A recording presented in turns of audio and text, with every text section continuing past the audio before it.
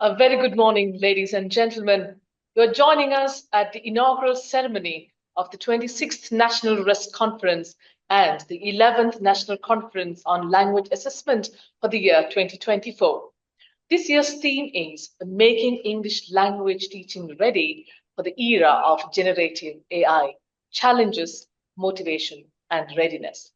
A warm welcome to each one of you. It is indeed our pleasure to have you all in our midst this morning. Let us commence the day's proceedings with the traditional lighting of the oil lamp, which will be followed by the national anthem. So to virtually light the lamp, let me invite the following dignitaries. Our chief guest this morning, Professor M.G. Lalit Ananda, University of Sri Javagadhapura. Professor Prasad Setunga, Director General, NIE. Dr. Darshana Samaravira, Deputy Director General, NIE. Ms. Nimali Badrulia, Director, English and Foreign Languages Branch, Ministry of Education. Mr. Orlando Edwards, Country Director, British Council, Sri Lanka. Mrs. Vedosha, Assistant Lecturer, Department of English, NIE. And Mrs. Krishanti Kiyanage, Assistant Lecturer, Department of English, NIE, to do the honor.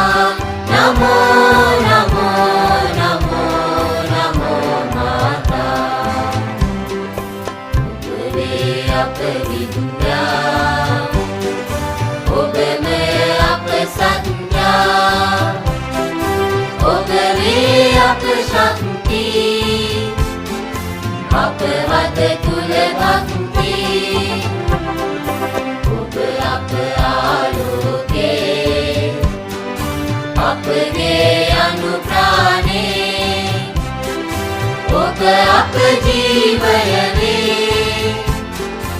අප මුක්තිය ඔබවේ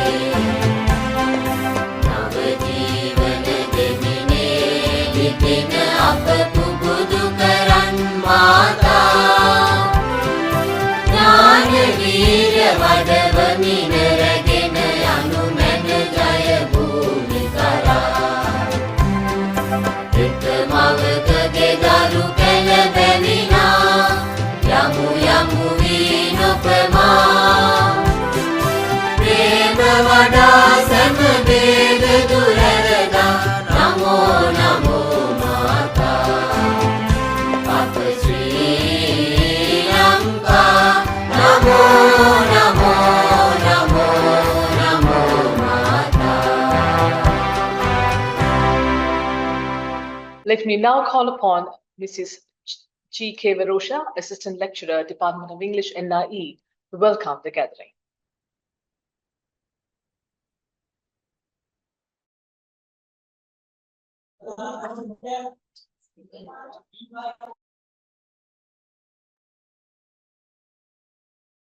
Very good morning to all of you, those who are joining us today as the participants of the 26th National RESC Conference and 11th National Conference on Language Assessment. This marks the 26th consecutive year that the Department of English at the National Institute of Education organizing the National RESC Conference and 11th consecutive year in organizing the Conference on Language Assessment. 32 regional English support centers, known as RESC, established island-wide, play a significant role in enhancing English language teaching and learning across the country. These centers are instrumental in advancing English language education and contribute significantly to the success of various English language education initiatives. Shouldering the responsibility of professional development of the RESC staff, the Department of English at the National Institute of Education organizes various programs throughout the year. National RESC Conference is an annual academic event that serves the purpose of upgrading and updating the knowledge of the RESC staff.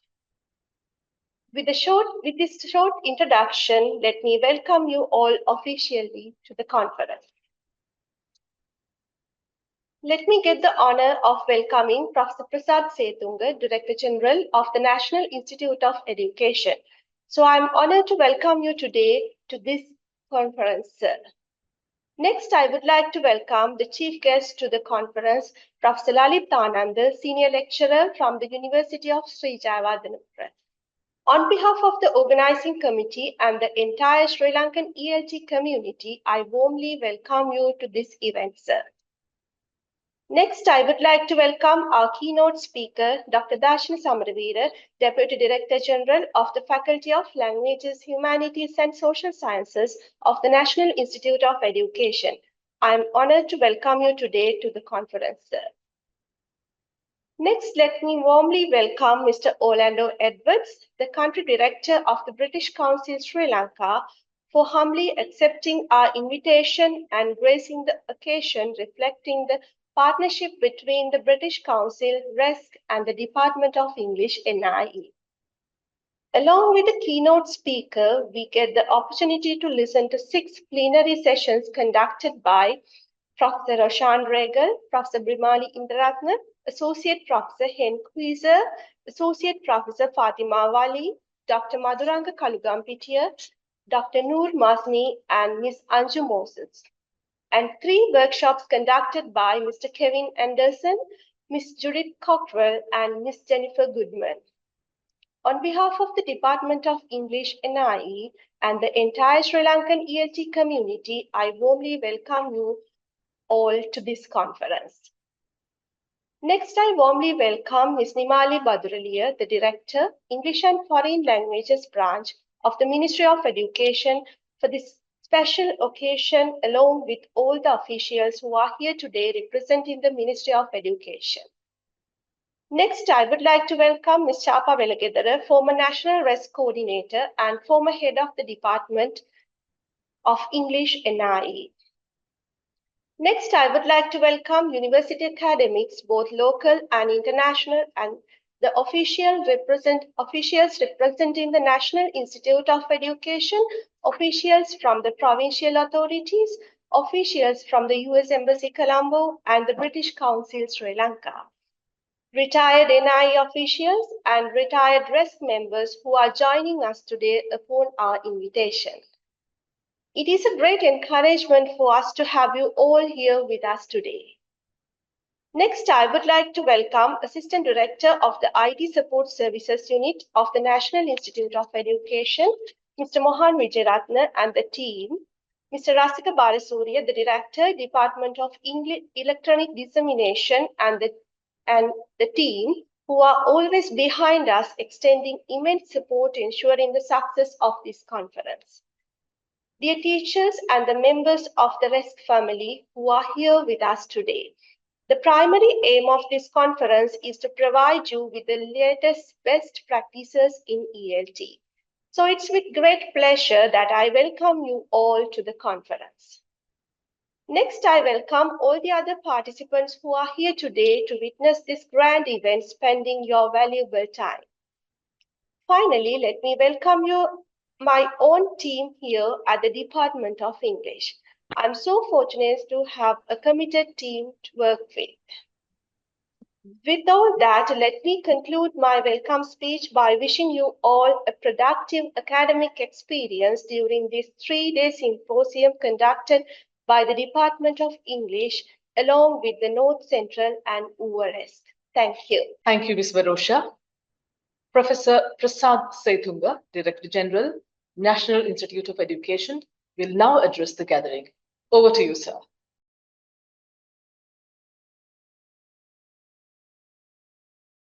Distinguished guests, esteemed colleagues and friends, I can see a number of esteemed colleagues are joining with us, especially our dedicated Academic Affairs Board member, Professor Lalit Anand, as the chief guest, and my own Deputy Director General as a keynote speaker, Dr. Darshana, and 7 plenary session speakers and 3 speakers from the US Embassy, and our good friend, the Country Director, British Council, Orlando Edwards. Good morning and a warm welcome to the 26th National RESC Conference and the 11th National Conference on Language Assessment. It is a privilege to stand before you today as we come together under the theme, Making English Language Teaching Ready for the Era of Generative AI, Challenges, Motivation, and Readiness. As the Director General of the National Institute of Education, NIE, this occasion is particularly meaningful to me. This is the second time I have had the privilege of supporting this remarkable gathering during my tenure, and each time I am struck by the dedication and passion of our educational community in rising to meet the challenges of our time. Today's theme, focusing on the integration of AI in English language teaching, brings to mind an important consideration: the balance between artificial intelligence and real human intelligence, particularly in the teaching learning process. AI is indeed a remarkable tool, offering us new ways to streamline our busy day-to-day lives. However, we must tread carefully when applying it to pedagogy. Teaching is not just about efficiency. It is about connection, creativity, and the subtle nuances of communication that machines, for all their sophistication, cannot replace. I'm reminded of this often, especially as someone who wrote my academic thesis in Japanese. The Japanese language, with its intricate interplay of Chinese characters based on meaning rather than pronunciation, is a testament to the beauty and complexity of human expression. Each character carries layers of history, culture, and creativity, something to algorithm can truly understand or replicate. So that's the point I'm trying to emphasize throughout my message. When I reflect on this, I'm reminded of the critical role of language experts like you, safeguarding the richness of language and its role in fostering creativity. I had a painful experience when I tried to, I wrote 3 theses in Japanese language. So I thought, why should I write in my mother tongue of this thesis? Then I would be able to showcase the creativity more and more. You know, this is the complexity.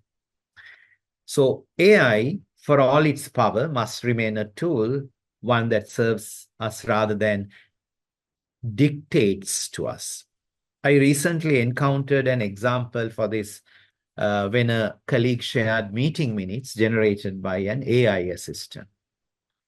Nobody noticed this, even didn't get any response of this minute. The minute output, though functional, lacked clarity, depth, and accuracy. This is good for the, as I pointed out, maintain the busy day-to-day life. Minutes from the AI assistant, just afternoon after the minutes, without any clarity. So I can remember I have pointed out very valid points. Nothing is there. AI assistant missed the chance. In education, this risk is even greater. If we over-rely on AI in teaching, we could inadvertently erode the pedagogical processes that make learning transformative and meaningful. This is why sub-themes of this conference, ranging from integrating AI thoughtfully into curricula to addressing ethical concerns and empowering educators, are so vital. They reflect not only the opportunities AI presents, but also the caution we must exercise in its application. It is our responsibility to ensure that AI enhances the teaching learning process without compromising its essence. To our educators, I say this: the creativity and expertise you bring to the classroom cannot be replaced. As we explore new technologies, let us not forget the beauty of the human mind and the profound role of language in shaping thought and culture. Your work in nurturing critical thinking, creativity, and appreciation for the nuances of language is irreplaceable. I wish to express my deepest gratitude to the Department of English of the NIE, the RESC network, for organizing this conference and for your unwavering dedication to advancing English language education in Sri Lanka. As we engage in discussions over the next 3 days, I encourage all of us to reflect on this balance, how we can leverage AI to support but not replace the human elements of education. Let's celebrate the beauty of language, the richness of culture, and the creativity that only human intelligence can bring to the teaching learning process. In closing, I leave you with this thought: AI may be able to simulate knowledge, but it cannot replicate wisdom. The future of education lies not in choosing between artificial and real intelligence, but in harmonizing the two with human creativity and insight always leading the way. Thank you, and wish you all a productive and inspiring conference. That was Professor Prasad Seitunga, Director General, NIE. Thank you once again, sir, for that interesting and insightful thought sharing. Let me now call upon Mr. Orlando Edwards, Country Director, British Council, Sri Lanka, to make his address.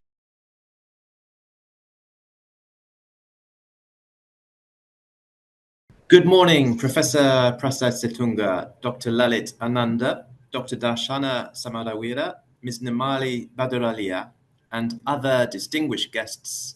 Ladies and gentlemen, thank you very much for this invitation from the English Department of the National Institute of Education to speak at this year's RESC conference, which I believe is the second such conference. The British Council has been working in Sri Lanka since 1949. So this year is very special for us. It's our 75th anniversary here in Sri Lanka, and it's our 90th birthday since we were founded in 1934 in the UK.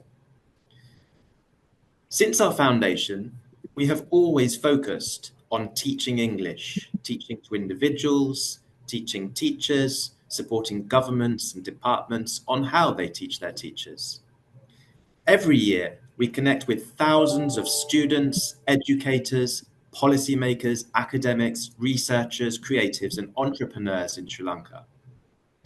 Last week and later today, I will be awarding certificates to high-achieving school students, Cambridge and edXL's prizes to the best performing Sri Lankan students, and next month, we welcome the world-famous Akram Khan Company, who will be running dance workshops in Jaffna. These are great examples, just some of the very present examples of the British Council's work, which aims to inspire, empower, and support young people to fulfill their potential. I have now been in Sri Lanka for almost 2 years, and I have been delighted by the warm welcome I have received and impressed by the friendliness and generosity of all the Sri Lankans I have met so far. I've formed some very strong friendships with Sri Lankans, which I will cherish. But one of the highlights of my tenure has been my interactions with the RESCs. I've now met colleagues from RESCs in Kandy, Jaffna, Kurunegala, Gaul and Mathura, and it's my ambition to meet as many RESCs as possible in my time in Sri Lanka. Earlier this month, I was delighted to accompany the High Commissioner, Andrew Patrick, to the Kurunegala RESC, and he was delighted to observe a professional development session for teachers and to interact with them and understand the way that they work and the challenges that they face. He was impressed, he was beyond impressed, I hasten to add, at the diligence, the persistence, and the passion that RESC coordinators and teachers are investing in supporting education here in Sri Lanka. I told him that the RESCs play a crucial role in supporting and helping with the advancement of the English language and improving English teaching standards.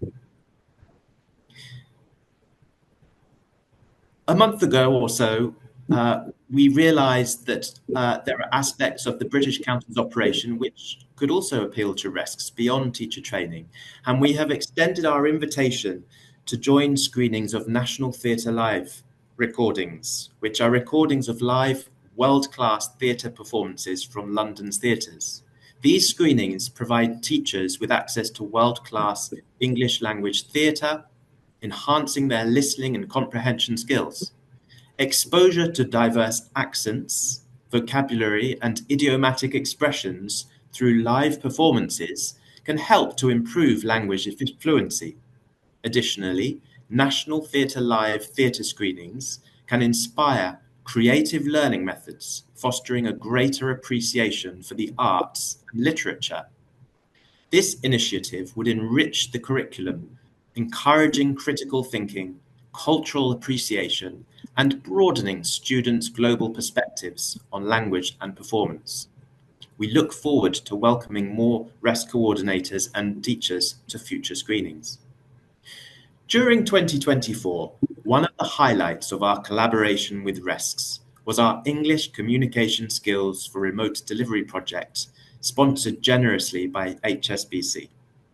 This was delivered by the RESCs to over 200 English language teachers island-wide. It has been an enormously valuable project, hugely appreciated by HSBC and all those who have been involved. We are extremely grateful to RESCs for this enduring and mutually beneficial partnership. RESCs continue to help us deliver our online teaching training delivery, for example, with e-moderators, on English for Teaching 2, version 2 of that course, and on improving teaching and assessment of listening and speaking skills, just 2 of the many projects that we are currently running. The pandemic, of course, created a learning curve for both British Council trainers and RESC trainers alike in terms of online delivery, and we have learned a lot from it, and we continue to apply that learning in the way that we deliver this training. Once again, on behalf of the British Council, I would like to thank the RESCs for their outstanding work year after year in their provision of training, resources, and mentoring to countless English language teachers nationwide. Over the next few days, I believe you will embark on a journey to explore how artificial intelligence, or AI, is revolutionizing the educational landscape, transforming the way we teach and learn. I see that there will be some great sessions on this, and that the conference will delve into the world of AI and will uncover its potential to personalize learning experiences, enhance teaching efficiency, and make education more accessible to all. If used correctly, artificial intelligence can help us discover innovative tools and strategies that can empower us to better support our students' language development and prepare them for the challenges of the future. Recognizing the importance of artificial intelligence to the future of English teaching, the British Council undertook some research in this area a couple of years ago. We published an updated report drawing on this research and its findings earlier this year, in July in fact, and we will share the link during this conference. I know that my colleague Andrew Moses, the head of English programs, will be delivering an innovative session tomorrow. In brief, the findings of technology experts who worked with the British Council to look at the current literature and research in this area. And they consulted a range of experts, teachers, lecturers, and AI professionals to understand their views on the subject. The report is freely available at www.teachingenglish.org.uk/publications/case studies, insights and research/artificial intelligence and English language. I'm sure you didn't capture that, so we will share this after the opening plenary session. In brief, the findings in the report point us towards the future of teaching and how AI can be incorporated most effectively. First of all, of course, we need to agree on definitions of AI, so we can be sure that we are all referring to the same technology type. Then the principles for ethical use of AI in English language teaching and learning can be drawn up. It would also be helpful to list how artificial intelligence may or may not be used for specific teacher tasks. In the future, artificial intelligence will likely transform many aspects of how we live. Artificial intelligence can, of course, be described as computer systems that mimic human intelligence and can understand human language. However, AI does mean different things to different people in different contexts, and clear definitions are needed. Boiled down to the most basic level, we might say that AI technologies can be useful in 3 principal ways. Firstly, AI can be used by pupils to learn. Secondly, AI can be used by teachers to help in teaching activities, for example, grading. And thirdly, AI can be useful to administrative staff to help manage learner data. Education tends to lag behind other sectors for many reasons, but its strengths, for example, lie in aspects such as how we promote safeguarding, how we protect and improve the learning process, and where it's not so good, perhaps, are where we are resistant to change, or where power structures get in the way, and where revenue concerns prevent good practice. Whether or not these new technologies, these new AI technologies, will bring the widespread change in education systems is, of course, an ongoing debate. So there is a lot to think about over the coming few days, but this is a wonderful opportunity for us to learn, to collaborate, and to inspire each other as we pave the way for a new era in language education together. Thank you once again for the invitation to speak and join this session, and I'm sure the conference will be a huge success. Thank you. That was Mr. Orlando Edwards, Country Director, British Council, Sri Lanka. Thank you, sir, for those valuable words, thought-provoking indeed. Let us now lend our ears to Mrs. Nimali Badrelia, Director, English and Foreign Languages Branch, Ministry of Education, who will now address the gathering. Over to you, madam.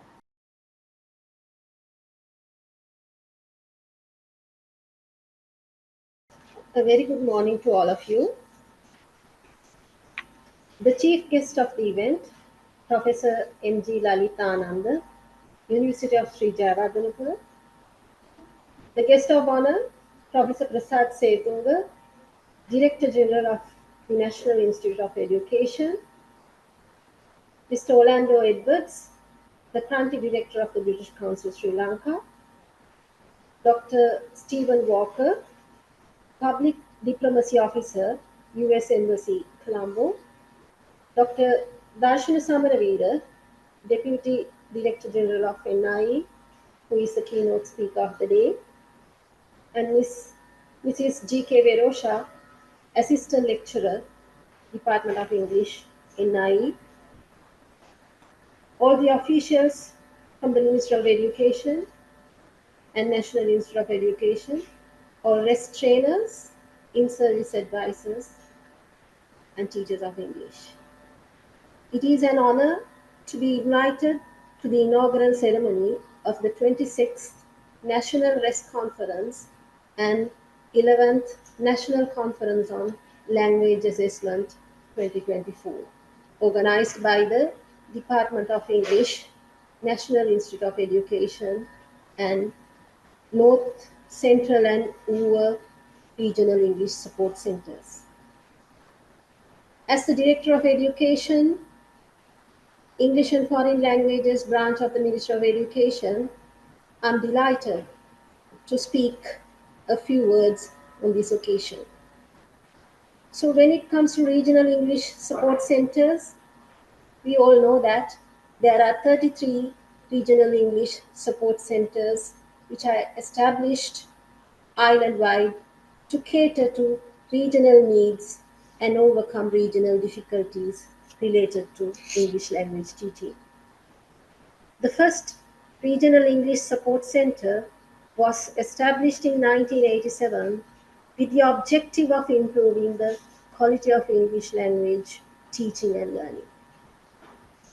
Regional English support centers, which are known as RESCs, are supported by the National Institute of Education, Ministry of Education, British Council, Sri Lanka, and US Embassy to conduct many capacity development programs for English teachers and to conduct many student workshops.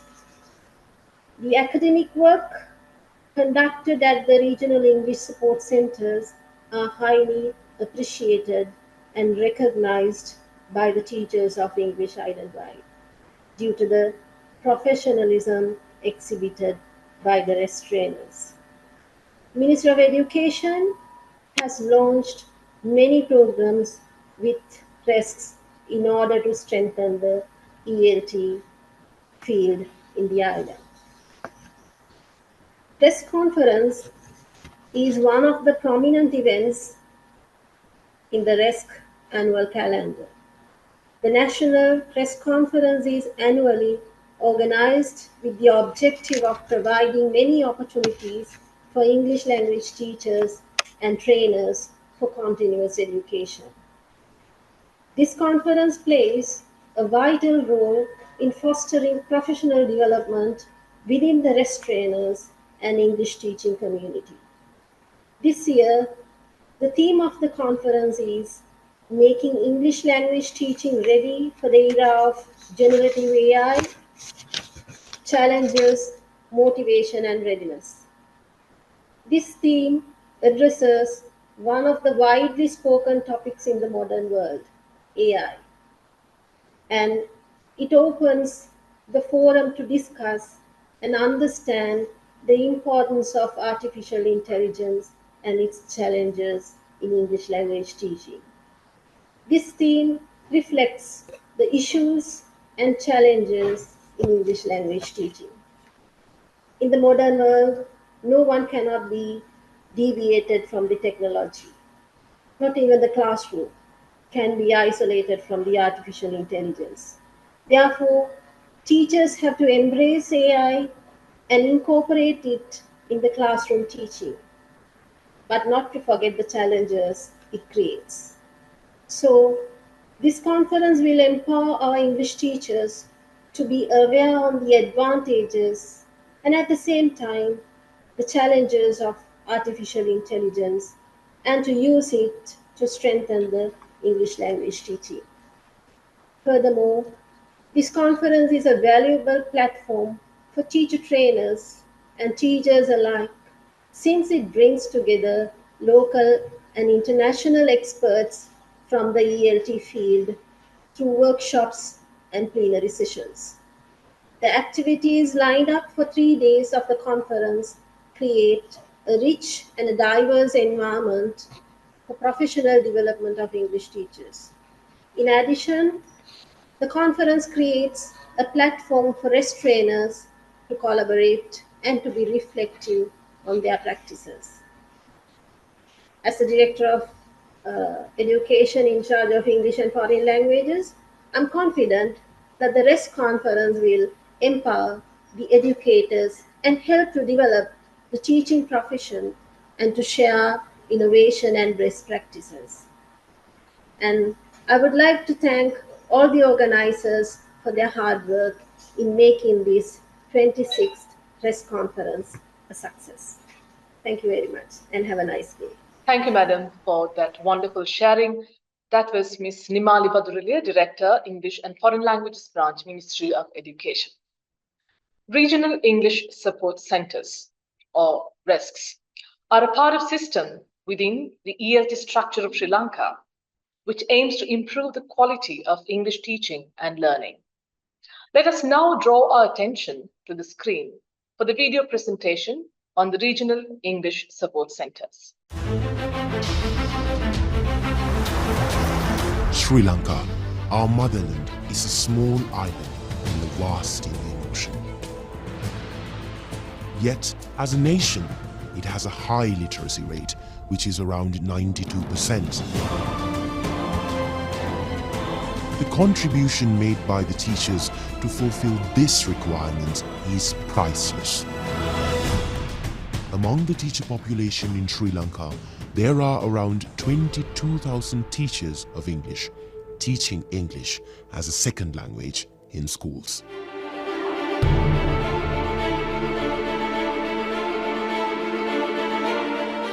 Being nurtured with the care of National Institute of Education, the Regional English Support Centers, the RESCs, scattered throughout the island, provide support to improve and uplift the quality education by empowering the teachers of English. RESC is a center established to promote English language teaching and learning in every region. It empowers not only the teachers but also the students in the region. And one of its important features is the ability to respond speedily to the difficulties that arise in each area.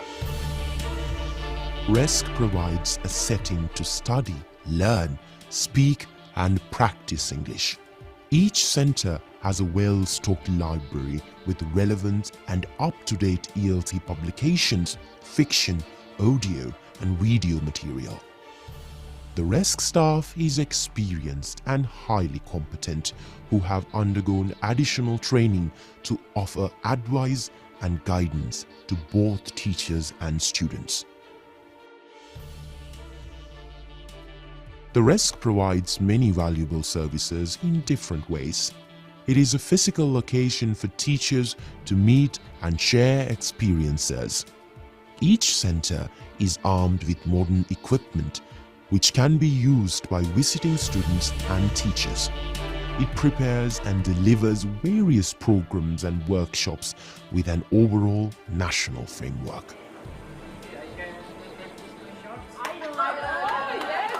In addition, it is a venue for various ELT events such as workshops, seminars, meetings, book weeks, and English days for local school children as well. The NIE plays a significant role in empowering the RESC staff. The Department of English each year conducts professional development programs on various topics such as conducting action research, incorporating technology in teacher training, language assessments and evaluation. Every year, the Department of English takes the initiative to organize the National RESC Conference, which becomes an occasion for the RESC staff to meet in one single forum to share their knowledge and experience. This annual event gives them an opportunity for exposure to external resources such as university academics, policymakers, and distinguished scholars. The Department of English of the NIE takes pride in organizing this landmark event every year in order to uplift the level of English education in Sri Lanka.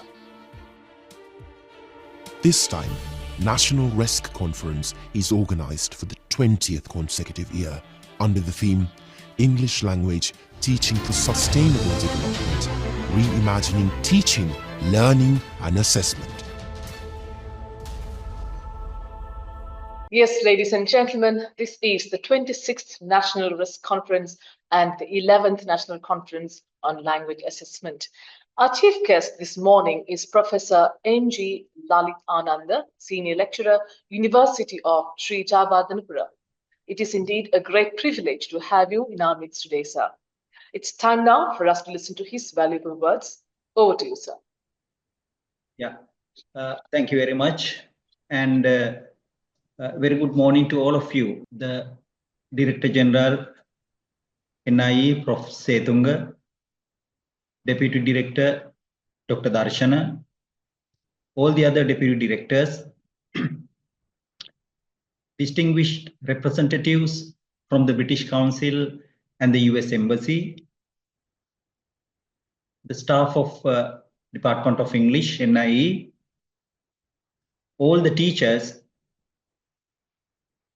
and ladies and gentlemen. It is both an honor and a pleasure to address you today at this 26th National RESC Conference and 11th National Conference on Language Assessment.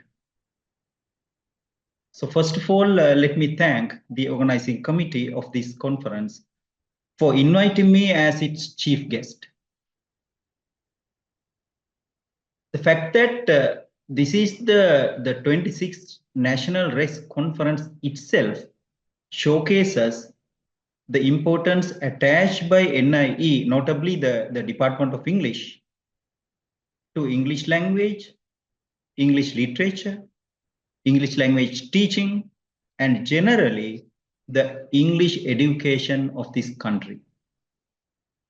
This highlights that the Department of English of NIE has clearly understood its role and responsibility and taken that role very seriously as the main stakeholder in school level English education, and that they are fulfilling that role and responsibility very well. The conference highlights NIE's commitment to generate knowledge in the field of English education and to disseminate that knowledge to the practitioners, mainly the English teachers in the school system. A conference like this gives a valuable opportunity to teachers, teacher educators, policymakers, and all other stakeholders to participate in such an event. We know that this participation can assume different dimensions. For example, The participants may be paper presenters or panel discussion members or simply active listeners. The point is, whatever their form of participation is, this exposure is very important. It makes the teachers think. It makes them aware of the existence of another level that they should reach. And that is the level of research. It shows them that their role cannot be limited to just teaching and assessment at schools. It is not just enough that you, as teachers or teacher trainers, teach the textbook. You should also contribute to improve that textbook. It is not enough to adopt a teaching methodology given to us by the West. Now, it can be whether it is, say, grammar translation, direct method, audiolingual, audiovisual, or communicative approach. You should contribute to build on such methodologies, incorporating as teachers your expertise and experiences. It is not enough to administer a test given by the local authorities. You as teachers should be the owners of such tests and also develop your own classroom-based assessments. In fact, if we look at most of the knowledge generated in applied linguistics, now when we say applied linguistics, we know it's a very broad study field, extending from, say, language teaching, which is the main branch, on the one hand, to discourse analysis, forensic linguistics, and lexicography on the other. But if we look at the language pedagogy related fields, say mainly language teaching, assessments, and curriculum design, teachers all over the world have contributed significantly to all these fields. In my view, teachers are the best linguists to do action research in applied linguistics. They are the people who meet the learner. Similarly, they are the people who teach the learner. They are also the people who assess the learner. Therefore, they have a better knowledge about what kind of teaching methods work, what kind of teaching methods do not work, what kind of assessments are more appropriate and which are not, what kind of materials are more suitable for the learner and what kind of assessments materials are not. So here in Sri Lanka, we have a considerable disparity when it comes to resource sharing, the level of the students, adaptability of the teachers, and in relation to many other factors.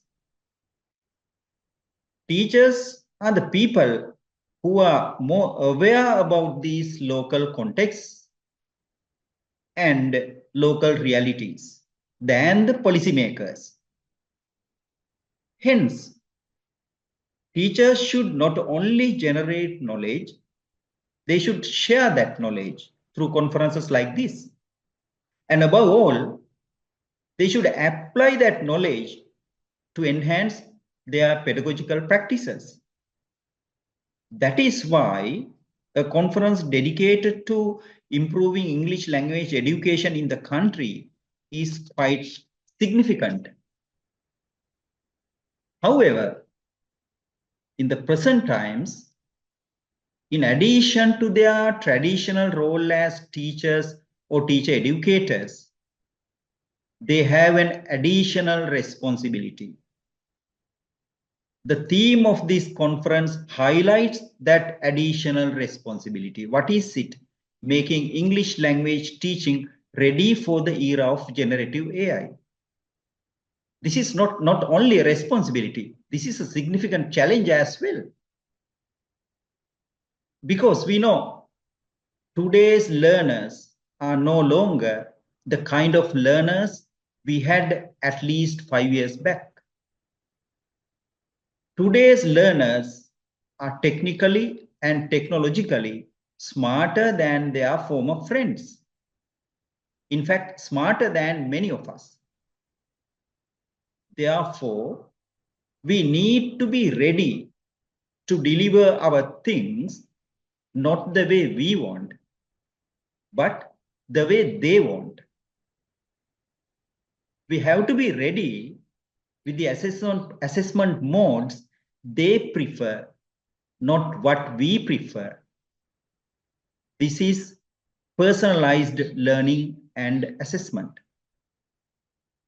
Please remember, with the arrival of AI, the teacher's share of domination is fast diminishing, and the learner's share is fast increasing. Another way to look at the significance of AI application is from the perspective of teacher. AI integration greatly facilitates their work. Generative AI, for example, AI exemplified by tools like ChatGPT, has already demonstrated its ability to enhance language instruction. It offers possibilities we could dream of a few years ago. We notice that AI can be applied in developing all language skills: listening, speaking, reading, writing, and grammar and vocabulary. Just see, AI can create games, quizzes, simulations that may make language learning enjoyable and immersive.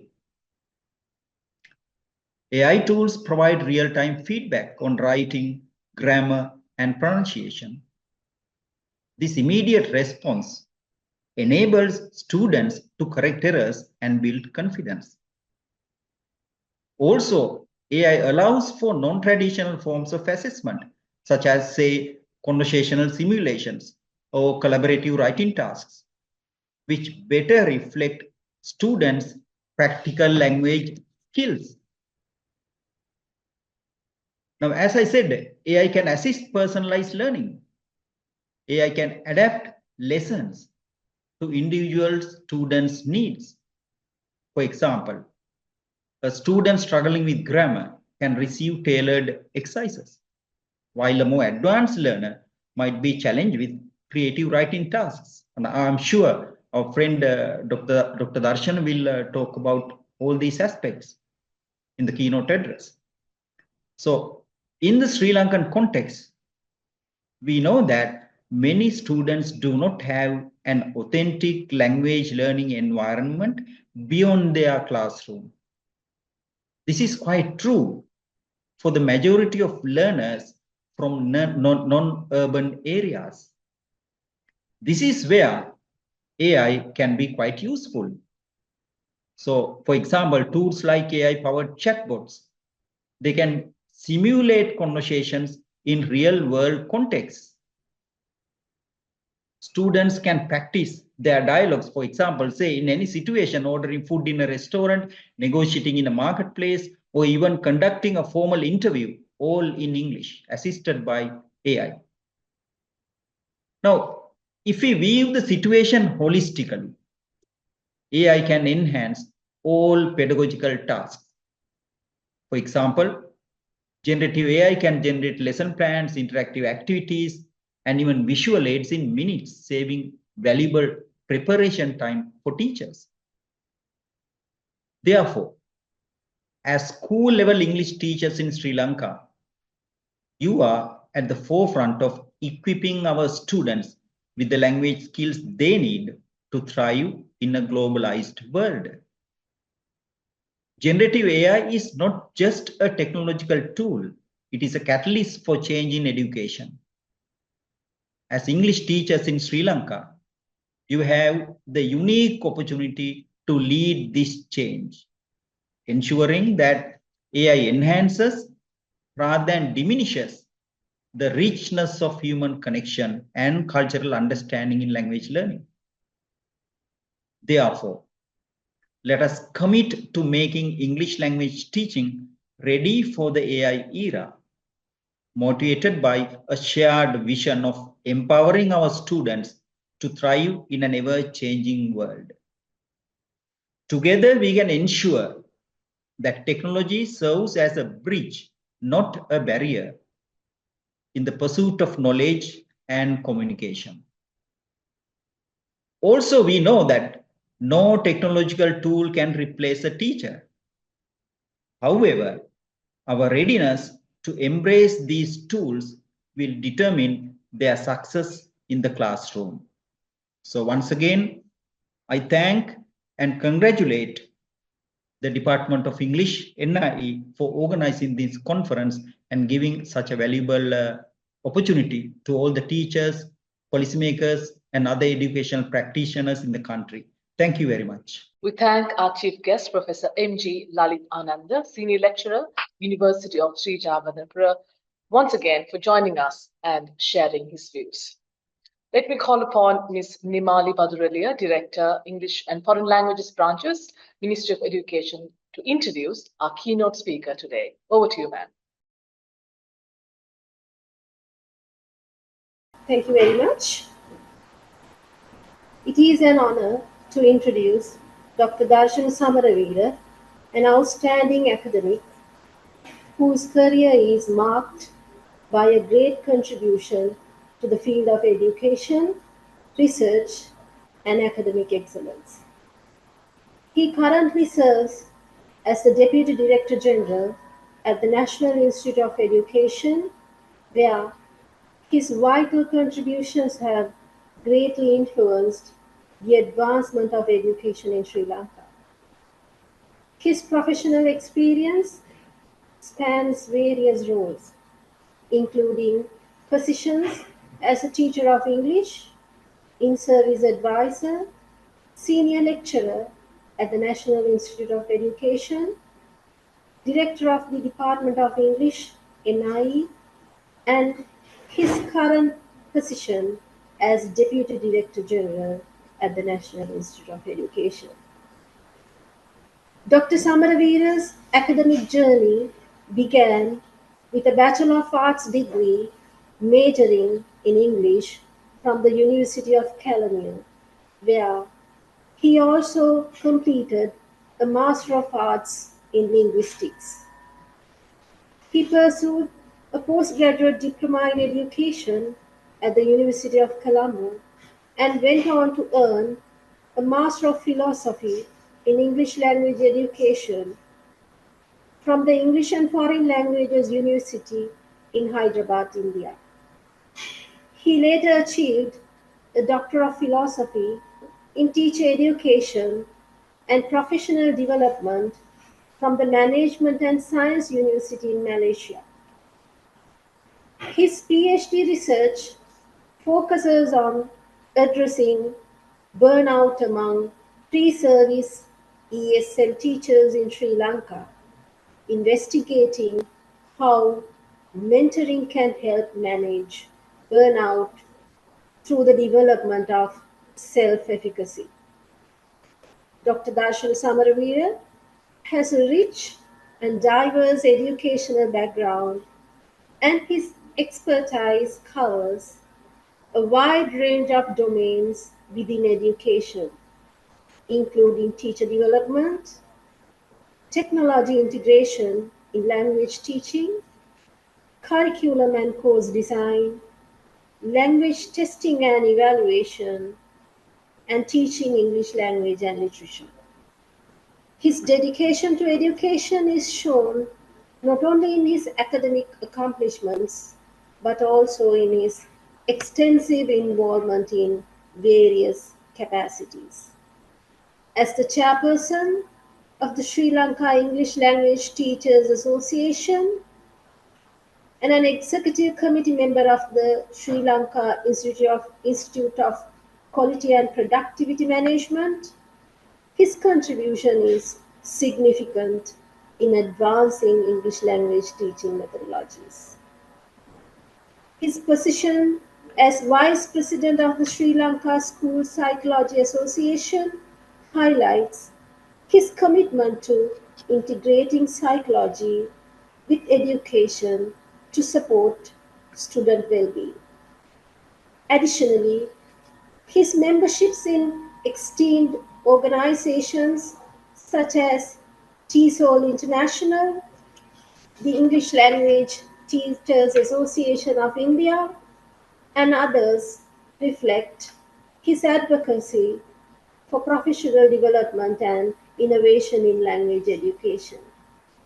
Dr. Darshana Samaraveera's dedication to professional growth and a global educational perspective is evidenced by the range of international and local training he has received.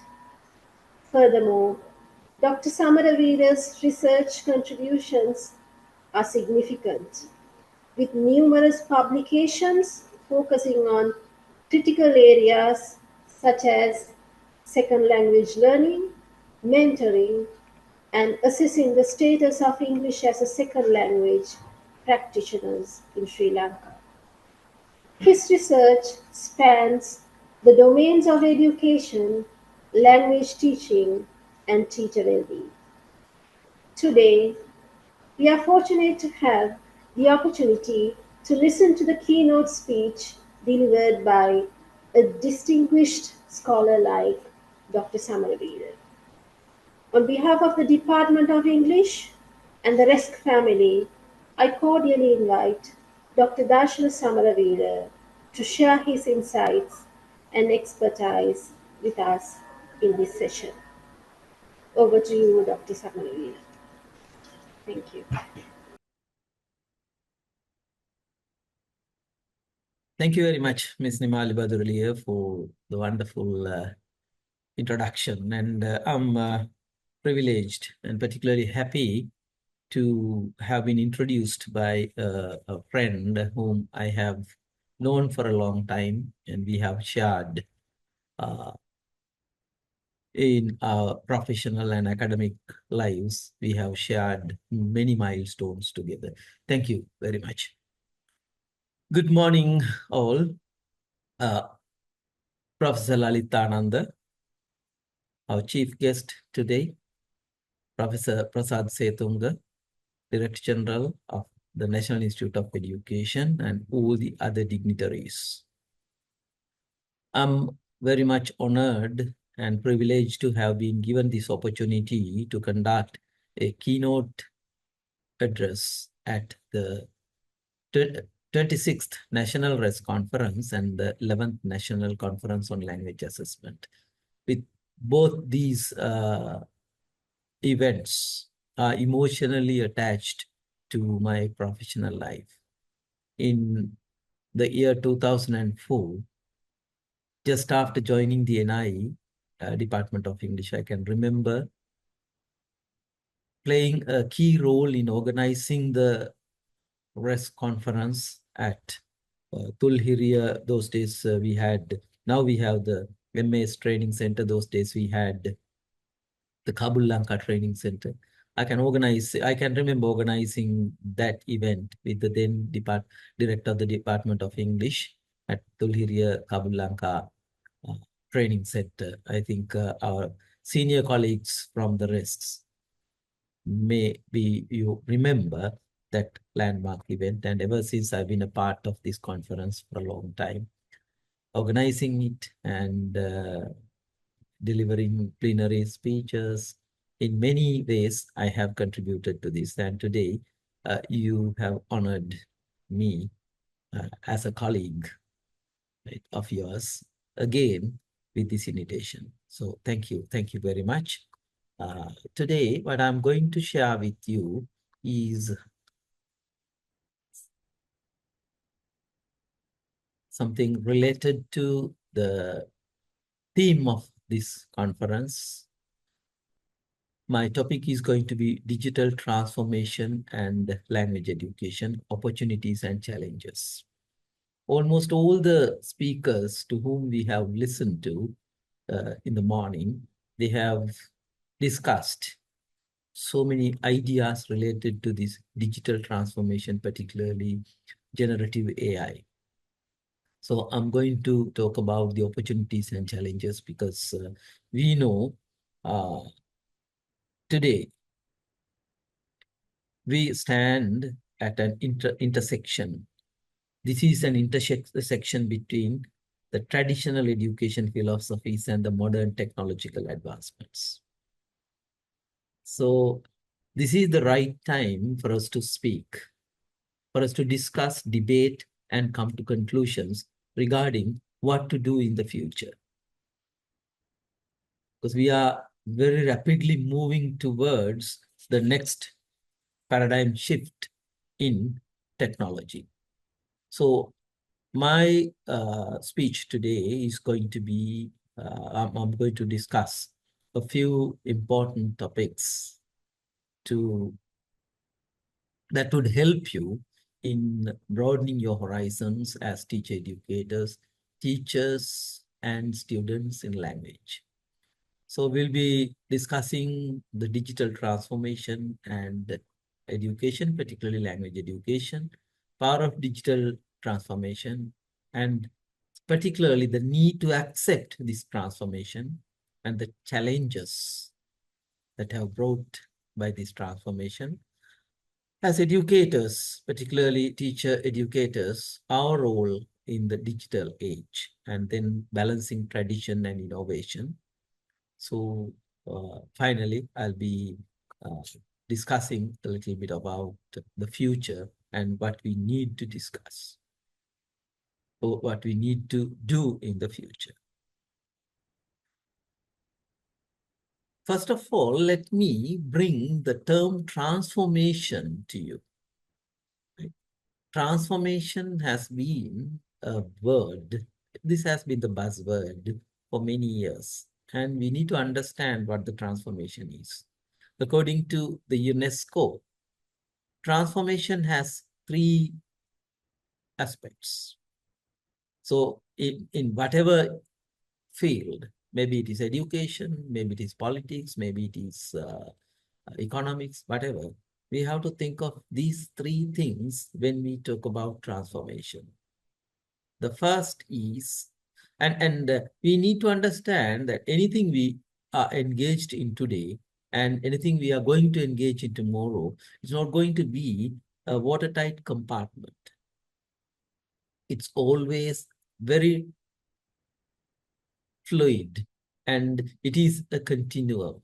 So when we talk about transformation, UNESCO gives us these 3 ideas to think, 3 aspects. The first one is what we are going to retain, what to retain from what we have been doing so far. What are the things we need to retain? The stronger parts of what we have been doing, we have to retain. And then what to remove? Outdated, weaker aspects of any field, of course, we have to remove. And when time passes on, we have to, there are new things coming in, innovative ideas, maybe, innovative technologies. So we need to add them if we are to survive. So what to retain, what to remove, and what to add. These are the 3 aspects we need to discuss when we discuss transformation in any field, maybe language education, maybe education, maybe economics, politics, or whatever, social development. And today we know, right, when we talk about what to add, we know digital technologies are there. So this transformation is always powered by digital technologies. You all have discussed since morning. We've been listening to the concept of AI. Then we have artificial intelligence, IoT, Internet of Things, robotics. And these are the things that power this transformation, the digital technologies. So to bring language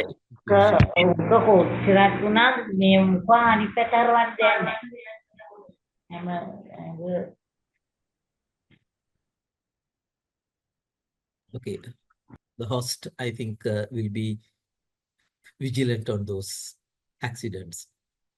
So bringing language education parallel to this transformation or the fast-moving changes in digital technologies is one of the challenges we have. So I'm going to discuss these few things. And we all here, I think we are the people who were born, many of us, we were born in the previous century. And we have witnessed the advancement in technology right throughout our life. And when we talk about the advancement in technology, we know we have experienced by now, and the humankind has experienced 5 industrial revolutions.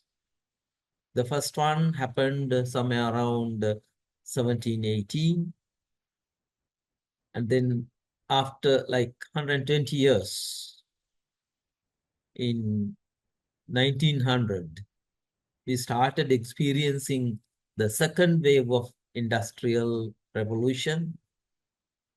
And then it took 70 years for the for the transformation from the second industrial revolution to the third industrial revolution. And from the third, from 1970s, right, many of us, I think we were born in this period, and when either the second industrial revolution was on, or with the dawn of the third industrial revolution. Within 30 years, like very soon, we started experiencing the fourth industrial revolution with internet and cyber physical systems.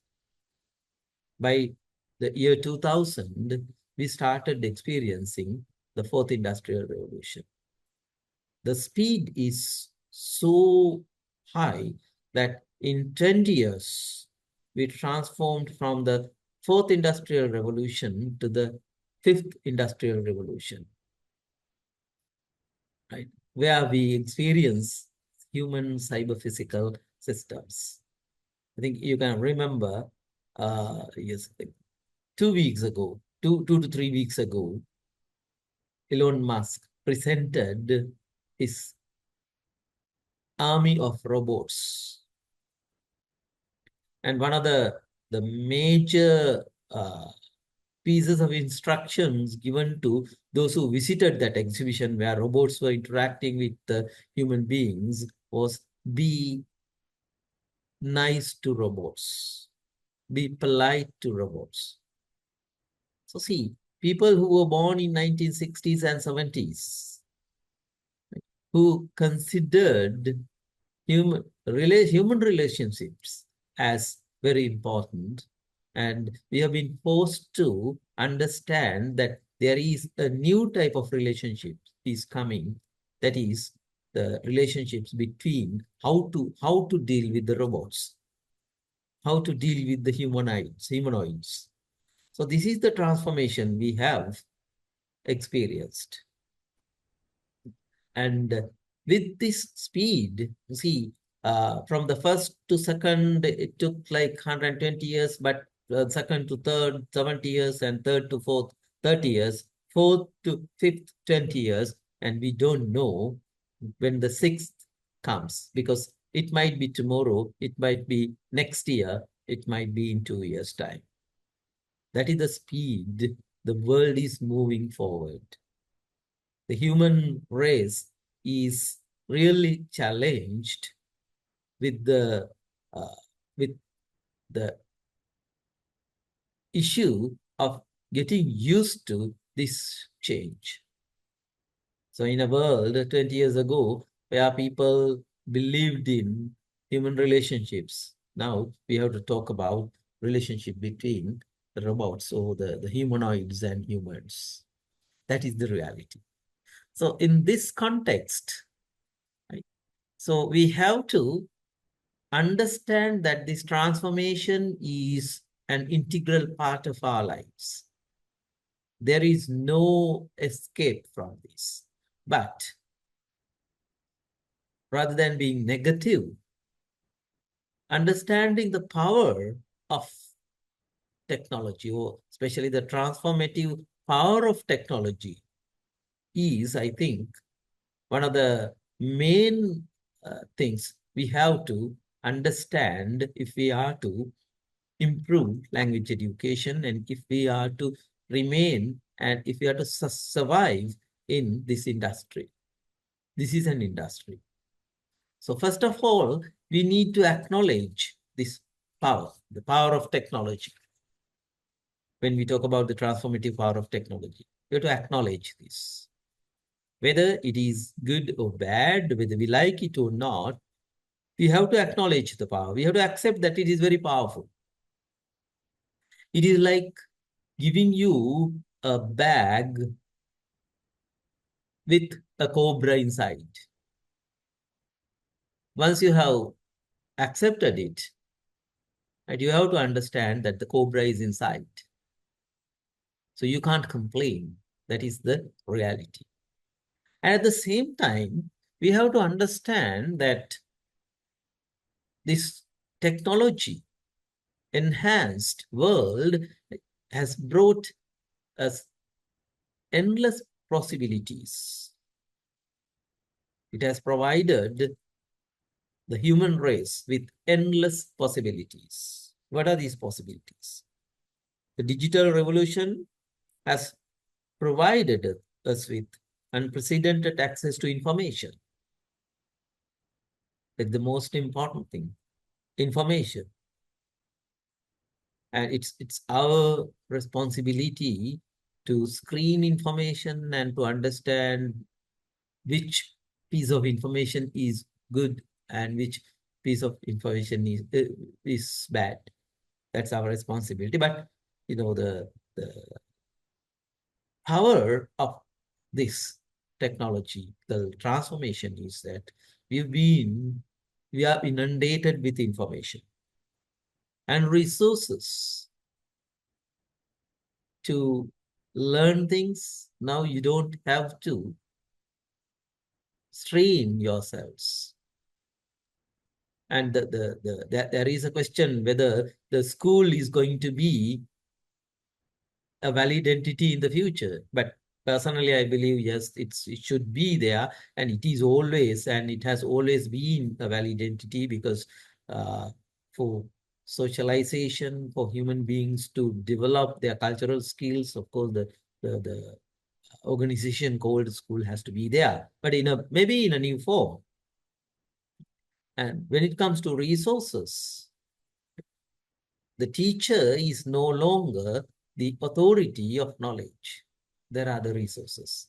There was a time where teacher was the only resource, but now there are other resources that you can rely on. There are resources you can rely on.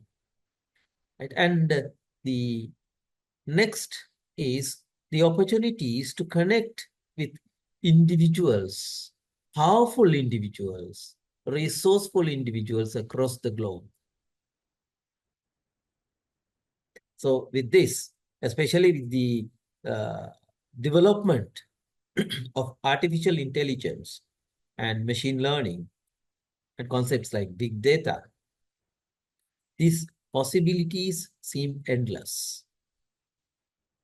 Today, a student, we all are students. We all are students. A student in a remote village can learn from a professor from a renowned university, which is situated in the other end of the globe. It could be, right? Or renowned institutions. Now, getting a qualification from a renowned institute is no longer a dream. There are many opportunities, right? With these, with the development of MOOCs, massive open online courses offered by renowned universities. You can always, you don't have to spend a lot to travel to those places. With the comfort of your home country, with the comfort of your own village, maybe your own, with the comfort of your own people, you can learn things. And now we see on social media, like, so when we say social media, first to come is Facebook, but I'm not referring to the Facebook. There are other social media networks like LinkedIn, where you can learn a lot. And once you learn, right, your credentials will be upgraded. Right? That is because of the transformative power of technology. Right? So access is no longer a barrier. There was a time where access was the problem, and many people suffered because of this. But today, because of the power of technology, right, people have started learning. So micro concepts like micro learning, right, micro credentials, they have become very powerful ways of empowering people. And the concept of, especially the concept of personalized learning. Personalized learning is the most significant change we brought in as a result of this technological transformation. That's why I told the concept of school, concept of the traditional school, right, is challenged with the concepts like personalized learning, and especially with the incorporation of AI and science of learning into these new technological platforms. There are platforms like, now for language learning, there are many AI-enabled learning science platforms powered by science of learning, like Duolingo. I'm learning a language, a foreign language or a second language is no longer a dream. There are platforms that provide and that customizes your personalized learning plan. For example, recently I started learning Spanish language, and by today it's my 154th day. Within 154 days, I have developed myself as a A1 learner within the Common European Framework of Reference, the A1 learner of Spanish. Just 154 days and spending like 10 to 15 minutes a day.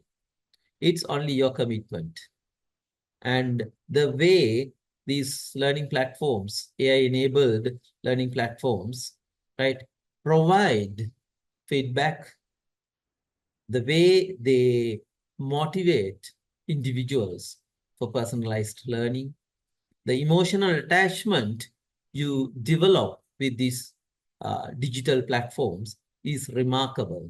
So teachers and teacher educators of our time, I think this is one of the biggest challenges, right? It is the transformative power of technology in language education is so powerful that there is a risk associated with this all the time unless we, teacher educators, curriculum developers, teachers, material developers, unless we understand this transformative power of technology and incorporate technology in our activities.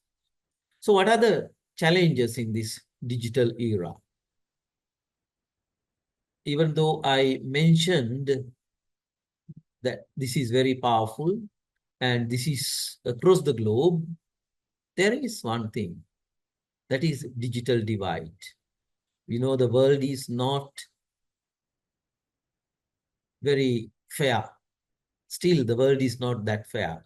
So the digital divide is becoming more and more wide because of the digital transformation, right? Especially in countries like Sri Lanka, where access to technology, where access to data is still a luxury. We can see the digital divide. So overcoming this challenge is, I think, it's in front of us. And there is another challenge, that is, there is a significant shift in the cognitive patterns of students. As a result, we see a lot of superficial understanding of complex subjects rather than going deep into subjects because of the access and because of these AI-enabled platforms. There is a shift in cognitive patterns. We had a time where we wanted to delve deep into a subject and to learn it very well, to master it. But today, that the cognitive shift is very much visible, and we see a different generation of people. So to come to terms with this change, I think is different for the people of our generation, but we have to accept this, we have to take it as a challenge, and we have to find solutions to these. And there is a diminishing interest in language learning because of the digital technologies. Now we have these platforms which can translate things into as many languages as possible. Say you travel to a faraway place where you don't understand the native language of the people there, right? If these translation platforms are available, and if you have data, what you can do is you can easily translate it, show it to those people, and get things done. So as a result of this shift in cognitive patterns of students, the younger generation in time to come, maybe they don't want to, they are not interested in learning languages. Although the people of our generation, we are interested in this, right? And when very soon, right, with the next technological revolution, industrial revolution, we might get devices where these devices might translate things, and they might speak to you, you will speak to your device in your language, and on the other side there will be a receiver, a receiving device, which would translate it and communicate it to the other person. So these are possibilities. So and the other thing is less interest in creative use of language, right? We are a generation of people who valued the creative use of language. And we know that's been in our history. If you go to Sigiriya, what you look for is that creative use of language. And if you refer to Kausilumina, you look for creative use of language. Why do you read Wordsworth? that is to enjoy the creative use of language. But today, as a result of the shift in cognitive patterns of the students, there is this, they are not very much interested in using language creatively. That is just a tool of communication for them. So as a result, the paradigms in communication keeps on changing. And people of our generation, we have to come to terms with this. And preserving the tradition, preserving the tradition of using language creatively, right? These are some of the problems. And there'll be a time where handwriting is going to be a kind of a luxury, and that might be limited to calligraphy because of the keyboards. The people are more interested in keying in rather than writing letters. So these paradigm shifts in communication, right? We will have to be alert on this, and we will have to understand that nothing is impossible, right? Anything will happen. And the other most important thing is, we, people of our generation, we value academic integrity. But maintaining academic integrity has become a challenge as a result of this transformation, digital transformation, particularly with the improvement in generative AI. Concepts like plagiarism. So we are challenged with these realities. People try to use generative AI, and we, the people of our generation, we are a little skeptic about that. But because of the shift in cognitive patterns of the younger generation, they don't care. So maintaining academic integrity. Very recently, I found a lot of examples, couple of examples of published paper, AI generated papers, and especially I found two examples. Those were published in journals, reputed journals, of course, of medical science, and in the middle you find, right, certain things like as an AI tool, I cannot give you more information. The authors have forgotten to do their language editing. So in a haste, they have just published those as those articles as they are. Right? There are examples. So these are some of the challenges people of our generation, especially teacher educators, teachers, curriculum developers, policymakers of our generation find it difficult to come to terms with. So in this context, what is the role of educator in the digital age? That's what I'm going to discuss next. The first requirement is to become lifelong learners. Embracing lifelong learning is the most important thing. So we have to be ready for the transformation.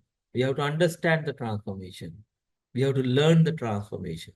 We have to live in the transformation as professionals, as educators. To do that, we have to think out of the box. We have to become non-traditional. If you are traditional, then it's very difficult to come out of the box. To be a lifelong learner, the most essential requirement is thinking out of the box. Every day is new, and every day brings a new challenge to us. So to keep us up to date with the new technologies, with the rapidly changing technologies is very important. So for language teachers, language teacher educators, there is an additional challenge, that is to keep your language level, to learn the language, to keep your language level, to be conversant in the language you teach, and then to come to terms with the new technology. So for a language educator to become a lifelong learner is in a way easy, and in a way it is very difficult, because we have to balance these two aspects. And then the next important aspect is teaching digital citizenship and responsibility to us, because we all have become with this transformation, we all have become digital citizens. We were not digital citizens by the time maybe we were born, but little by little we have entered a world of digital. That's a digital world where we all have become digital citizens. And we are actually people of our generation, we are migrants to this concept of digital world. So we have migrated from a kind of a different paradigm to a world where we consider digital citizenship is very important. And our students, the younger generation, our children, they are not migrants, they are natives of that world. So by default, they are digital citizens. So digital citizenship and the responsibilities of a digital citizen, right, we have to understand. There, right, now there was a time where we talk about our culture, cultural heritage, and our civilization. But now we have to think of our civilization, our culture, our citizenship skills in a different way. So building our social emotional skills to suit that paradigm shift is the other thing. Our social emotional skills. That's why I brought that example of Elon Musk exhibiting his army or the fleet of robots, right, with whom you can work together. Right? Those robots will, in time to come, right, you will see robots driving vehicles, you will see autonomous vehicles, you will see robots walking the streets, you will see robots coming to serve you at restaurants, and you will have personal assistants, robots as personal assistants. So in that world, we need to have a paradigm shift in our citizenship skills, our responsibilities, and our social emotional skills. That's why at the very beginning, they gave the piece of instruction, be nice to robots.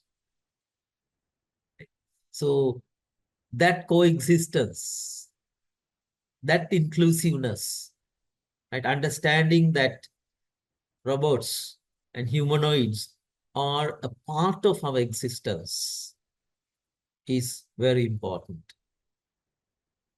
So we will have to change the way we think. So building our social emotional skills to match with the new realities is another very important aspect.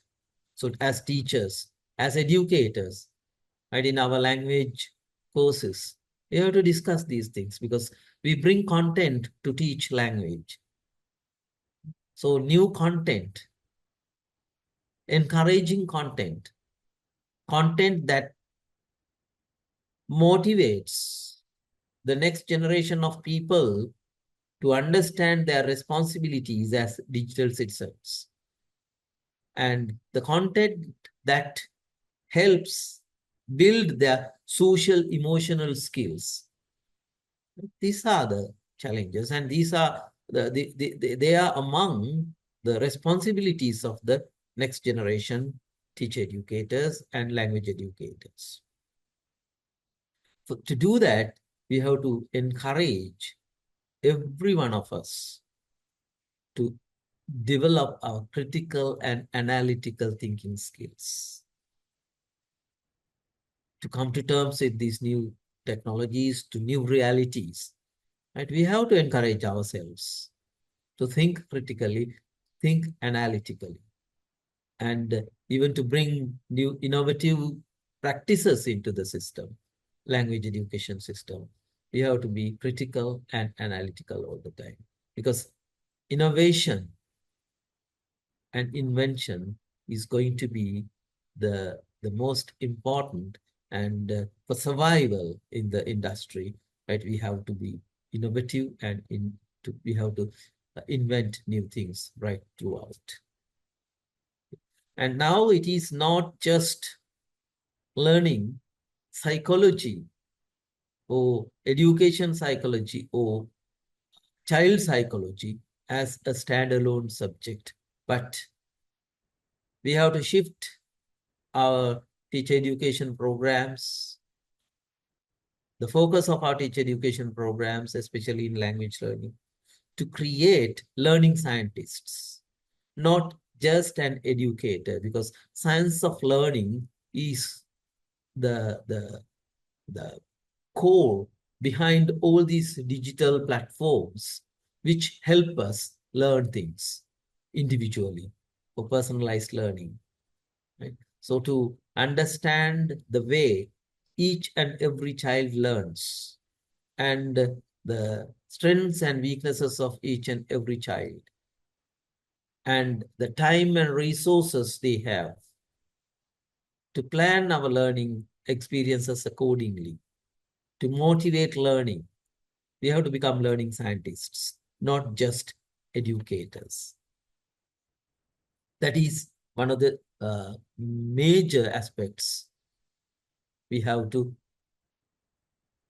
think of, and we have to change all our policies. We have to change our teacher education programs, right? We have to change everything in order to develop learning scientists, not just educators. And having said all these things, there is another very important thing I have to share, that is balancing the tradition and innovation. Tradition and innovation, we have to have a fair balance, because we are responsible for preserving the core values in education. Education has evolved as a discipline for many thousands of years, and there are core values associated with education. There are core values associated with language education. So we have to preserve those while embracing technological advancement, while creating learning scientists. You have to preserve the core values. And that is one of the greatest responsibilities of the people of our generation. Technology is a tool, not a substitute for quality teaching. Technology, as long as it is a tool, it's good, but it is not a substitute for quality teaching. The human essence, the human intervention is very, very important.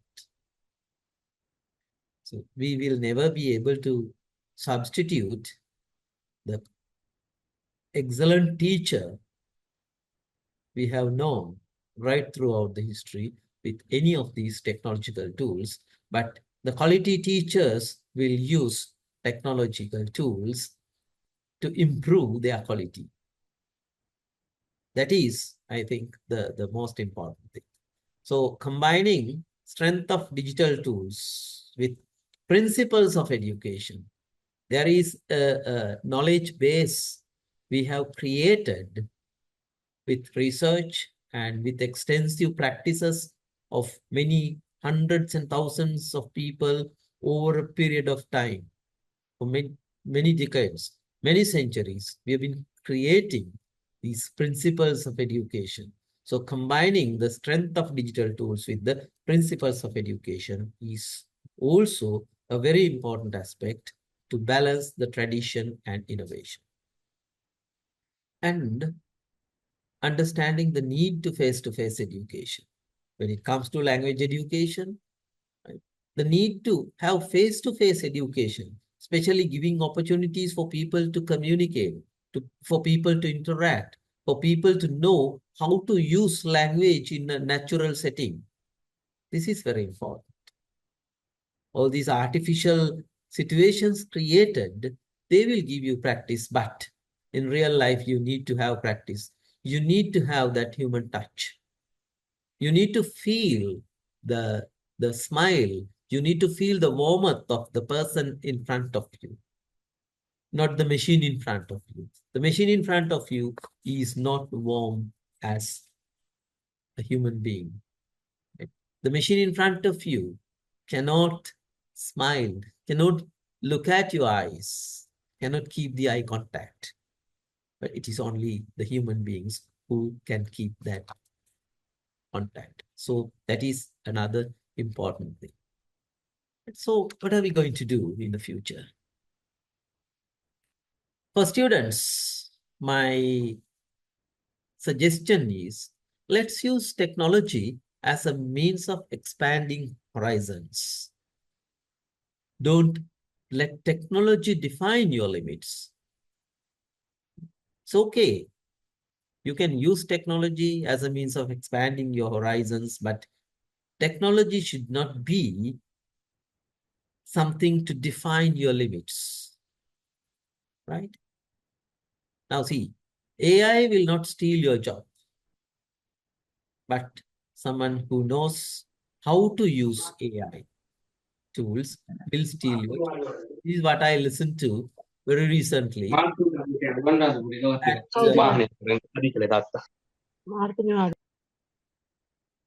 the TESOL International Conference. Our friend George Pickering, right? He mentioned this. AI will not steal your job, but somebody who knows how to use AI tools will steal your job, right? This is a beautiful statement, right? So teachers, right, your commitment to create an inclusive environment for people to learn language, right, where they use technology and where they value the human touch, the face-to-face communication is very, very, very important. And at the same time, as teachers, we have to commit ourselves to adapt and innovate for the betterment of students. Right? We have to adapt technology. We have to go for new innovative ideas. We have to embrace the innovative ideas for the betterment of students. And as laymen, we all have to collaborate to harness the power of technology. We have to understand this, and we have to share this. And we have to work together to make the digital divide is no longer a barrier for people to continue their education. So I asked this question, when after listening to George Pickering and after listening to this nice statement, AI will not steal your job, but somebody who knows how to use AI tools will steal your job. I asked this question to the AI. Will AI steal my job in the future? What AI told me, right, was this. Overall, while AI may lead to job displacement in some sectors, it also has the potential to create new opportunities and enhance productivity and innovation. Managing the transition to an AI-driven economy requires proactive measures to mitigate potential negative impacts and ensure that the benefits of AI are shared equitably across society. This is what AI told me. So in conclusion, I want to tell you that technology is good. Technology is okay, right? But technology is not perfect, then what is perfect? What is perfect is the man or the woman and the brilliant man or the woman who is behind technology, who handles technology. So when there is a brilliant mind behind technology, maybe AI, then of course you will see the beauty of technology and you will get the true benefits of technology. Because now, for us, AI it has become a very lavish thing. We use it lavishly. But please remember that every time we use ChatGPT, Gemini, or anything, and every time we type a prompt, right, there is something happening out there, right? There are those massive servers in India, in California, right? There are those massive servers run by those companies, and you need a lot of water to cool them down because millions of people use AI at any given moment. So we have to be responsible, right? We are creating a great damage to the environment as well. So let's be mindful of those things. Thank you very much for giving me this opportunity. And that's all what I have to share with you today. If you have questions, I can answer your questions. Thank you. Thank you very much. Thank you, sir, for that incredibly informative and engaging presentation.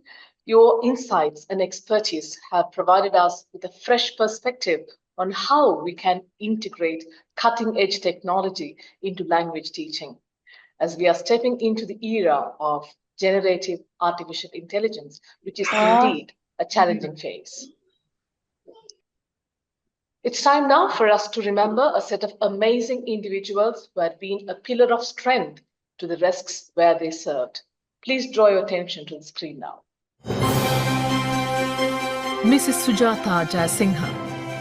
Mrs. Sujata Jayasinghe started her career as an English teacher in 1987 at Ambegoda Sri Thangabodhi Mahavidyalaya, Bandarwala. In 1988, she entered the Teacher Training College in Bolavalana and subsequently worked in various schools from 1990 to 1995. She became a teaching assistant at RESC Bandarwala at its inception in 1991 and was made a permanent staff member in 1996. As a teacher trainer, Mrs. Jayasinghe completed numerous training courses and sessions conducted by the Ministry of Education, the National Institute of Education, the American Center, and the British Council. In 2002, she assumed the duties as the coordinator of the RESC Bandarwala. Since then, she has supported the highest number of teachers alongside her colleague, elevating RESC Bandarwala to one of the best in the region. After 31 years of experience as a RESC trainer, she retired in May 2024. Mrs. Jayasinghe was a dedicated and enthusiastic trainer who consistently displayed a positive attitude and a genuine eagerness to support both teachers and students in the Uo province throughout her service. Her friendly behavior and kind heart are cherished by many people. During her time at RESC, she collaborated with her staff to plan and conduct various ELT workshops aimed at enhancing the quality of teaching and learning. A great multitasker, she was punctual and never postponed any work. She was always eager to impart the knowledge she gained from her training. Mrs. Jayasinghe was a highly regarded resource person and a senior RESC trainer among her peers and teachers who looked up to her as a role model. We take great pride in having been part of the best RESC team that served the longest within the RESC system during her tenure.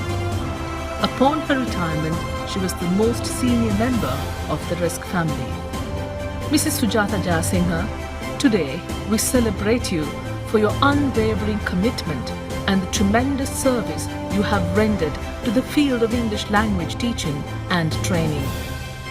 We will undoubtedly miss you, but we will forever be grateful for the way you raised the RESC flag high since its inception. You will always hold a special place in our hearts, and we wish you a future filled with the rewards of your hard work and dedication. May your retirement be blessed with good health and happiness.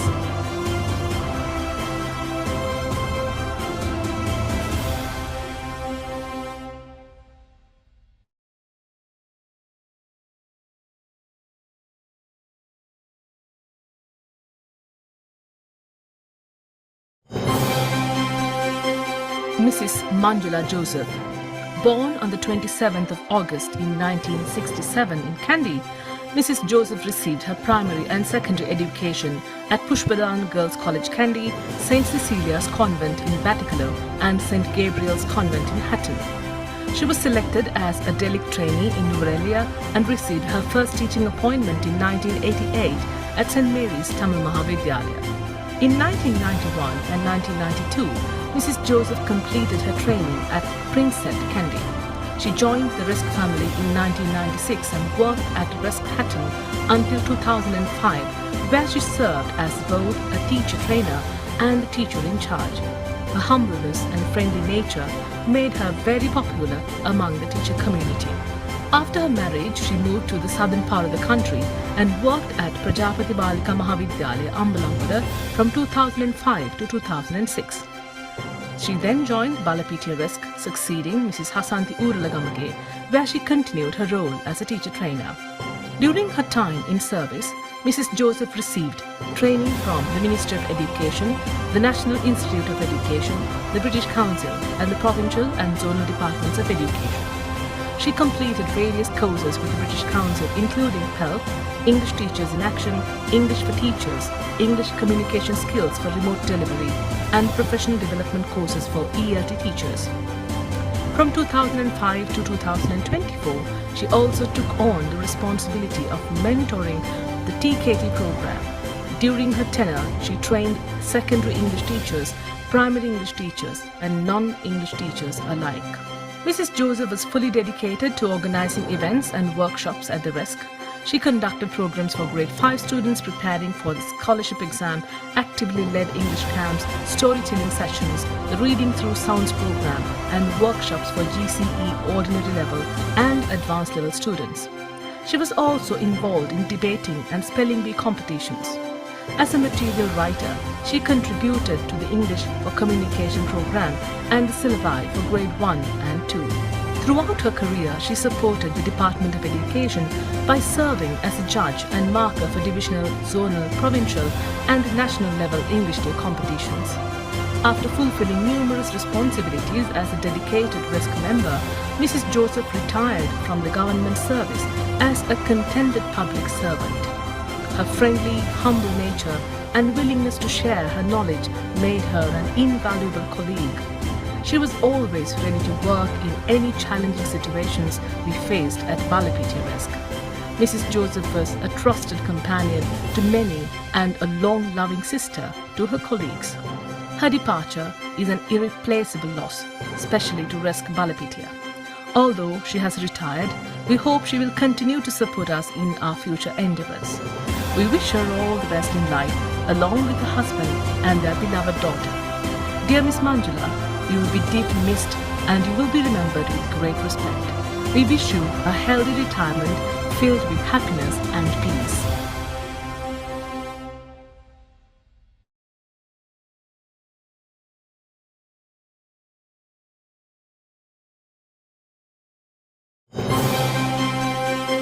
Mr. Shobi Handunheva. Mr. Shobi Sriyan Handunheva received his early education at St. Thomas's Boys' School in Mathura. After leaving the school, he chose to dedicate his career to serving the country as a teacher. His passion for education led him to be selected for the Delic course in 1989. In 1991, Mr. Handunheva began his teaching career at Vadigama Primary School as an English teacher. In the same year, he was selected for the Princet program and became a trained English teacher. After completing the Princet, he joined the Polina Mahavidyalaya, Hammantota. He was fortunate to join the Regional English Support Centre Hambantota in 1997, and it was a turning point in his life. In 1997, Mr. Shobi Handunhewa joined the Regional English Support Centre Hambantota, where he served as a teacher assistant until 2005. His journey continued as he transferred to RESC Mathura in 2006, where he assumed the role of teacher in charge.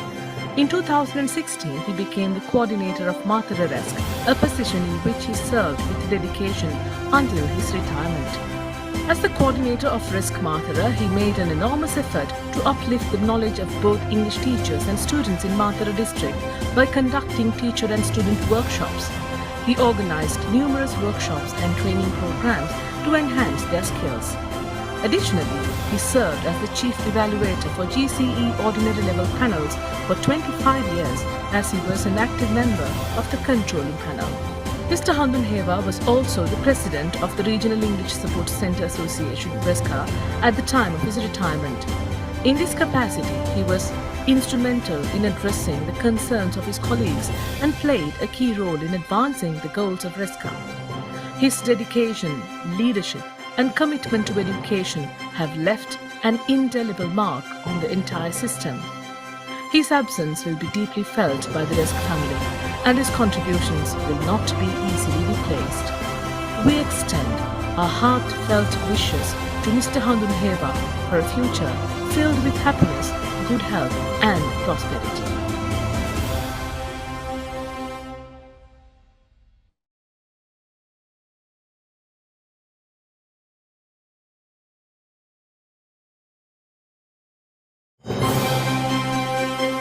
Mr. P.G. Amarasiri. Mr. P.G. Amarasiri began his career in 1991 as an English teacher at Orubandivawa Madhya Mahavidyalaya.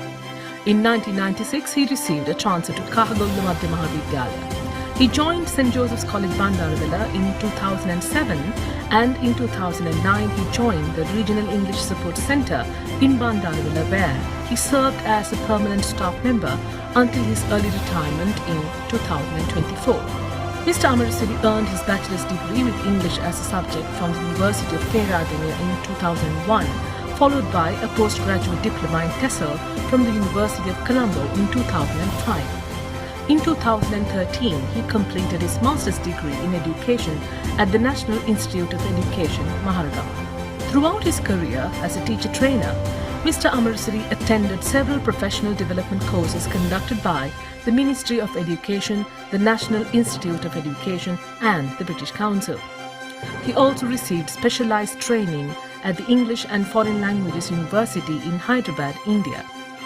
Upon his return, he was appointed as a provincial master trainer for the Uva province. Mr. Amarasiri played a key role in numerous British Council courses conducted by the RESC Bandaravilla. From 2009 onwards, he served as a mentor for TKT course and facilitated the Teachers in Action and Teaching English courses, both organized by the British Council. Before his retirement, he held the position of Zonal Coordinator for English in the Bandaravilla zone, where he excelled in his duties, which included school supervision, organizing various competitions, distributing educational resources, and conducting workshops. Known for his dedication and enthusiasm, Mr. Amarasiri is a calm, composed, and friendly gentleman. These qualities made him an excellent mentor for both teachers and students. His vast knowledge of English grammar and expertise in IT further enhanced his teaching and training capabilities. He worked cooperatively with his colleagues at RESC, a commendable quality that earned him great respect. Mr. Amarasiri was widely regarded as a highly valued resource person, a man of few words but much action. Mr. Amarasiri, you will be deeply missed, and your absence will be felt by all. Mr. Amarasiri, you will always be remembered with fondness and respect. We wish you a healthy and fulfilling retirement filled with happiness and peace.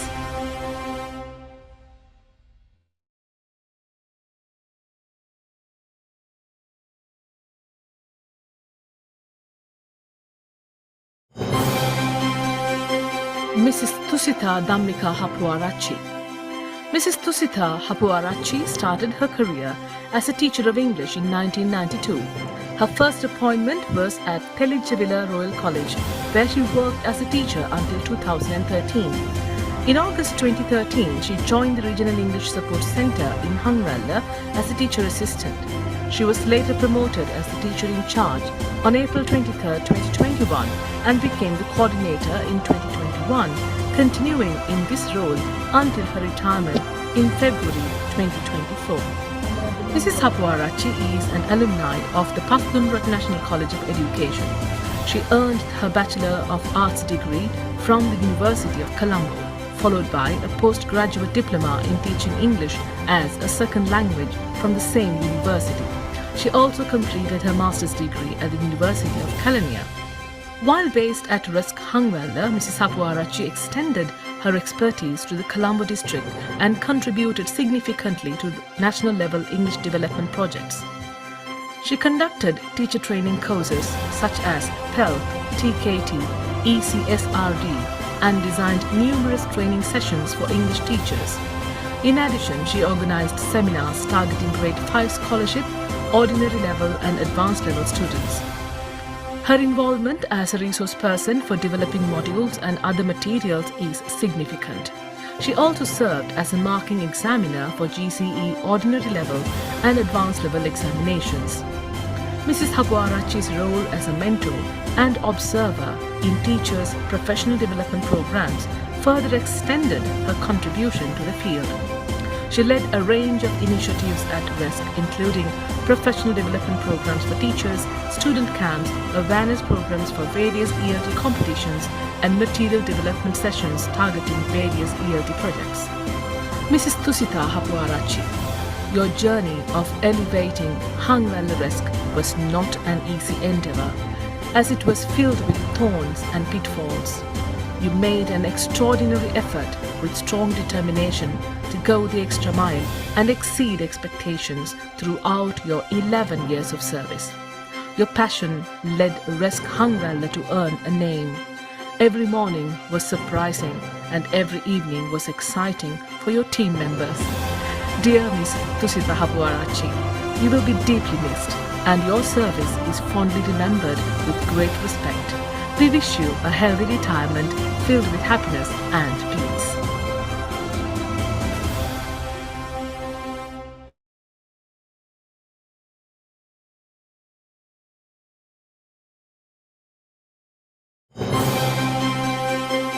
Mrs. Komadi Aravindaraj. Mrs. Komadi Aravindaraj joined the Regional English Support Centre, Trincomalee, on November 1st, 2021. From the day she became part of the team, she has been an active and dedicated member. In collaboration with the coordinator, Mrs. Chulani Nilavira, and the staff, she conducted several workshops to improve the English language education in the Trincomalee district. During the time when there was no coordinator for the English Day competitions in the Kantale zone, the responsibility was handed over to the Trincomalee RESC.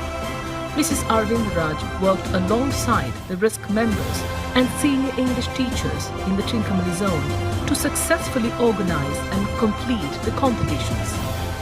Mrs. Aravindaraj also shared her expertise in English literature with the teachers and students of Trincomalee zone. She created worksheets to assist GCE ordinary level students aiming to improve English literature results in the zone. She was always willing to extend her support beyond the zone whenever her assistance was required by the Provincial Department of Education. In times of need at the RESC, Mrs. Aravindaraj was always willing to step in and offer her help. She retired from her role on March 31st, 2024. We wish her all the best in her future endeavours. May her retirement be filled with happiness and good health.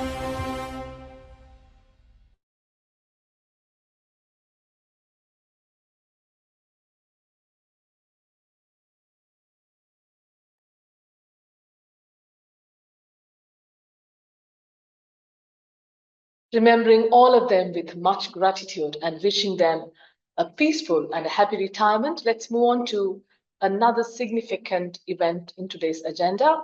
That is the launching of the conference ebook for the year 2023. This ebook is published in parallel with the RESC Conference 2023 as a collection of scholarly articles by the speakers at the conference, academics of the Department of English NIE Sri Lanka, and the workshop plans, shared thoughts designed by the Regional English Support Centers island-wide. Now we respectfully invite the Director General NIE, Professor Prasad Setunga, to do the honor.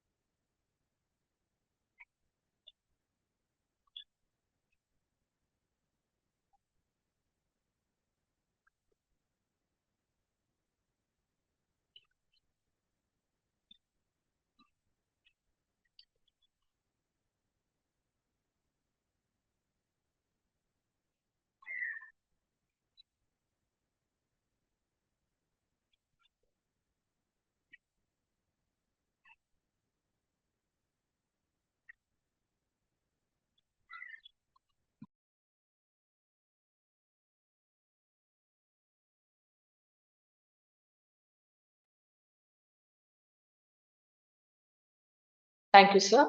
And let me now invite Ms. Krishanti Gikenage, Assistant Lecturer, Department of English NIE, to deliver the vote of thanks. Professor Prasad Setunga, Director General, National Institute of Education, Professor Lalitananda, Senior Lecturer, Department of English and Linguistics, University of Sri Jayawardenepura, Dr. Darshana Samaraveera, the Deputy Director General of the Faculty of Languages, Humanities and Social Sciences, National Institute of Education, Mr. Orlando Edwards, Country Director, British Council, Sri Lanka, Ms. Nimali Badurlia, the Director, English and Foreign Languages Branch of the Ministry of Education, and all the other distinguished guests and the conference participants. I'm so privileged and truly honored to propose the vote of thanks at the 26th National RESC Conference and the 11th National Conference on Language Assessment. On behalf of the RESC family and the Department of English at the National Institute of Education, I would like to extend my heartfelt gratitude to our esteemed guests today, Professor Prasad Setunga, Director General, National Institute of Education, and our honorable chief guest for this occasion, Professor Lalit Ananda, Senior Lecturer at the Department of English and Linguistics, University of Sri Jayawardenepura. We are deeply honored by your presence today and inspired by the insightful thoughts you have shared. Next, our deep sense of appreciation goes to Dr. Darshana Samaraveera, the Deputy Director General of the Faculty of Languages, Humanities and Social Sciences, National Institute of Education, for accepting our invitation to deliver the keynote speech and for being a key figure at this conference. Thank you, Dr. Samaraveera, for dedicating your valuable time to share your expertise with the Sri Lankan English language community despite your busy schedule. During this 3-day conference, we will get the opportunity to listen to 6 distinguished plenary speakers. We extend our heartfelt gratitude to each of them for graciously agreeing to share their insights with us. Professor Bimali Indraratne, Kotalawala Defence University, Sri Lanka; Professor Roshan Regal, University of Peradeniya; Associate Professor Henk Huizer, Queensland University of Technology, Australia; Associate Professor Fatima Ahmed Wali, Bahrain Polytechnic, Kingdom of Bahrain; Dr. Madhuranga Kalugampitiya, University of Peradeniya; Dr. Noor Mazni, IGP Campus, Bahasa, Malaysia; Ms. Anju Moses, British Council, Sri Lanka. Thank you for accepting our invitation to share your expertise with the Sri Lankan English language community. Let me extend my heartfelt appreciation to Mr. Kevin Anderson, Ms. Judith Cockrell, and Ms. Jennifer Goodman from the US Embassy in Colombo for accepting our invitation and conducting special workshops that have significantly enriched this academic event. Next, I extend my sincere gratitude to the British Council Sri Lanka for their immense support in enhancing the standards of RESC and contributing to the success of the 26th National RESC Conference. A special note of thanks to Mr. Orlando Edwards, Country Director of the British Council Sri Lanka, for the valuable insights and thoughts shared, which have truly enriched this academic event. Next, I would like to extend my sincere thanks to the DDGs at NIE, Mr. Ranjit Padmasiri, Mr. KWB MP Vijay Sundara, Mrs. MP.R. Dhanamardana, Dr. P.H. Kusumawati, and Dr. Ashoka De Silva for their continuous support right throughout. I would also like to thank all the RESC members, especially the organizing committee and the RESCs of North, Central, and Ua provinces. Your team spirit made us walk this far. Next, I extend my heartfelt gratitude to the Assistant Director of the Information Technology Unit, Mr. Mohan Vijayaratne, and his dedicated team, including Mr. Nuwan Prasad and Chintaka Vikramaratne, for their continuous support in making this virtual conference a reality. And my special thanks goes to Lanka Educational Research Network for assisting us in getting the Zoom link. And also my gratitude goes to the Director of Electronic Dissemination, Mr. Rasika Balasurya, and the staff, especially Mr. Sankar, Mr. Atula, and Mr. Asis for their tireless effort to make this event a success. Let me extend my special thanks to Mrs. Augusta Anthonimuthu for comparing the event with her charming voice.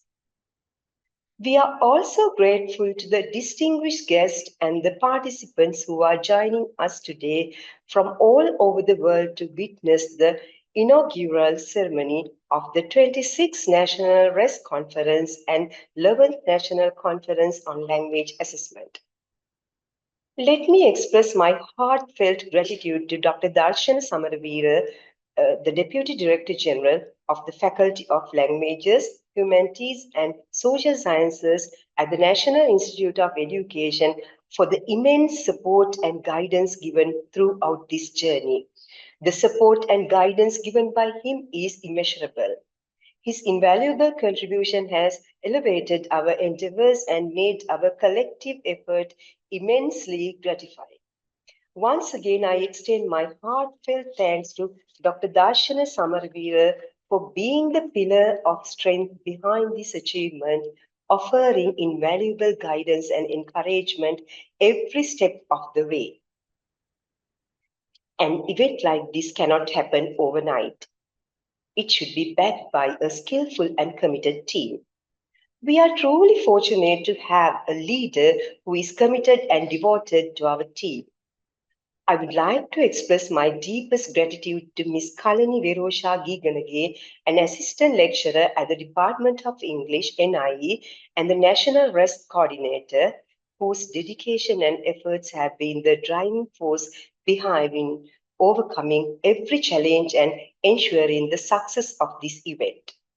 Once again, my heartfelt thanks to Ms. Kalani Virosha Giganage for selflessly shouldering every responsibility and making this academic event a success. Next, my special gratitude goes to Ms. Nipuni Samarasinghe, an assistant lecturer at the Department of English, NIE, for showing true dedication in every task undertaken to ensure the success of this conference. We have been fortunate enough to be backed by a team that is motivated and results-oriented. So let me extend my special thanks to the non-academic staff at the Department of English, Ms. Gimhani Kanchana, Ms. Hansa Geethani, and Ms. H. Swarnalata for the true commitment and the true spirit shown. Finally, I wish you all the best and hope this 3-day conference be a productive symposium for all of us. Thank you. Thank you, Ms. Krishanti.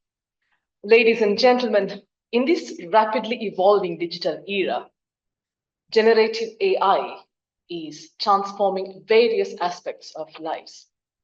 As we prepare to embrace these advancements, let us fuel ourselves with optimism and determination so that we may be able to make English language teaching ready for this era of generative AI. As our keynote speaker said, let's strive to become a learning scientist, not just an educator. That wraps up the inauguration ceremony of the 26th National RESC Conference and 11th National Conference on Language Assessment for the year 2024. We are going in for a tea break, and do join us for the second session by 11:45 a.m. And this is Augustine Turumuthu signing off from the Department of English, NIE. Stay blessed.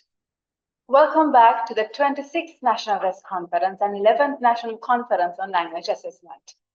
Now you can witness the digital posters designed by the Regional English Support Centers via the virtual platform. We welcome you all to make this an excellent opportunity to broaden your perspectives and deepen your understanding of the latest trends in the field of education.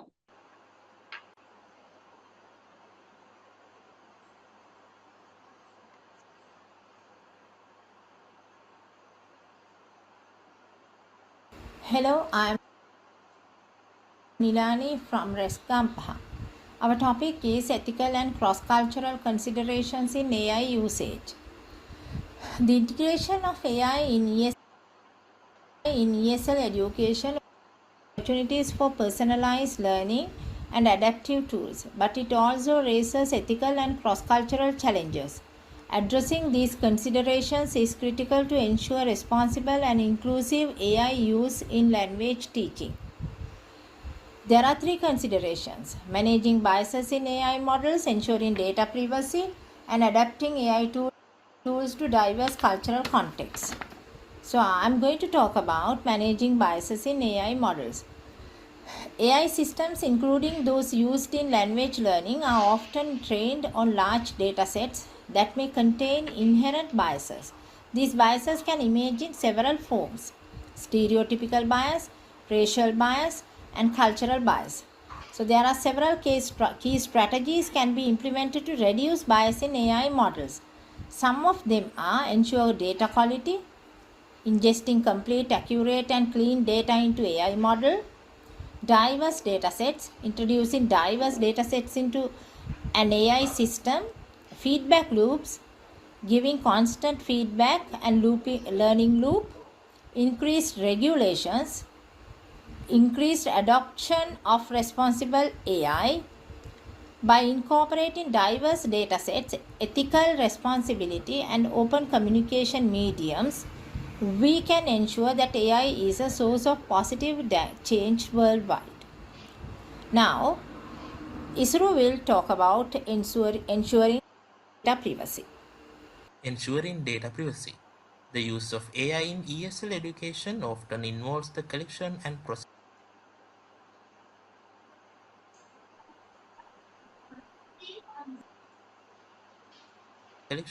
processing of large amounts of learner data, including personal information and learning patterns. This raises significant privacy concerns. Here are some best practices to significantly mitigate the data privacy risks associated with using AI. Anonymizing your data. Data anonymization involves removing or modifying personal identifiers in your datasets, involving human oversight. This means incorporating human judgment into your AI decision-making processes. Implement data retention policies. You probably don't need to keep your learners' data forever. Be transparent with your students. Transparency with your learners is essential to building their trust. Now Dulanji will talk about adapting tools to diverse cultural contexts. Adapting AI tools to diverse cultural contexts. Language learning is deeply tied to culture, and ESL learners come from various backgrounds, each with unique cultural nuances. For AI to be effective in ESL education, it must adopt cultural sensitivity. Cultural sensitivity in AI refers to the ability of artificial intelligence systems to recognize, understand, and respect cultural differences. We could improve the cultural sensitivity of AI through incorporate diverse sources, regular updates, human review, collaborative efforts. Ensuring the quality and diversity of training data is essential for creating AI systems that are effective. Thank you. Wish you a good day to my esteemed colleagues and educators. It's a pleasure to speak with you today about the incredible potential of artificial intelligence AI in transforming the way we teach and engage with literature. Over the next 3 minutes, I will explore how AI tools are reshaping the literary classroom and providing students with opportunities for deeper learning, creativity, and critical engagement. First, let's discuss how AI enhances literary analysis. Platforms such as Grammarly, Quillbot, and LitCharts are revolutionizing how students interact with texts. These AI-powered tools can perform in-depth textual analyses by highlighting themes, symbols, and stylistic elements. For instance, LitCharts offers comprehensive summaries and insights into literary works, allowing students to explore complex texts more deeply. With the help of these tools, educators can guide students toward more meaningful discussions about character development, narrative techniques, and thematic exploration, making literary analysis more accessible and enriching for learners. Another exciting benefit of AI in literature is its ability to personalize the learning experience. Tools like Khan Academy and Edmodo use AI algorithms to tailor content to individual student needs.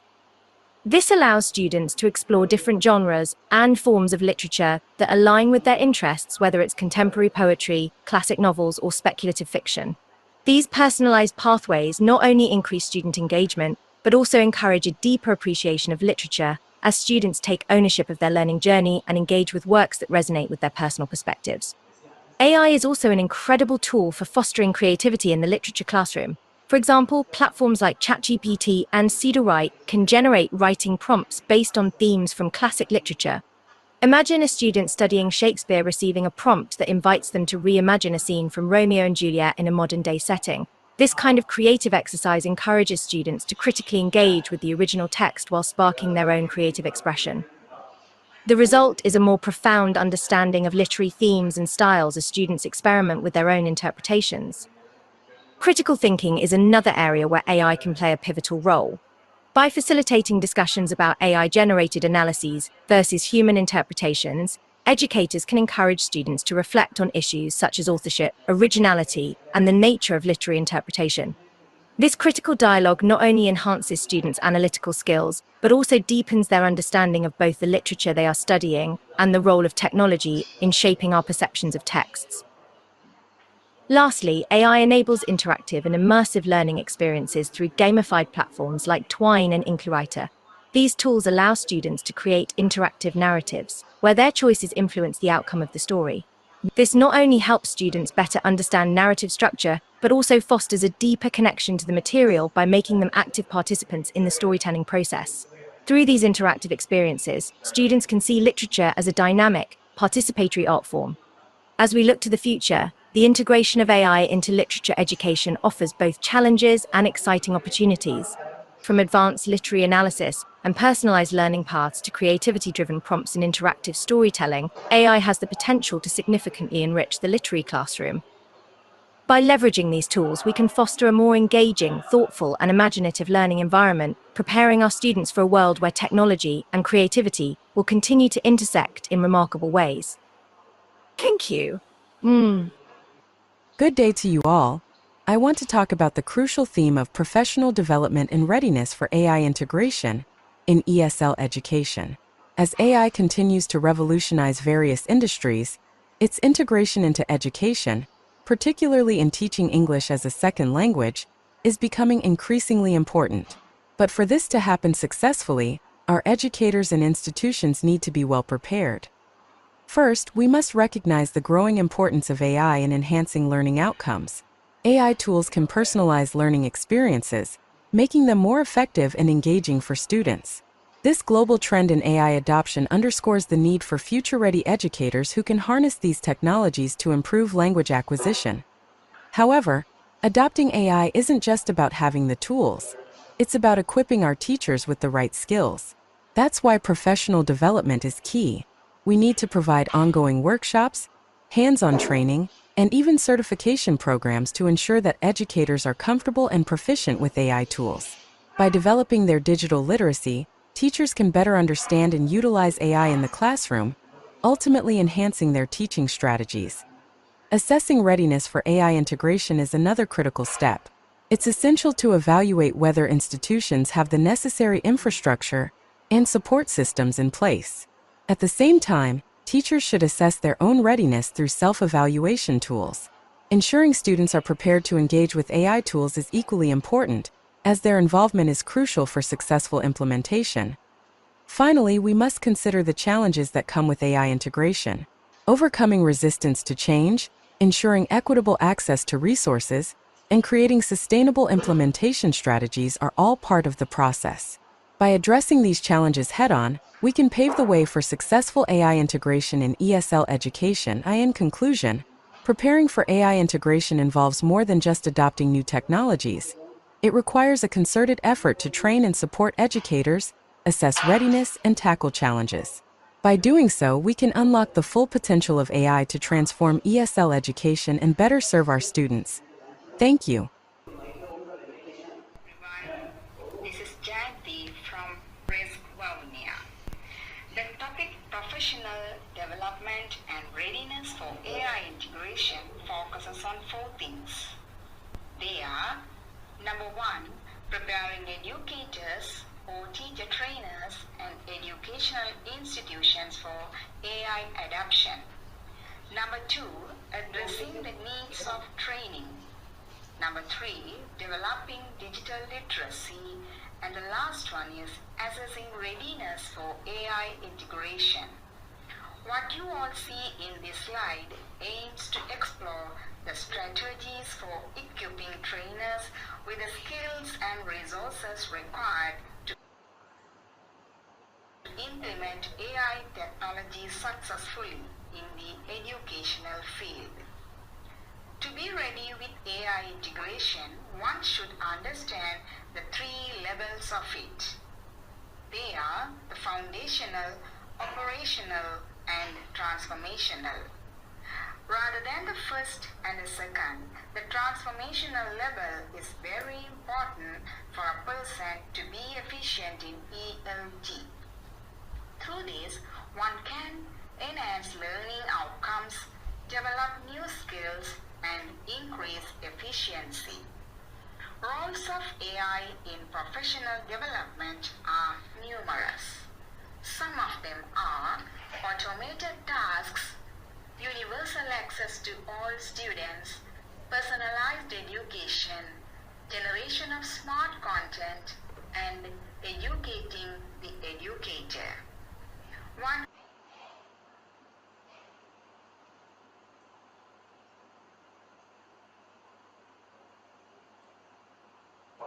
who wish to develop professionally equipped with AI integration should know about which AI models to use, rules on data privacy, and ethics and statements for AI in ELT.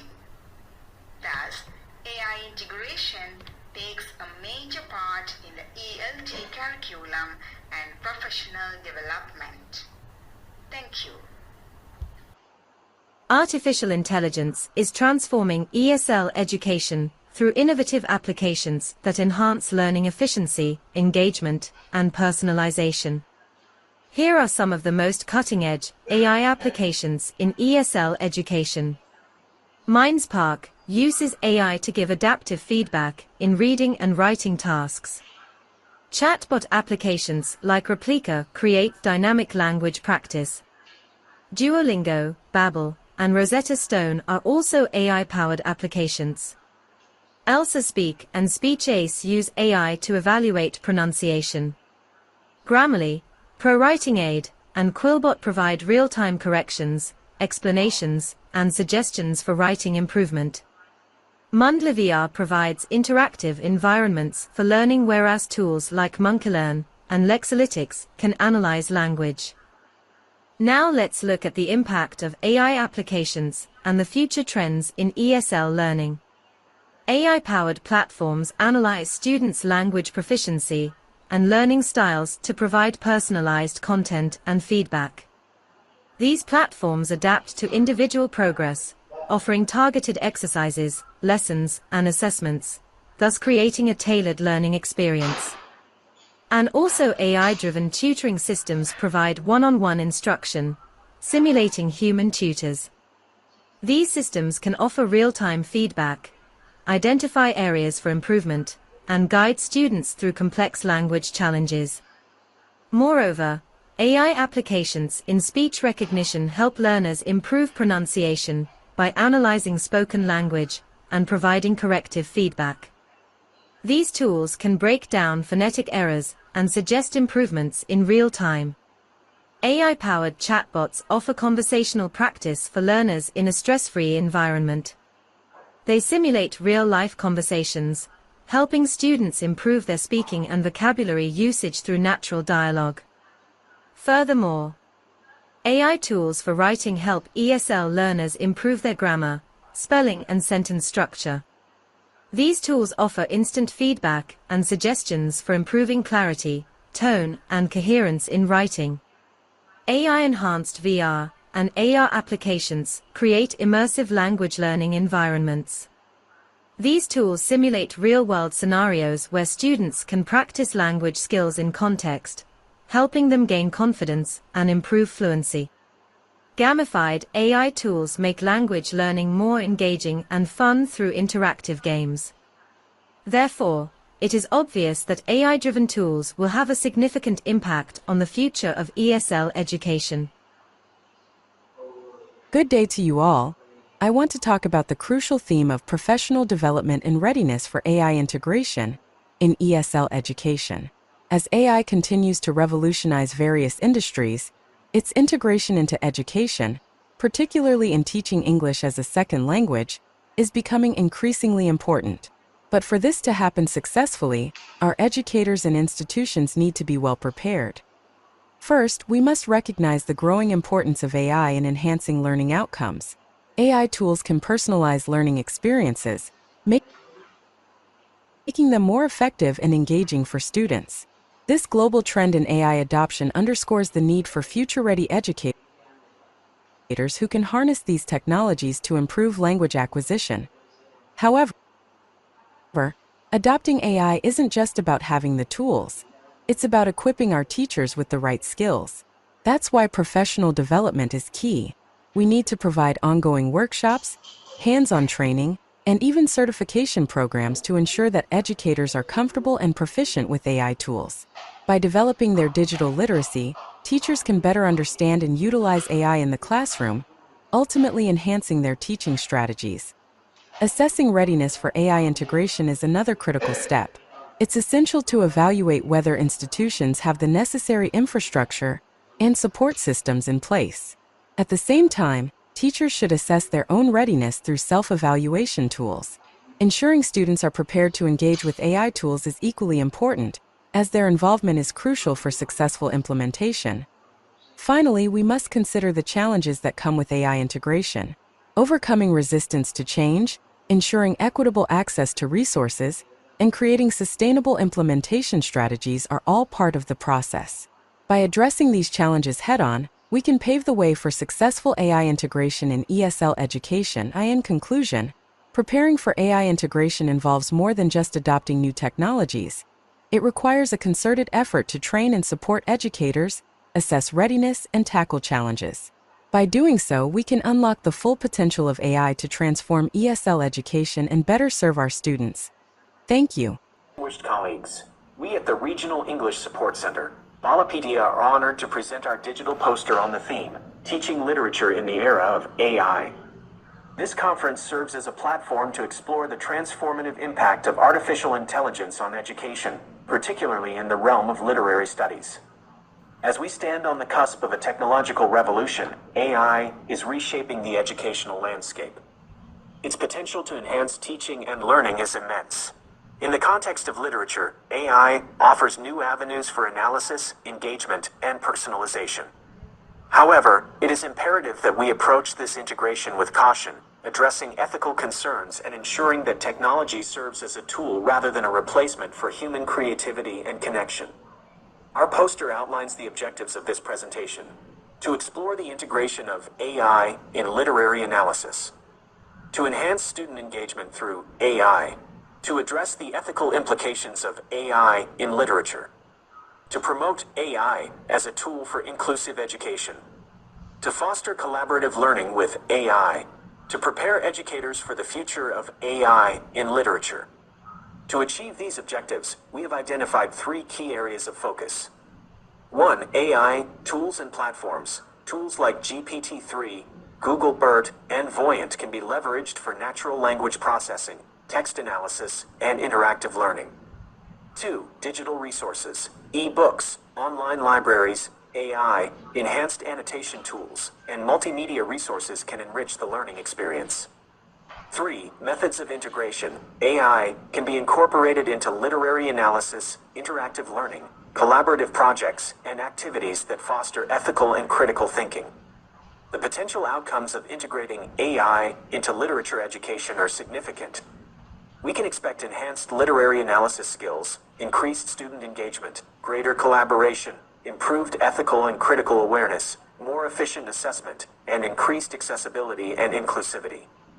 As educators, it is our responsibility to harness the power of AI to create a more engaging, effective, and equitable learning environment.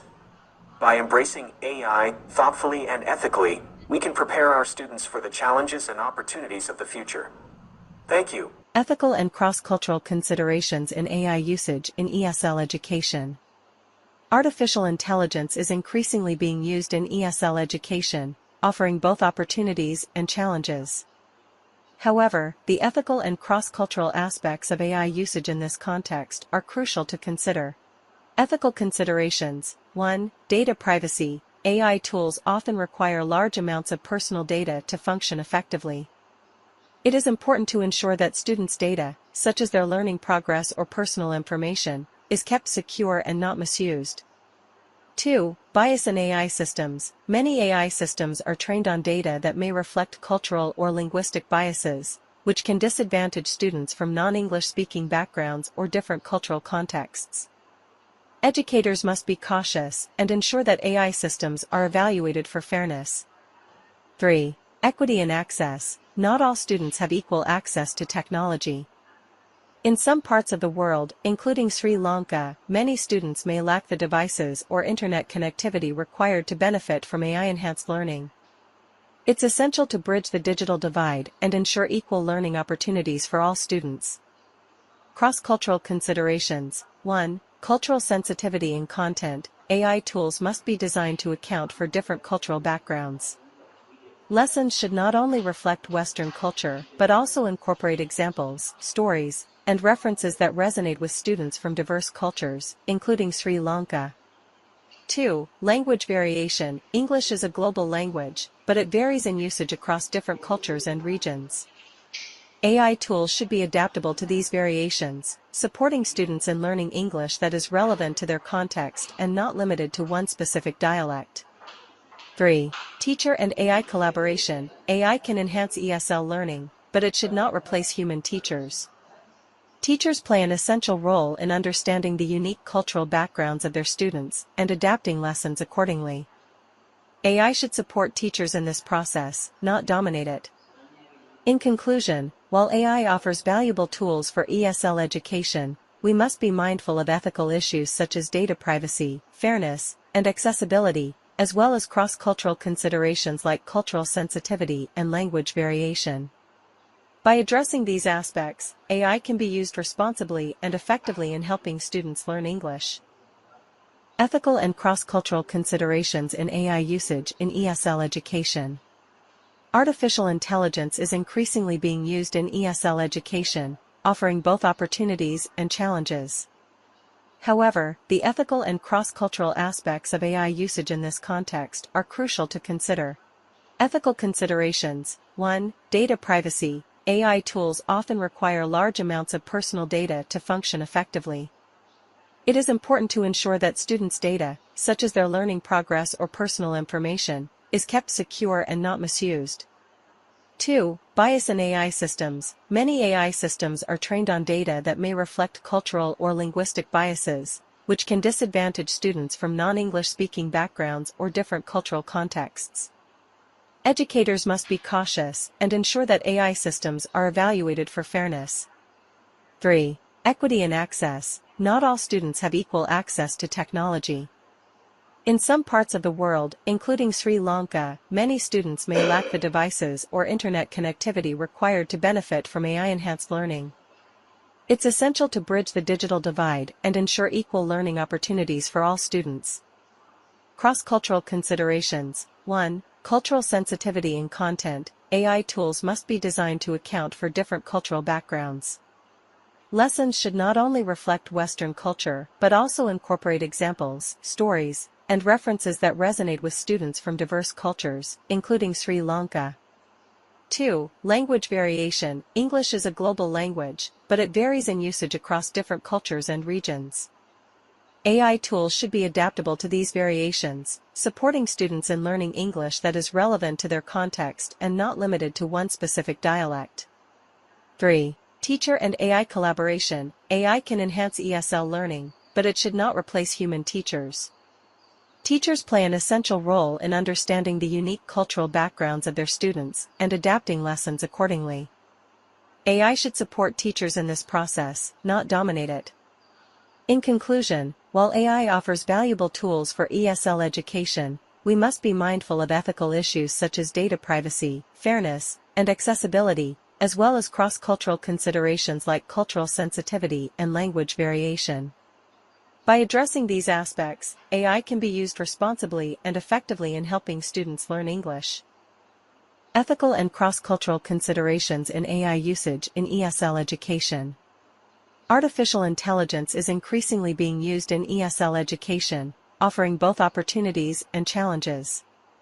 However, the ethical and Making English language teaching ready for the era of generative AI. Generative AI has emerged as one of the most transformative technologies in recent years. The rise of generative AI is significantly transforming the field of English as a second language education by providing powerful tools that can enhance both teaching and learning experiences. From personalized language practice to AI-driven assessments, the integration of AI technology in ESL classrooms is creating new opportunities for students and teachers. It is essential that ESL educators and institutions prepare to integrate AI effectively into their teaching methods and curricula. This involves building educators' technical skills, rethinking instructional strategies, and ensuring that both students and teachers are ready to adapt to the evolving educational landscape. Integrating AI into ESL education presents several challenges related to professional development and readiness. Teaching literature in the era of AI. RESC Kurunagala. Key benefits of AI in literature education. Number 1, AI-powered literary analysis. AI tools can analyze texts for themes, symbolism, and linguistic patterns at an unprecedented scale. Some prominent AI-powered tools for literary analysis are natural language processing, NLP, algorithms. This can parse large amounts of text to detect patterns in language usage, sentiment, tone, and more. Text summarization tools. Sentiment analysis. This determines the emotional tone of a passage. Thematic analysis and topic modeling. This tool identifies recurring themes and motifs across a text or a collection of texts. Stylometry. Stylometry can examine an author's unique style, including word choice, sentence structure, and rhythm. AI-generated discussion questions. AI systems like GPT can analyze literary texts and generate thought-provoking questions. Comparative literature analysis. This helps you to compare different texts, detecting similarities and differences in style, themes, and language usage. Annotative AI tools. These tools provide automated annotations or explanations of complex passages in literary texts. Textual visualization tools. They transform text into visual data such as word clouds, character relationship graphs, or thematic maps. Number 2, digital storytelling. AI allows for the creation of interactive and dynamic stories that evolve with reader input. Some of the digital storytelling tools are ChatGPT, OpenAI, Plot Generator, Wordsmith, Automated Insights, Twine, AI Dungeon, Artbreeder, Lumen 5, Inklewriter, Narrative Sciences Quill, Runway ML, StoryStream, powered by AI. Chatbot storytelling. Number 3, customized learning experiences. AI tailors the learning process to individual students, adapting materials based on their strengths and areas for improvement. Number 4, creative writing assistance. AI supports creative writing by suggesting ideas, helping with grammar, or even co-writing stories. Following AI tools provide creative writing assistance. ChatGPT, OpenAI. This generates human-like text and can assist in creative writing. Grammarly. Grammarly focuses on improving grammar, punctuation, style, tone, and clarity. Pseudowrite. Pseudowrite is an AI-based tool specifically designed for creative writers. AI Dungeon. This allows writers to co-create stories with the AI. Quillbot. Quillbot is an AI paraphrasing and text enhancement tool content. Scrivener, with AI plugins. This is a writing software for long-form projects like novels and screenplays. WordTune. It helps rewrite and rephrase sentences to improve clarity, tone, and creativity. Plot Factory. Plot Factory, an online writing platform with built-in AI tools. Enhancing student engagement and assessment with artificial intelligence. Artificial intelligence plays a major role in enhancing student engagement and assessment in learning. AI-driven tools can facilitate student engagement in learning in numerous ways. It can reduce the stress associated with traditional teaching methods by creating more relaxed and engaging learning environment. AI has its collaborative learning capabilities. With AI tools, students can indulge in meaningful interaction with their peers. AI systems designed for student engagement can assess a learner's academic history. This way, the AI tool can create individual learning paths to help students progress. AI in education can be used to provide one-to-one support to students, stimulating the role of a smart human tutor. Artificial intelligence can change assessment practices in several ways. AI-driven tools can analyze data on students' past performance to develop learning more effectively. AI-powered virtual assistants can provide immediate feedback and support to students, keeping them motivated. Using AI, we can outsource the areas most prone to human error and focus more on relational elements of assessment. It can empower students to own the assessment. Students can use AI to set goals. AI can give better feedback on physical performance in checking misbehavior. AI can be used to help students manage their time on how to prioritize their tasks. AI can function like a peer who can look at the work and add for improvement.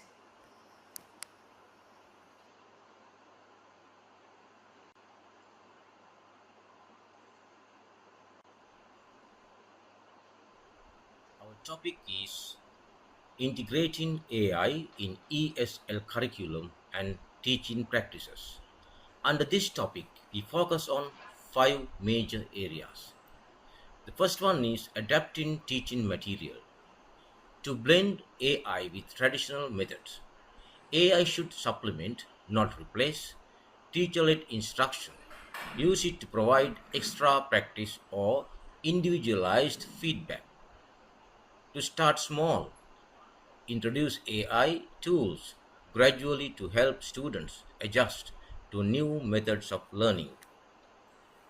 Second one, personalized learning experiences. Tools like Grammarly or Write and Improve offer instant feedback on a student's writing, helping them with grammar, punctuation, and sentence structure. Integrating tools like Google's speech to text or apps like Elsa Speak that use AI to assess pronunciation and fluency.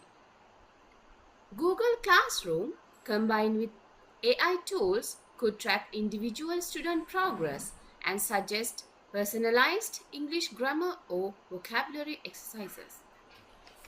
Coming up next, designing AI-driven lesson plans.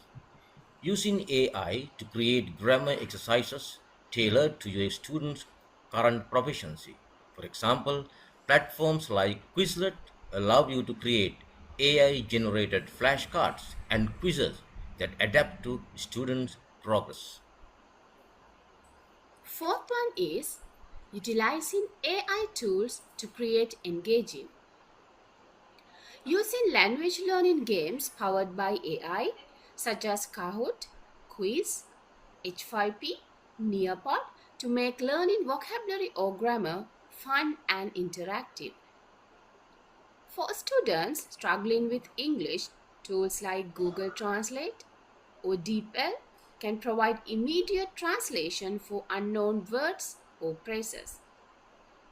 Integrating AI for automatic grading of quizzes and essays through platforms like Edmodo or Google Classroom. The fifth major area is practical strategies for incorporating AI into daily teaching practices. AI-generated worksheets. Using tools like Canva or Kahoots, AI features to generate worksheets, quizzes, and presentations that are customized for specific lessons or topics. Using AI tools like Google Classroom, Microsoft Forms, or Quizlet to automatically grade quizzes and assignments, especially for objective questions, freeing up time for other tasks.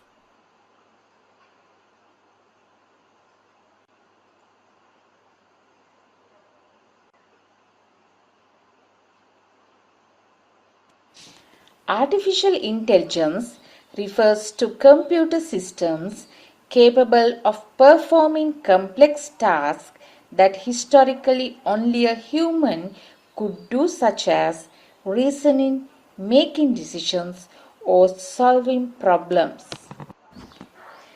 Literature is the expressions of life in words of truth and beauty. It is the written record of man's spirit, of his thoughts, emotions, and aspiration. Artificial intelligence enables personalized learning experience, tailoring educational content to individual needs, and fostering a deeper connection with literary text. The relationship between literature and AI is dynamic and evolving with intersections in both creative and analytical domains. Teaching literature using AI can bring a new level of engagement, analysis, and understanding to the study of poems, prose, dramas, and fictions. Here are some specific strategies to teach literature using AI.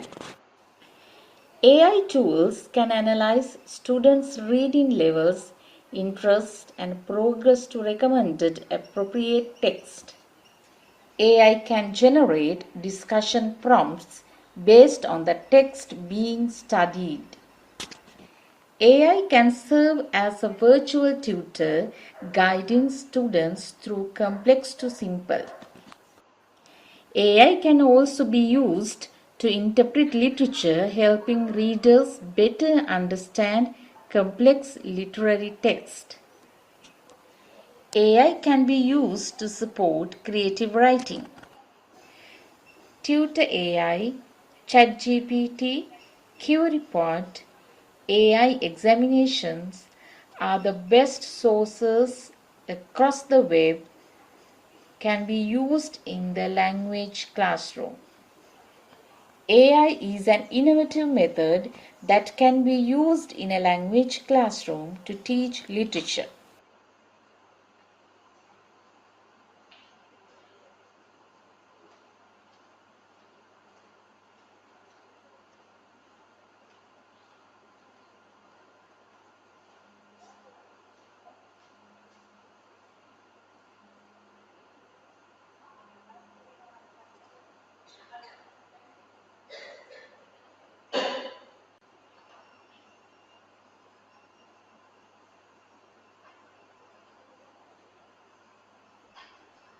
Enhancing student engagement and assessment with AI.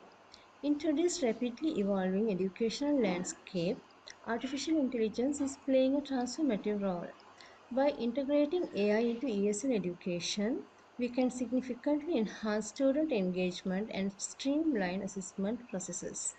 Our poster explores various AI applications and their impact on motivating learners, providing instant feedback, and automating grading. Motivating learners. Gamification. AI-powered platforms like Kahoot and Duolingo incorporate game-like elements to make learning more engaging and fun. Personalized learning paths. Tools like Dreambox tailor content and activities based on individual student interests and progress. Providing instant feedback. Real-time feedback. AI tools such as Grammarly offer immediate corrections and suggestions, helping students learn from their mistakes on the spot. Interactive exercises.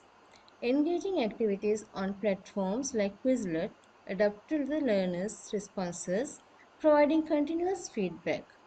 Automating grading. Automated essay scoring. AI systems like Turnitin can evaluate written assignments quickly and consistently, freeing up teachers' time for more personalized instruction. Speech recognition. Tools like Google Speech to Text assess pronunciation and fluency in real time, providing detailed feedback on speaking skills. Enhancing engagement and evaluation processes. Adaptive assessments. Platforms like Alex offer tests that adjust their difficulty based on the student's performance, ensuring a more accurate measure of their abilities. Data analytics. Using AI tools like Edmodo to analyze student performance data, identifying trends and areas for improvement. Studies and research. Research shows gamification and personalized learning paths significantly boost student motivation. The effectiveness of real-time feedback in improving learning outcomes and evidence suggests that AI-driven grading systems are efficient and reliable. In conclusion, AI offers powerful tools to enhance student engagement and assessment in ESL education. By leveraging gamification, personalized learning paths, real-time feedback, and automated grading, educators can create more engaging and effective learning experiences.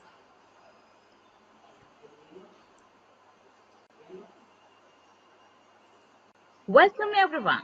The 26th National RESC Conference and the 11th National Conference on Language Assessment, making English language teaching ready for the era of generative AI, challenges, motivation, and readiness.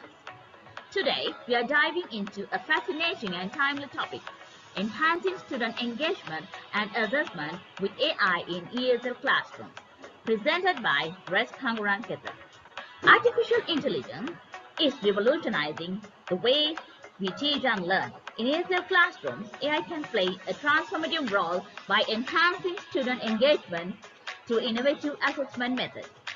Imagine having tools that motivate learners, provide instant feedback, and automate grading, all while making the learning experience more personalized and efficient.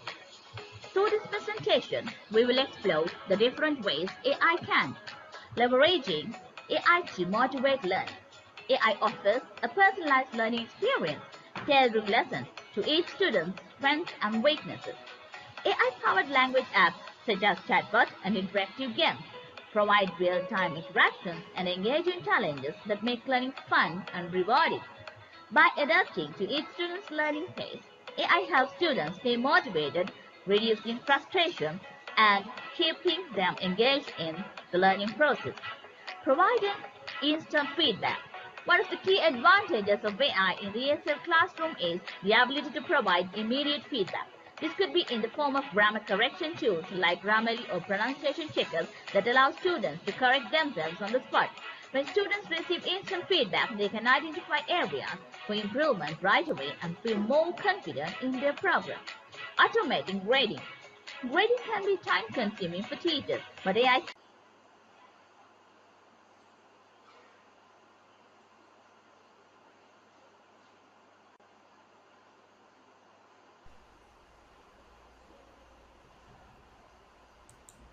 Hello everyone. We, Regional English Support Center Nuwari presents the digital poster on integrating AI in ESL curriculum and teaching practices at this 26th National RESC Conference and 11th National Conference on Language Assessment 2024. Why do language teachers need well-designed learning teaching materials? An effective teaching material has its advantages from the beginning to the end of a lesson. It can be exploited throughout the lesson. To introduce new language, to practice language, and also to produce new language. Apart from that, it makes the learning interesting, brings variety to the class, facilitates personalized learning catering to different learning styles, and allows room for inclusive practices. It saves time of both the teacher and the learner too. In spite of the numerous advantages, creating or finding and adapting appropriate teaching materials, according to the need, is one of the most difficult and time-consuming tasks for teachers. Sometimes after spending hours you might not be able to get an appropriate text or image in order to achieve the desired learning outcome. Do you know that the situation has changed with the introduction of AI tools? What is an AI tool? According to Synthesia Glossary, an AI tool is a software application that uses artificial intelligence algorithms to perform specific tasks and solve problems. AI tools can be used in a variety of industries, from healthcare and finance to marketing and education, to automate tasks, analyze data, and improve decision-making. Some very useful AI tools created for language teachers and learners are ChatGPT, Tweet, Diffit for our teachers, WordWall, Mizu, Pronounce and Quizlet. It is very interesting to see that ELT or English language teaching is the most common use of AI. What is OpenAI? OpenAI is a research institute focused on developing safe and responsible artificial intelligence. Here we are focusing on only 2 AI tools. How OpenAI's ChatGPT and DALL-E can create teaching materials for English language teachers. ChatGPT, being one part of OpenAI, is a conversational AI that generates human-like responses to text inputs. Most significantly, it has the ability to process and generate natural language. When using ChatGPT, you need to provide detailed, specific prompts and customized instruction. It is very important in getting the most effective and relevant responses. It has the ability to write short texts with specific vocabulary. Create gap fills. Write short texts with specific grammar. Write reading comprehension questions based on the text. Write dialogues according to your need. Write emails and replies. Write simple recipes. Write song lyrics for a given topic. Reviews of movies. Premises for stories. Learners could then write a story based on the premise. Short biographies of famous people. Blurbs for books. And just about anything you can think of. Next, our focus is on OpenAI's DALL-E model. The easy transformation of words into striking visual art is the most prominent feature of DALL-E models. DALL-E can generate images from textual descriptions. If you simply describe the image you want, a picture is created. It can produce a wide spectrum of visuals, from realistic to fantastical. The DALL-E model has the adaptability to fulfill your needs regardless of the industry you work. It helps to increase your creativity in image generation too. Now you might have thought of the exciting benefits DALL-E has for ELT practitioners. Teachers can use the visuals or images created by DALL-E as prompts for speaking or writing activities, to introduce new language in context. As a start.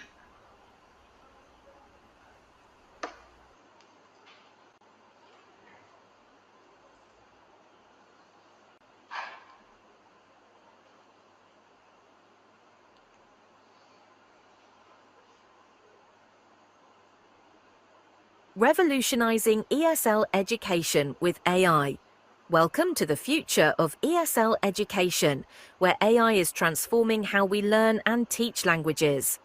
Let's explore how these advancements are shaping the landscape of language learning. AI-enhanced learning tools. First, we have adaptive learning platforms. These use AI to tailor lessons based on each learner's progress and individual learning style, offering a truly personalized experience. Complementing this, intelligent tutoring systems provide real-time feedback on grammar, vocabulary, and pronunciation, ensuring learners receive immediate, context-aware guidance. Interactive language practice. Moving on to interactive language practice, conversational AI allows learners to engage in natural conversations, enhancing their speaking and listening skills with instant feedback. Additionally, speech recognition technology assesses pronunciation and fluency, offering corrective suggestions to aid improvement. Immersive learning experiences. In the realm of immersive learning experiences, gamified learning uses AI to create engaging games that make language practice fun and motivating. Virtual and augmented reality take this a step further, immersing learners in realistic environments where they can practice language skills in context-rich scenarios. Personalized learning journeys. AI also drives personalized learning journeys. Through AI-driven content generation, we can create customized materials tailored to the learner's needs and proficiency levels. Predictive analytics further helps by identifying potential learning gaps early, allowing for timely intervention. Future trends. Looking ahead, advanced natural language processing will refine our understanding of context, idiomatic expressions, and cultural nuances. Moreover, the integration of AI with emerging technologies such as IoT and wearable devices promises continuous on-the-go language practice. Key considerations. As we embrace these innovations, it's crucial to address key considerations.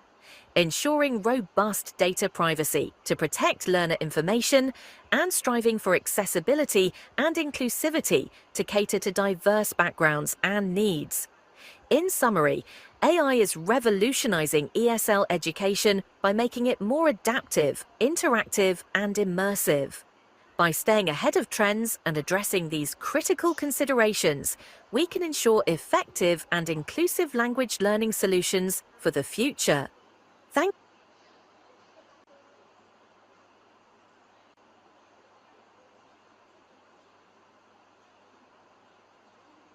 Studies related to the topic AI innovations and their impact on ESL education reveal that preparing educators for upcoming advancement in AI is an essential factor in teacher education. The reason is by leveraging the power of AI in ESL education can create immersive and personalized learning environment for the students. For course and lesson plan creation, the AI tool Copilot can be used. No longer the teachers need to spend hours designing lesson materials and planning lessons.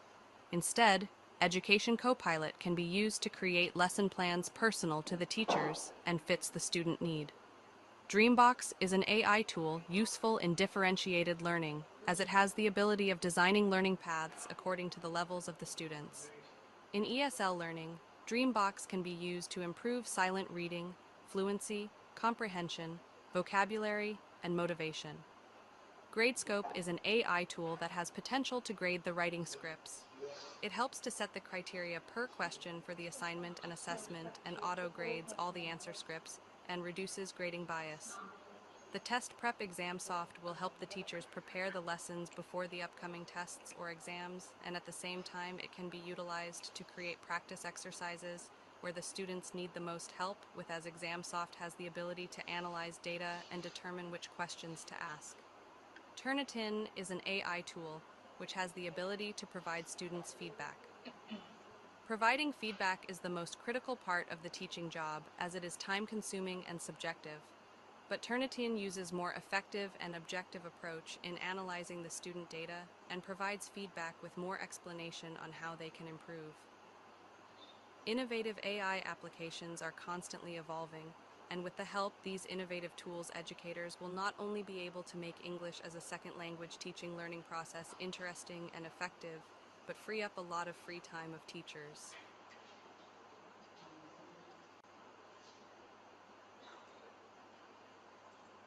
This digital poster, titled Innovative AI Applications and Future Trends in ESL, highlights cutting-edge technologies shaping English as a second language ESL education.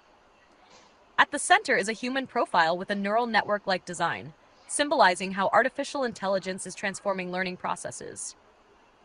Various icons represent key AI tools, such as natural language processing, machine learning, and speech recognition, all critical to advancing ESL education. The poster covers several areas, such as adaptive learning systems that personalize lessons based on students' progress, and virtual tutors that offer interactive AI-driven assistance. It also emphasizes speech-language processing, which helps learners improve pronunciation and comprehension.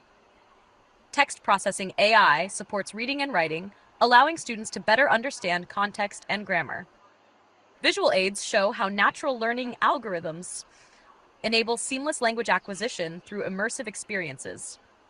The overall theme focuses on the future of AI-integrated ESL education, where real-time data and intelligent systems enhance both learning and teaching outcomes. In summary, this poster illustrates how AI innovations are revolutionizing ESL, fostering a more dynamic, adaptive, and personalized educational experience.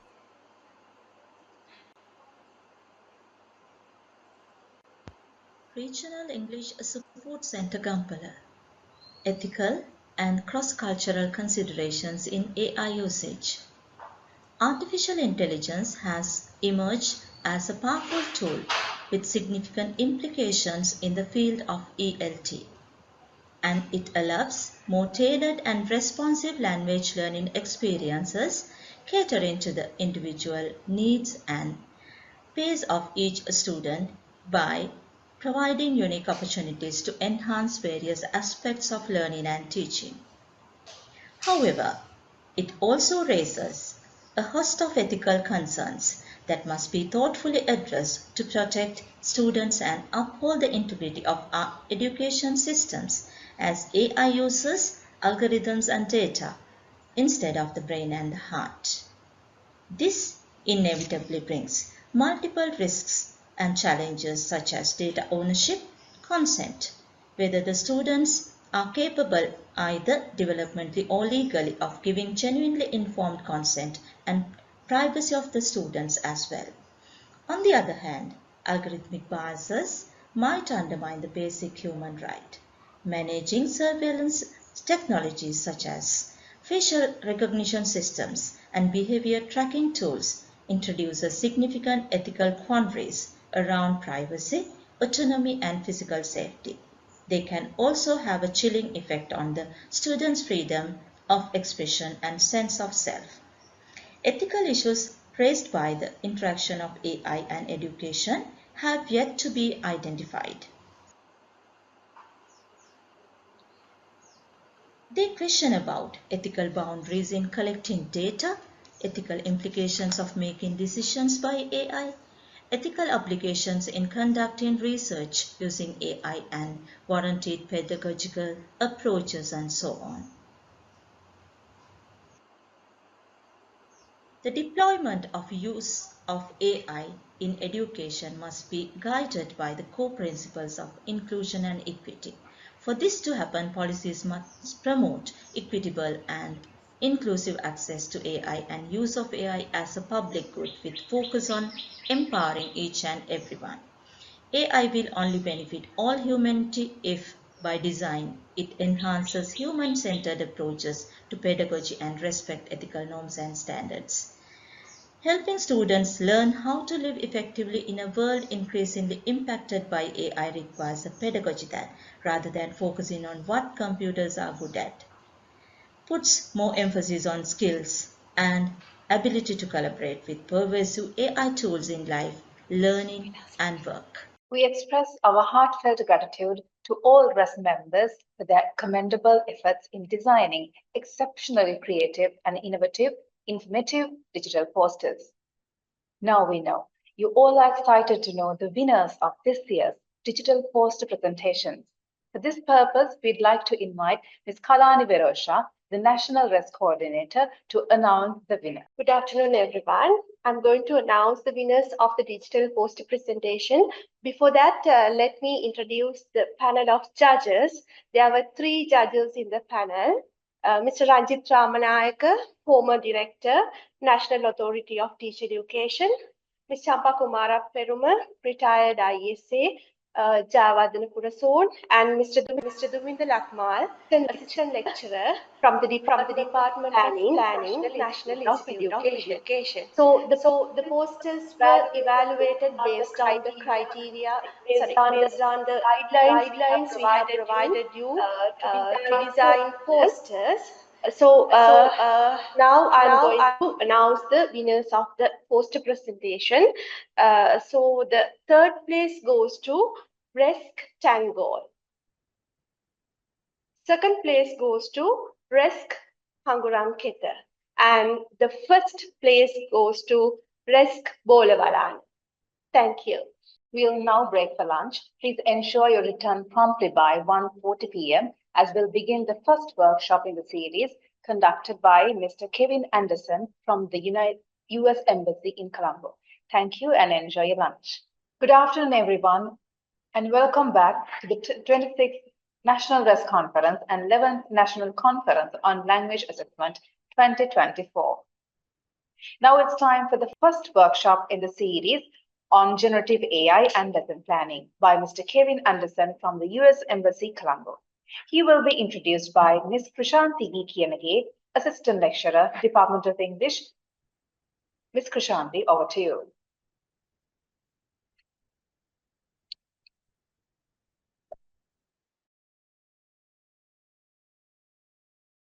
Good afternoon, everyone. It's my pleasure to introduce an experienced and highly accomplished educator in the field of English language teaching and curriculum development, Mr. Kevin Anderson from the US Embassy in Colombo.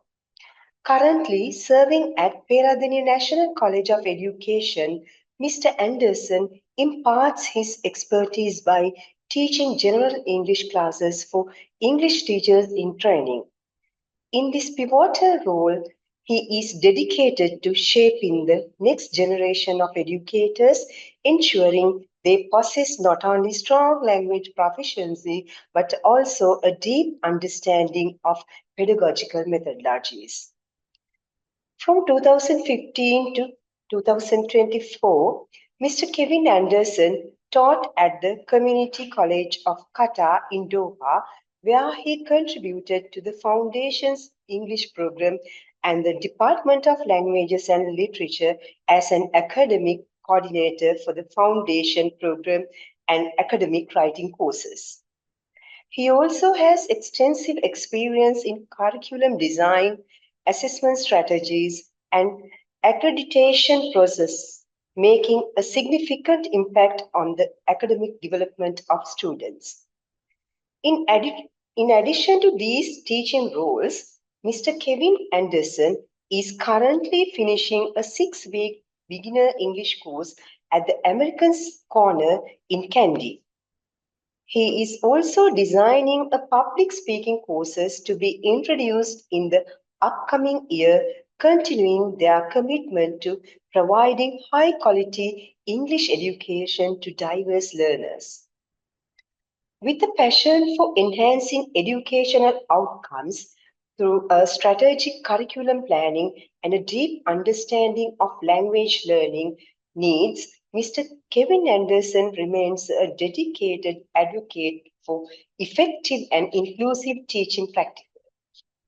His expertise extends to a range of teaching innovations, and today we are fortunate to benefit from his insights in a workshop titled Gen AI and Lesson Planning. This workshop promises to be an invaluable opportunity to explore how the integration of generative AI can transform and elevate the lesson planning process. Please join me in welcoming Mr. Kevin Anderson. Over to you, Mr. Kevin Anderson. Great. So sorry, before you came here, before you could hear me, if you could please just sign up for this Kahoot real quick. You can scan that QR code, or you can go to www.kahoot.it from your phone or from a browser and type in this code and put in your name real quick. I would like to get a few participants, if that's possible. So anyway, today we are going to first take a little temperature check, see where we are, see how we're using AI, if at all. Today we'll be specifically talking about ChatGPT, using ChatGPT. There we go, we got one person. We're also going to talk about, I had a few caveats that I want to talk about before we get into the actual lesson plan making. And then we'll talk about strengths and some weaknesses and some tips and tricks. And I have hopefully some helpful links for you, and maybe even some courses, one course that you can take that will help you out. Okay, we got 4 people in right now. If you could just scan that QR code, I'd like to get it to, we have a good amount of people in here, so I think we could get this up to at least 20. 5.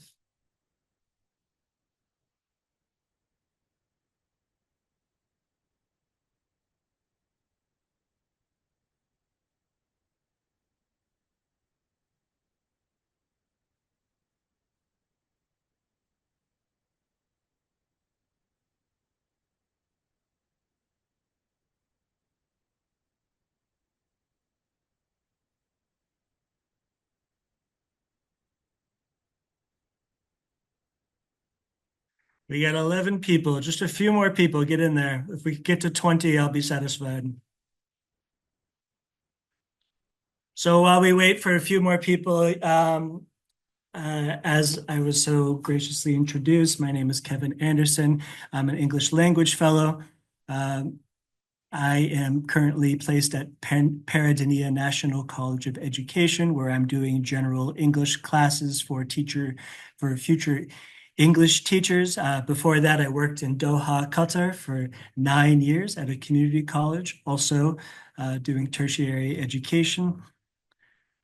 Okay, we got 15, 16, they're coming in now.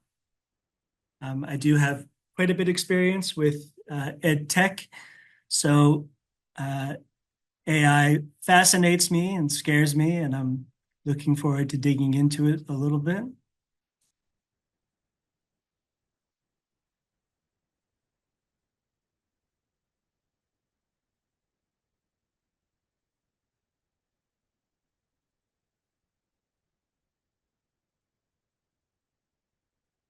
Okay, we got 20 people. We're going to go ahead and get started. 22 people. Even when I start, you can still join. The pin will be at the bottom here. So here we go. Razine, Mahishi, koala with an ice cream cone on your head. Perfect. Okay, pancakes on the head. Love it. Okay, let's get going. So if you've never done this, you'll have some, you can either type in some answers or you'll have 4 corresponding answers on the bottom.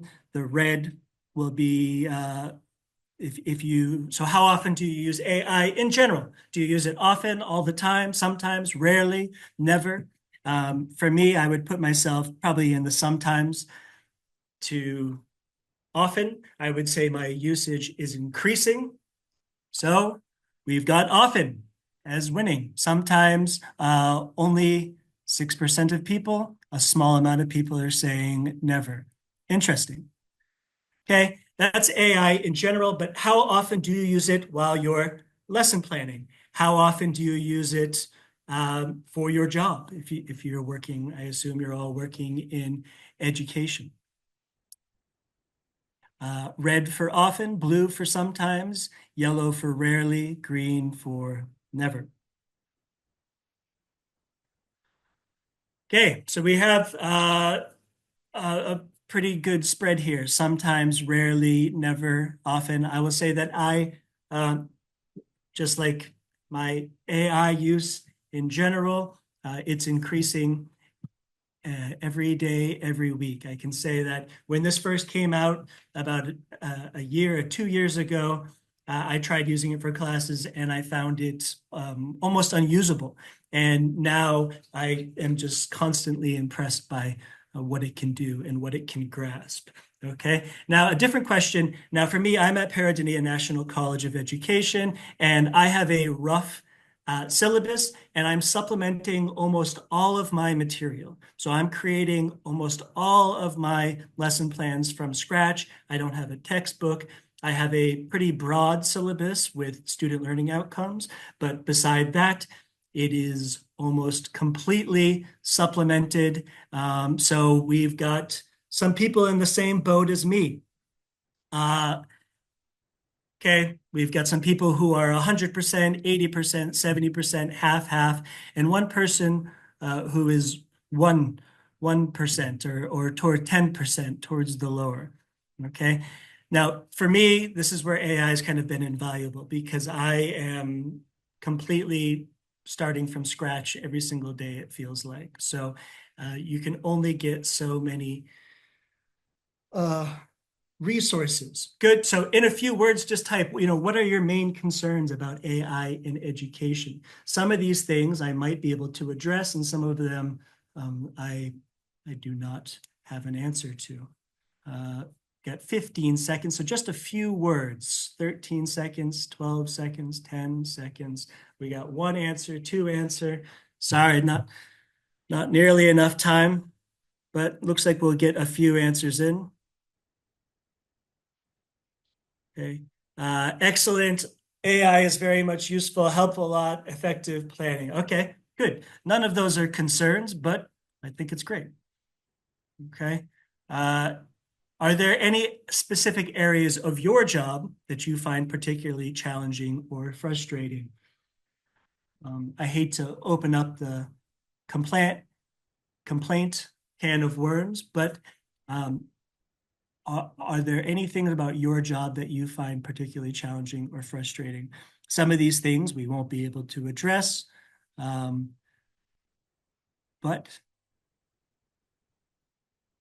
9 answers. See, we got a lot more answers when it comes to constructive criticism. Okay, teaching, covering the syllabus, AI as a tool, planning lesson plans, frustrating, marking, stress. Yes, stress. I think stress is probably the time management, right? And I'm not happy to see this, but I think it's interesting to I think that AI can address this. Lastly, okay, so we're going to create a lesson plan. So if you could just please pick a grammar point. What do you want to talk about for a grammar point?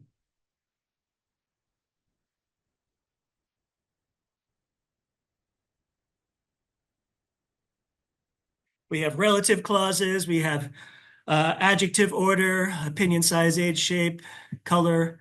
Relative clauses, oh good, my favorite, wins. Okay, subordinating conjunctions and present continuous. Very good, and let's pick a proficiency. What type of students are we talking about here? Beginner, intermediate, advanced. Beginner doesn't quite lend itself to relative clauses, but I think we can still do it.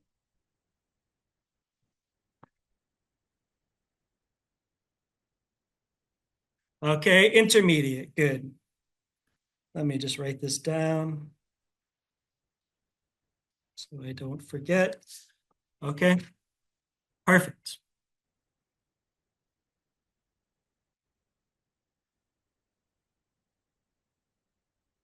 Got these weird marks on my screen and I don't know why. And I know it's something I've done with this, probably this annotation thing, but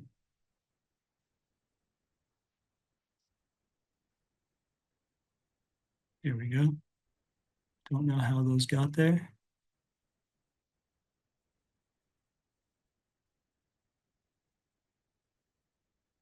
Okay, brilliant. So there are a few things I wanted to say before we get onto this.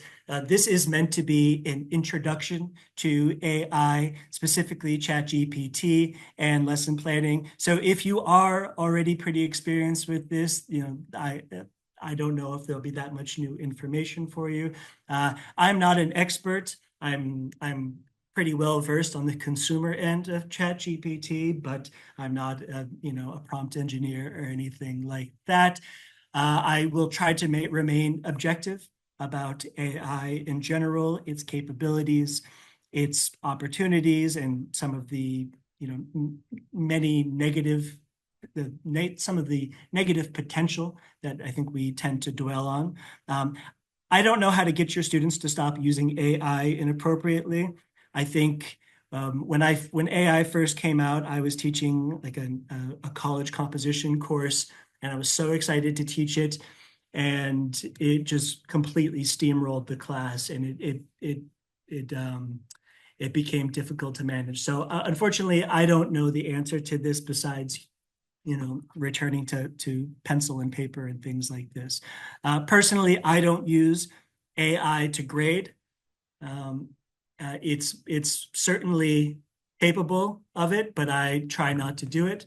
And something that has been reiterated, and I will reiterate again, that AI is a very useful yet imperfect tool. Okay, it's a great starting point, but your output is only as good as your input. Okay, prompting is truly a skill, and there are many idiosyncrasies that you must get used to. But that's part and parcel of this whole thing. Okay, is it ethical? If you're taking a lesson plan, then as far as my understanding of generative AI is that you are basically borrowing from an amalgam of available information that these companies are just feeding into the program? That's a wonderful question.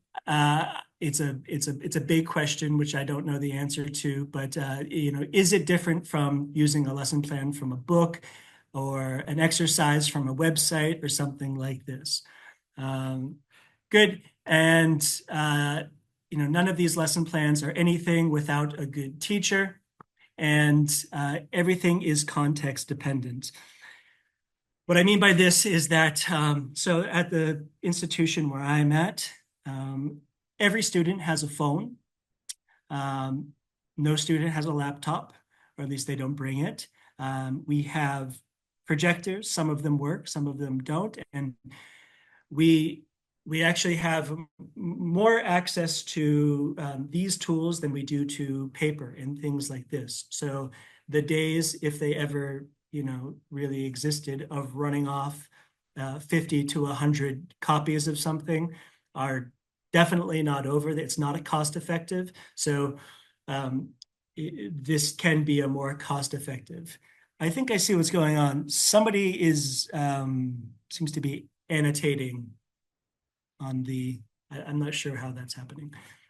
Okay, so this is my context, and for me, it's worked quite well.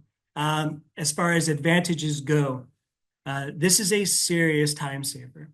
I mean, really, really, if you are spending, if you have an hour class and you're spending a half hour prepping for it, then I think you could cut that in half once you get good at it. But it is a skill. Learning how to prompt and deal with it can be frustrating, and it can make you want to give up, but I've become pretty good at it, and I think it is a time saver. So when we talk about stress and time management, I think that this is where AI could become very useful for you. AI is capable of cultural sensitivity. Like I mentioned before, I worked in Doha, Qatar for 9 years. It is the Middle East. It is a predominantly Muslim. It is an almost entirely Muslim country. I was working in higher education, and classes were segregated by gender. So sometimes I would have a class of all men, but usually I would have a class of all women who were in hijab or niqab.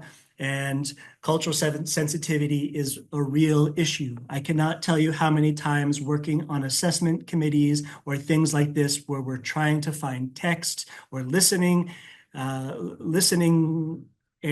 there's a mention of a glass of wine or a girlfriend or a boyfriend, and these topics are off limits. They're haram in Qatar. We don't talk about alcohol or premarital dating.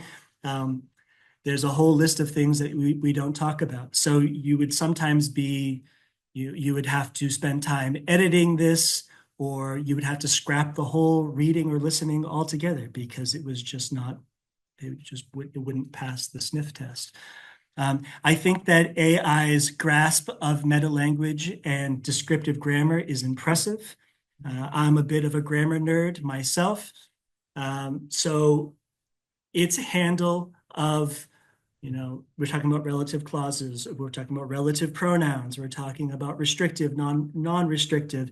Its handle of these ideas, its grasp of these ideas rather, is I think getting better all the time. Also stylistic issues. When we talk about relative pronouns, we have, we can drop the relative pronoun in some instances and varying levels of formality. So I think I'm constantly impressed by what it can grasp.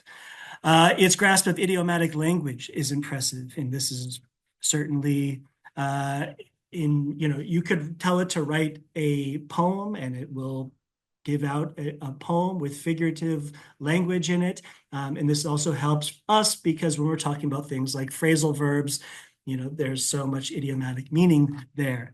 Its grasp of appropriateness is impressive. And what I mean by this, I'm not talking about cultural sensitivity, but it understands how to differentiate, to go into my next topic, to beginners to intermediate to advanced. You can even mention Cepher levels. You can say this is for Cepher A1, and it will respond to that, and it will make things appropriate for certain levels of proficiency.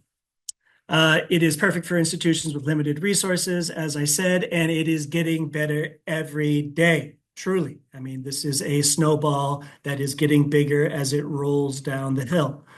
Drawbacks, you need to review and refine, okay? Everyone has said this, and I can tell you this is true. It can lead to embarrassing situations.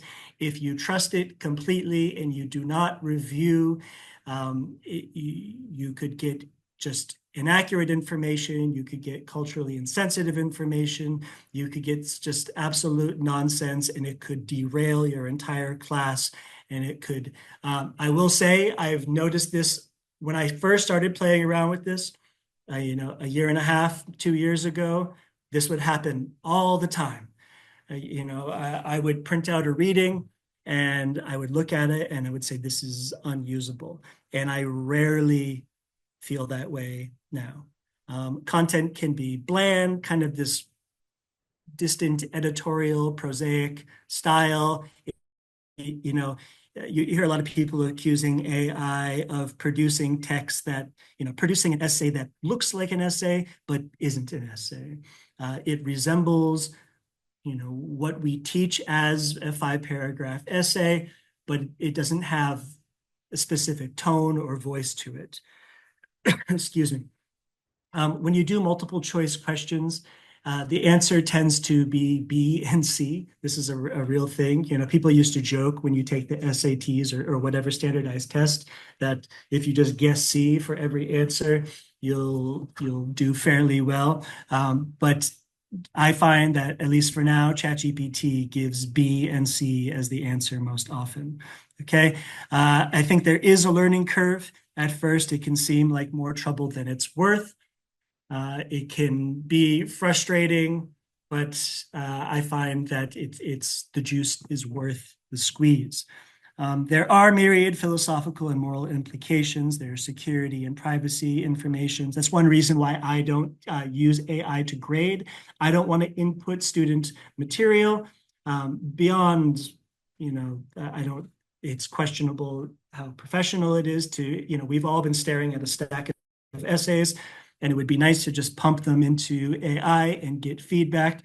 But also those students didn't consent to having their information put into AI. ChatGPT is free. It's not an accident. Facebook and all these people are selling that data, and that is the business. The business is data. So there are a lot of philosophical and ethical implications.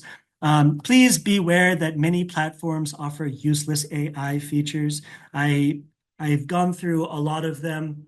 And a lot of companies now are scrambling to have some sort of AI feature into their platform. And I find that a lot of them are just not worth it. And so often you have to pay for them. Okay. And the drawback is that, yes, AI is improving every day, but it is also changing every day. So you might get used to something, doing something one way, getting positive results, and not getting consistent results all the time.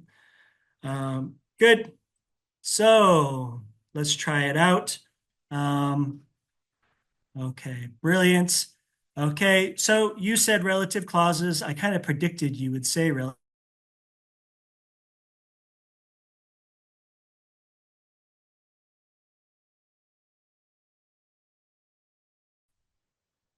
Okay.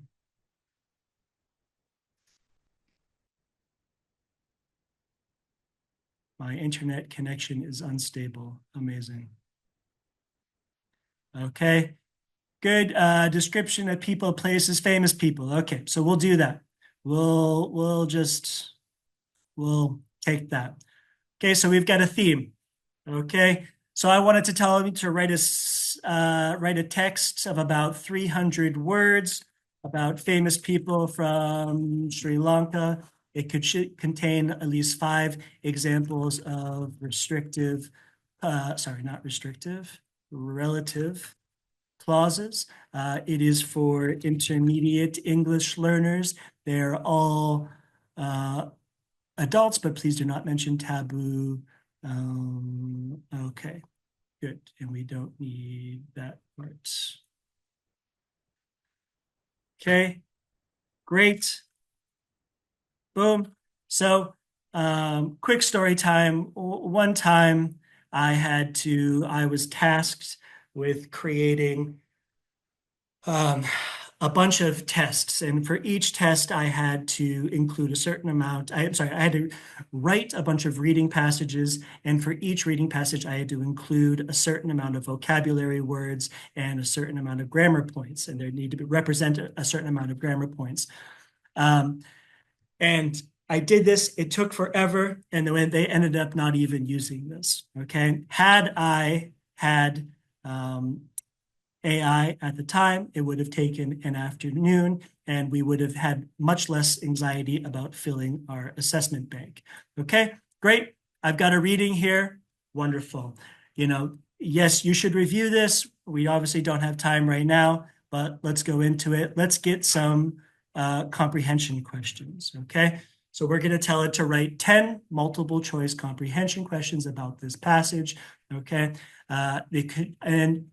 Now, for my syllabus, part of my SLOs, there are different reading skills that they assess. So I'm telling it, give me one main idea question, give me one inference question, give me one anaphora question, one cause and effect question, one vocabulary and context question, and one understanding discourse markers question, and the rest can be detail questions, okay?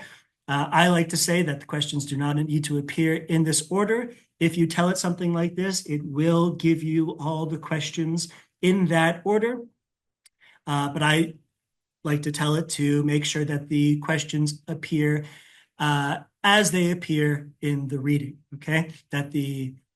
So they can read along, especially if they're doing listening. This is incredibly important, okay?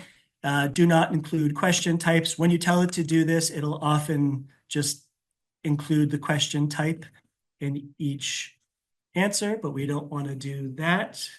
So here we go. Okay, great. We've got our 10 questions. Okay.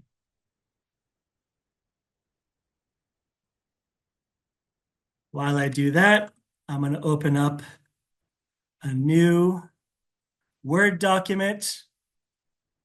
All right.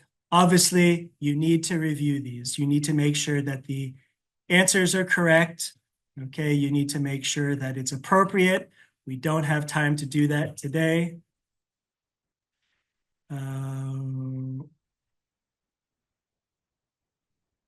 Here we go. I'm going to save this, download, brilliant. And now we'll go to Microsoft Forms. This is, I believe, free. And I'm going to upload this to Microsoft Forms. I'm going to use Microsoft Forms quick import option right here. And this is the tricky part. I'm going to upload that Word document I just made. This doesn't always work. This is kind of the hold your breath part of the workshop, but we're going to review. Boom, look at that. Okay, you've got all your questions inside Microsoft Forms. Okay, unfortunately, Google Forms doesn't do this. At least I'm not aware of if it does this, but Microsoft Forms does this. I can put a title here. I can put my reading here.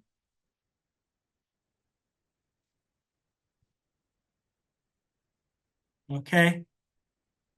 Ay, ay, ay.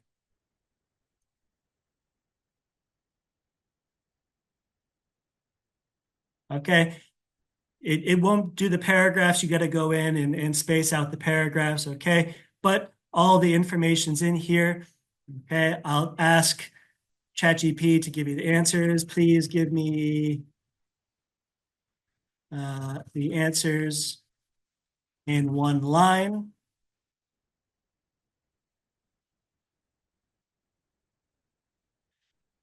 Okay, great. As I said, lots of B's and C's, only one couple A's and D's. All right, now I can go in, put in my answers. Okay, I can switch it up. Boom, boom, boom. Okay, go in, collect responses. I can give my students a QR code. If your students have a phone, you have a QR code right here. Or if you're using, if you have Google Classroom or whatever learner management system you may use, or just by email, you give them the link and they can access it right there. So you're saying, okay, great, Kevin, that sounds wonderful, but what if I want to make this a listening? Well, we can make it a listening by using a website like this, cloudtts.com. Okay, it takes a second, and I'm not sure if you'll be able to hear it.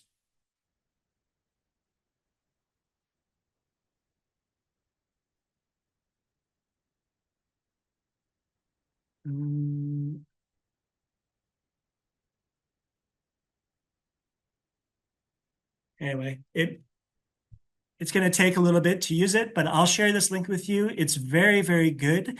It speaks in a realistic way. I'm not sure if I can get I'm sure I can get the audio to go through.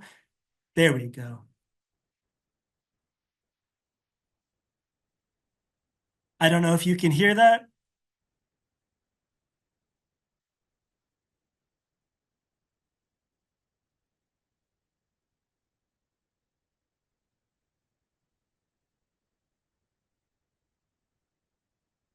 Okay.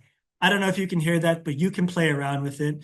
If you press speak, it'll just speak it to you. If you press record, it'll download it for you. So then if you have connectivity issues at your institution, you can make sure you have a file. This is completely free. You can choose. There's a variety of voices that you can use. It's really good. So now you can make it into a speaking. Okay. I'm running out of time, so I want to kind of make this quick, but we can turn it into a listening. It'll pick out vocabulary words for you and give you simple definition that English learners can understand.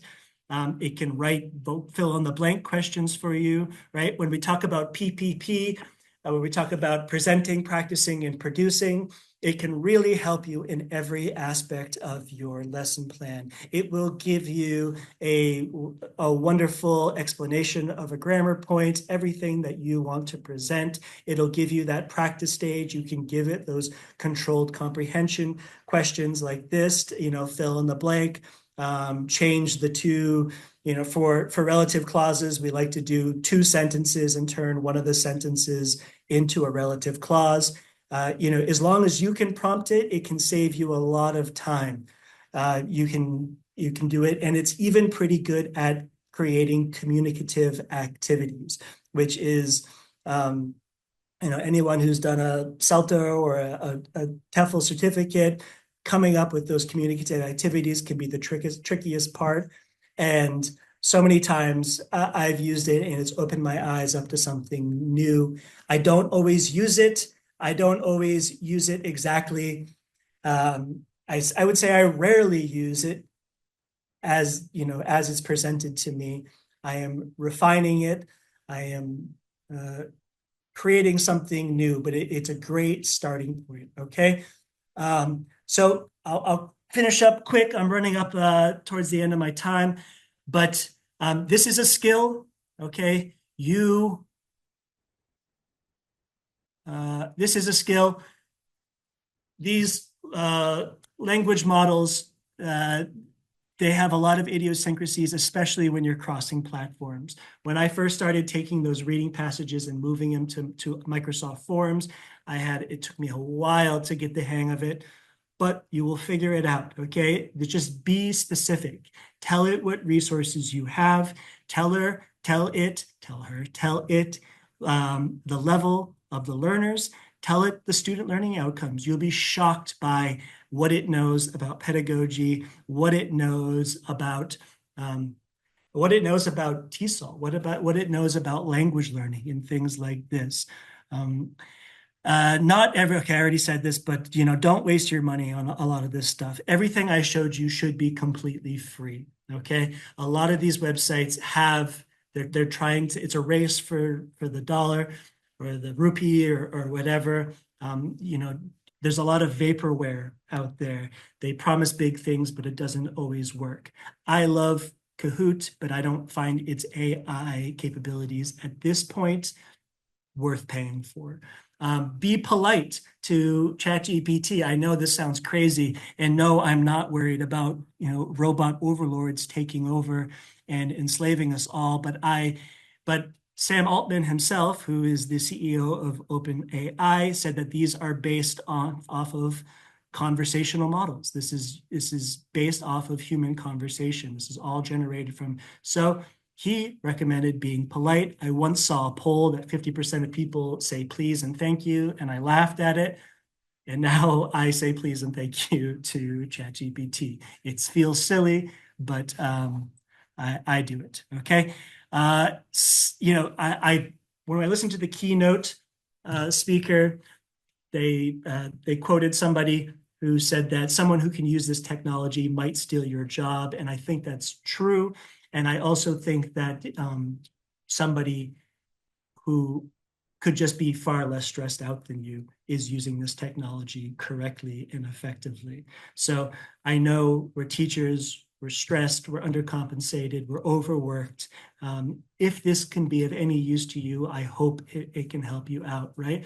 And I think lastly, I think it has the potential to expand that Vygotsky zone of proximal development, right? Where our students can get with us, with our input. I think that if we teach our students to use this appropriately, I think it could be a great way for them to expand their knowledge base, but also it could help them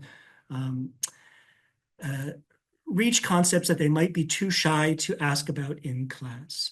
So I think that there's a lot of potential here. I see a lot of diffidence in classes here, students, and maybe because I'm the foreigner or whatever, but students sometimes shy to speak up, and I think that it has that potential to really help. Okay, almost done. All right, I've included some links here that I find very helpful, right? Obviously, ChatGPT, there's Gemini, there's Claude, there are a lot of these AI, there are a lot of these language models. I use ChatGPT only because it was the first one. I don't actually have a preference, okay? This was the Cloud TTS. This was the text-to-speech. You'll find a lot of text-to-speech software out there, but a lot of it is asking for money. This one is completely free, and I think it's pretty effective, okay? I think it uses Microsoft's model. This is Microsoft Forms, right? There's a lot of stuff out here. Teachflow.ai has it is concentrated on creating lesson plans using AI. It costs money. I haven't played around with it, but maybe you'll get something good out of it. Kahoot, Read Theory. My colleague Jennifer Goodman is going to talk to you about Read Theory in a few days. ZeroGPT used to be the best AI detector. However, now I see that they're now offering a way for students to make they're offering people a way to make their writing undetectable. So I discovered that today and I was disappointed. And if you are interested, okay, Vocaroo has nothing to do with AI. I just think it's cool. Check it out if you want to. If you are more interested in this, I did take this course through Coursera, Innovative Teaching with ChatGPT from Vanderbilt University with Dr. Jules White. I found it extremely helpful. It kind of changed the way I look about these things. So if you're interested, please take a look. And we've gone a few minutes over, but are there any questions? I don't think we have much time for questions, but if you do, please feel free to email me. My email is candor37@gmail.com. I am based in Kandy for the next 7 months. So happy to chat. Okay. Thank you very much, everybody, and best of luck. Thank you very much, sir. God bless you. Thank you so much, sir. And we got a nice knowledge about the lessons. Thank you. Thank you, Mr. Anderson, for sharing your insightful knowledge and making this a very valuable session. Now it's time for the video sessions by the Regional English Support Center. Here, at the end of the video workshop, you can come up with your questions and comments as well. It's our pleasure to introduce the first video session of the day. Please join me in welcoming RESC Chill Out with their presentation on enhancing student engagement and assessment with AI. Welcome you all to the teacher workshop, RESC Chill Out, RESC Conference 2024.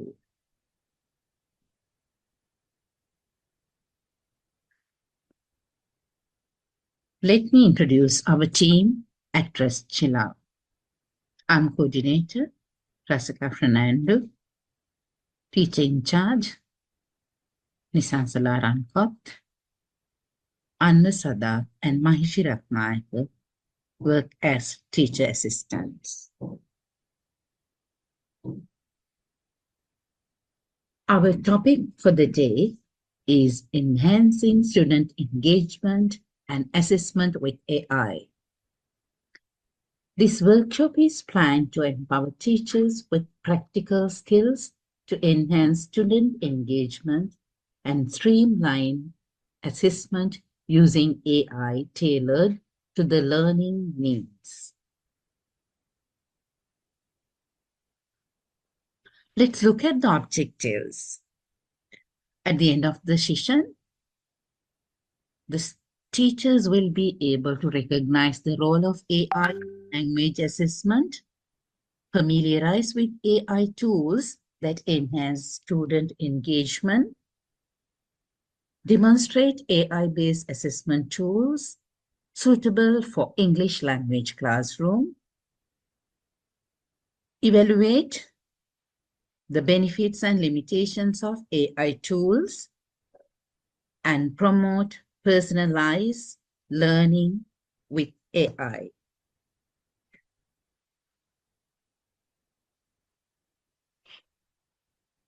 Let me ask you a question to begin with. What's your current experience in using AI in language classroom? Shall we go for a quick poll? Could you please answer these questions in chat? Have you used AI tools like ChatGPT, AI-driven language apps, or any other thing in your ESL teaching? If yes, how often do you use AI tools in your lessons? Which AI tools do you use most frequently in your ESL teaching? Is it ChatGPT or language learning apps or AI-powered grading tools or none? Could you please drop me a text with your answers? Okay, thank you. That shows that some of you have used AI tools in ESL teaching. But sometimes also a few of you have used ChatGPT and some have used language learning apps. Thank you for answering my quick poll. Let's move and see how we can use AI for assessment practices.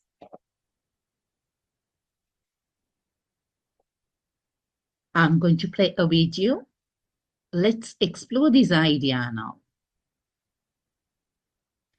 How will AI change language assessment in future? Watch the video and make notes on speakers' comments on AI assessments. Are you ready? More broadly, zooming out, what do you think the impact of AI on assessment might be? I mean, I think people are already aware that the use of certain assessment techniques are not going to work in the future. So just asking people to write an assignment was nice and easy way of assessing someone's language skills. That is not the future. So I think, in that sense, assessment is going to have to adapt to what are the skills needed in the workplace or in whatever life engagements you have. So and since that is more likely going to be the creative use of generative AI, the effective use of it, I imagine that's going to be a key part of assessment in the future. Well, could you make some notes? I'm sure you must have done it. So as the speaker highlights, use of certain assessment techniques which we are practicing today is not going to work in the future. And assessment is going to be adapted to the needs of working place or the different life engagements we have. Then creative and effective use of generative AI is going to be the key part of language assessment in future. So, as language teachers, we need to empower ourselves to be efficient evaluators. Let's see how we can engage our students with AI tools for assessments. Would you like to brainstorm ideas on this?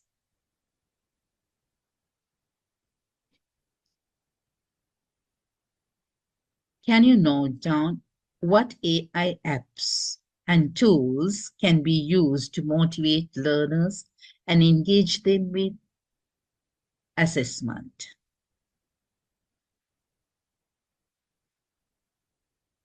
Think for a while. Yes, interactive platforms like Duolingo, Kahoot, and Quizlet for gamified learning can be used. And also, they can be used in our assessments. We have got some language practice apps like Speeches or ELSA AI for pronunciation and fluency practice. How about AI chatbots? Yes, using AI-powered chatbots like ChatGPT to practice conversational English or any other assessment would too be useful.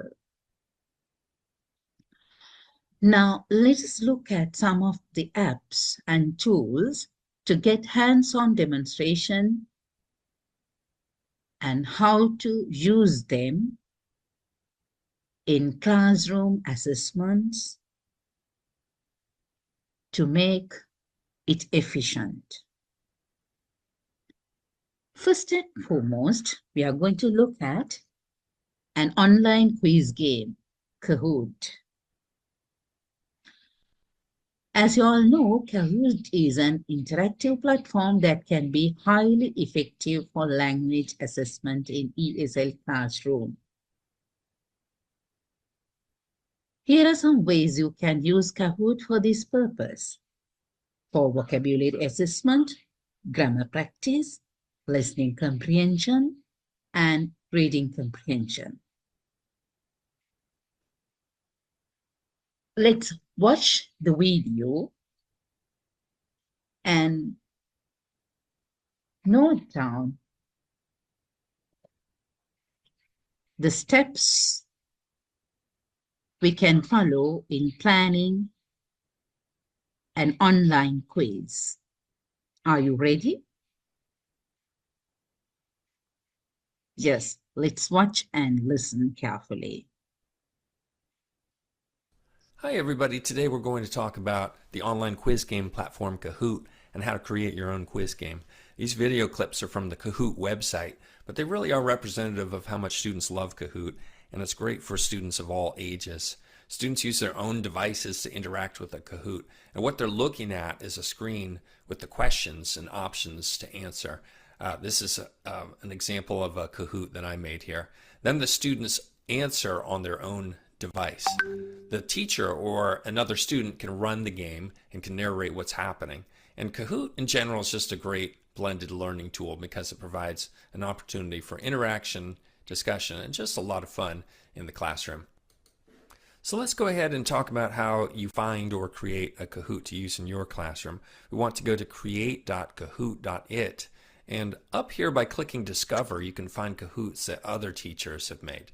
So you can just enter a term in the search bar up here, and for example, electricity and magnetism brings up a lot of results here, and you can click on them to find out what the questions look like and what the options look like and what images teachers have chosen. You can either play that or you can choose some options over here with the 3 dots. You can preview it, or you can also duplicate it if you would just like to make a copy and make changes.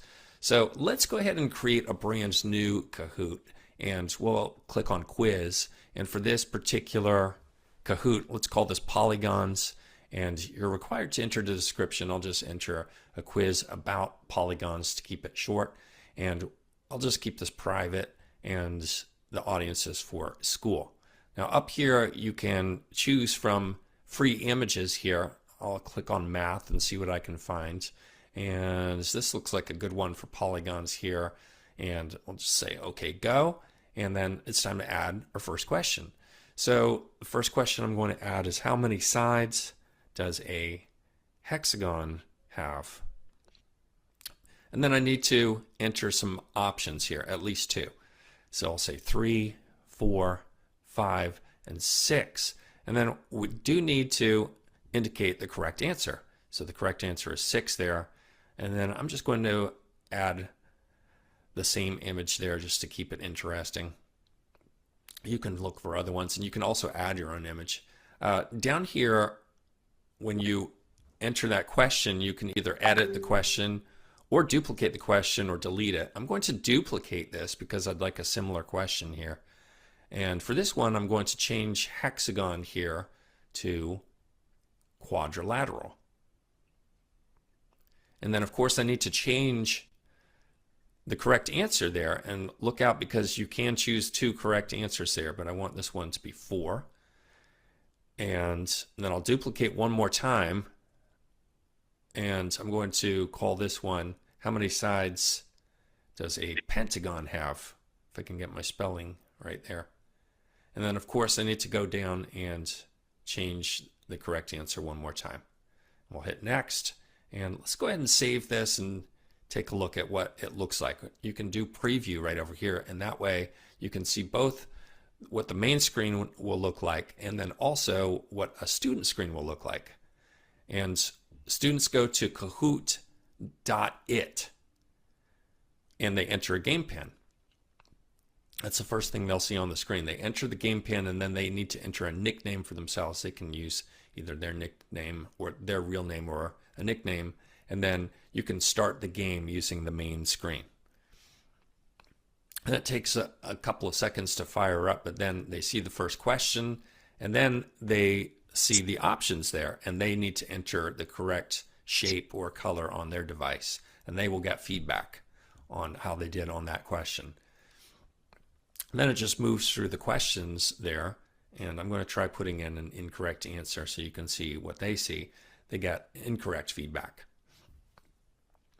And then there is, when there are a lot of players, there's kind of a leaderboard, and they can see how they're doing. Individual students can see how they're doing, what place they're in the game. And then at the end, there's kind of a podium there, and you can see the results. And that's basically how Kahoot works. It's really fun. Highly recommend it. Let me know if you have any questions, and thanks for watching. Well, did you notice how the students were engaged actively in the quiz game?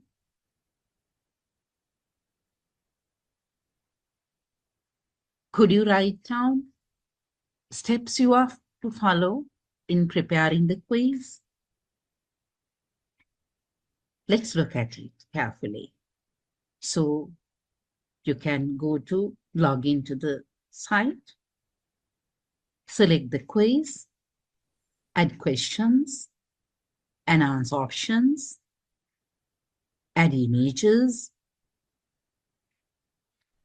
or you can duplicate the question or add new question next time. Save them and have a preview. So you can have a look at main screen once you prepare your quiz, and also the student screen. Either one or multiple players can play the game, and results will appear. And to play the game, you have to share the code you get from the Kahoot. It's really fun.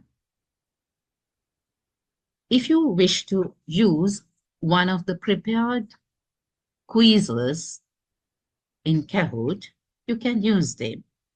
Either you can duplicate them and recreate your own one. So, don't you think it's an effective platform for us to have different types of assessment? You can try next time, please. Let's move to another AI tool, ELSA AI. We are going to explore how can teachers do a speech test with ELSA AI. ELSA is an AI-powered powerful tool for ESL assessment, particularly in improving speaking and pronunciation skills. It leverages AI to provide real-time feedback, making it a valuable resource for both teachers and students. Let's watch a video and see how useful ELSA AI for assessment. While watching, could you try to answer these questions, please? What does the speaker select first? What added information is given? Does the AI assistant take a role? Is it realistic role play? Does the speaker get instant feedback? Shall I repeat the questions to you? What does the speaker select first? What added information is given? Does the AI assistant take a role? Is it realistic role play? Does the speaker get instant feedback? Watch the video and explore the idea.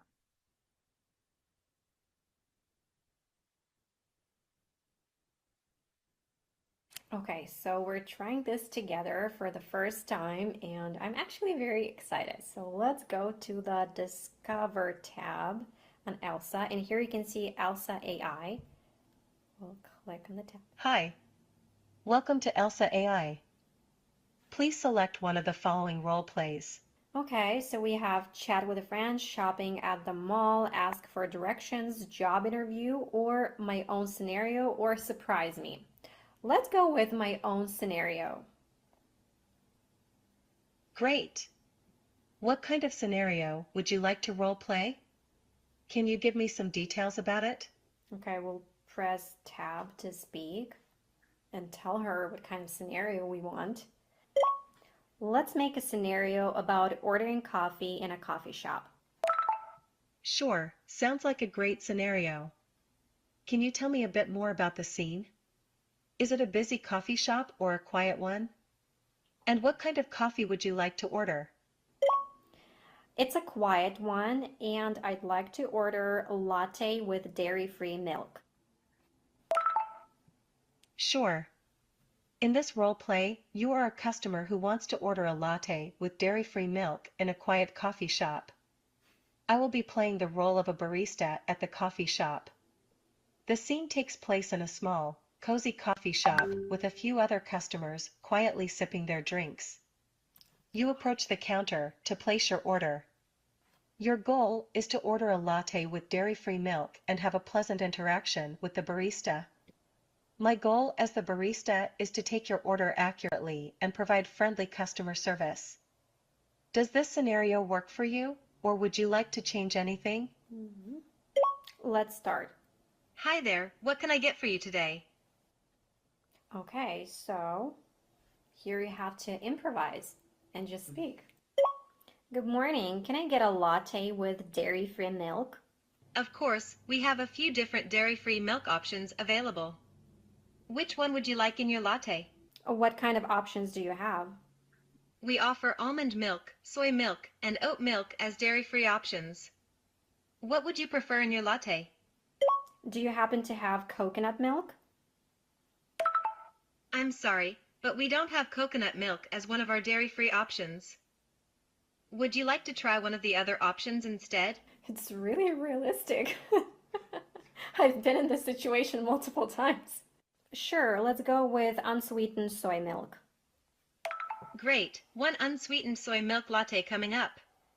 Would you like any flavor shots or sweeteners added to your latte? No, nothing. Thank you. All right, one unsweetened soy milk latte, no flavor shots or sweeteners. Your total comes to $3.50. Is there anything else I can get for you today? That would be it. Thank you. Great, thank you. Your latte will be ready in just a few minutes. Would you like me to bring it to your table when it's ready? Sure, that would be great. Okay, I'll bring it over to your table as soon as it's ready. Thank you for your order and have a great day. Role play completed. Well done. We are computing your feedback. Great job. How did you feel during the role-playing activity? Was there anything that you found challenging or anything that you particularly enjoyed? Well, I enjoyed that I didn't have to pay money for my latte.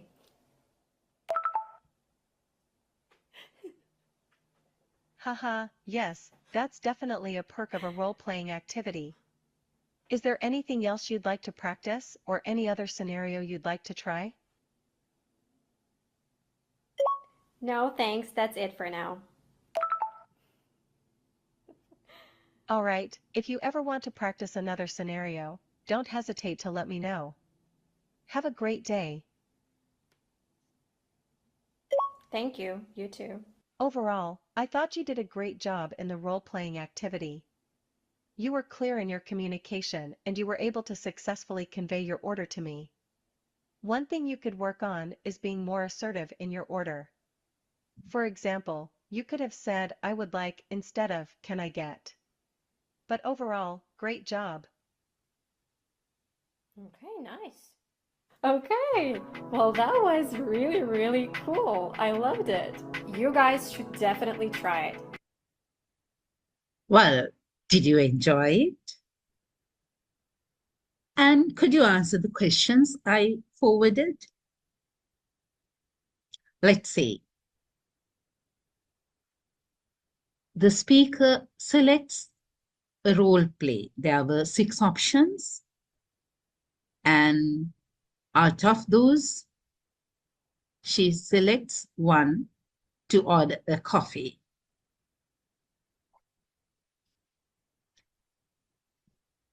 And further information was asked from the AI assistant.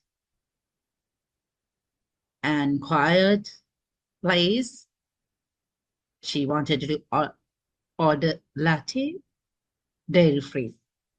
And there were some questions further to clarify. We saw how AI assistant took the role of barrister, where it was made a realistic role play. Did you notice the instant feedback with suggestions for the speaker to improvement. Isn't it great? Yes. So ELSA AI is a good tool for us to practice speech and also test. Don't you like to practice that with your students? I'm sure you would love it. And next time you can try it in your language classroom. Let's see what benefits do we get with ELSA AI. So it gives pronunciation assessment with the speech recognition to analyze students' pronunciation and provide instant detailed feedback. It can identify specific sounds or words that need improvement, tracks progress over time, and help the student and teachers to focus on problematic areas. Further, it can do fluency evaluation by assessing speech flow, including pace, pause, and intonation, and encourage natural speech patterns. This supports the students to develop confidence in speaking. Also, it can work on vocabulary and word usage and assess listening skills in order to provide personalized, tailored feedback.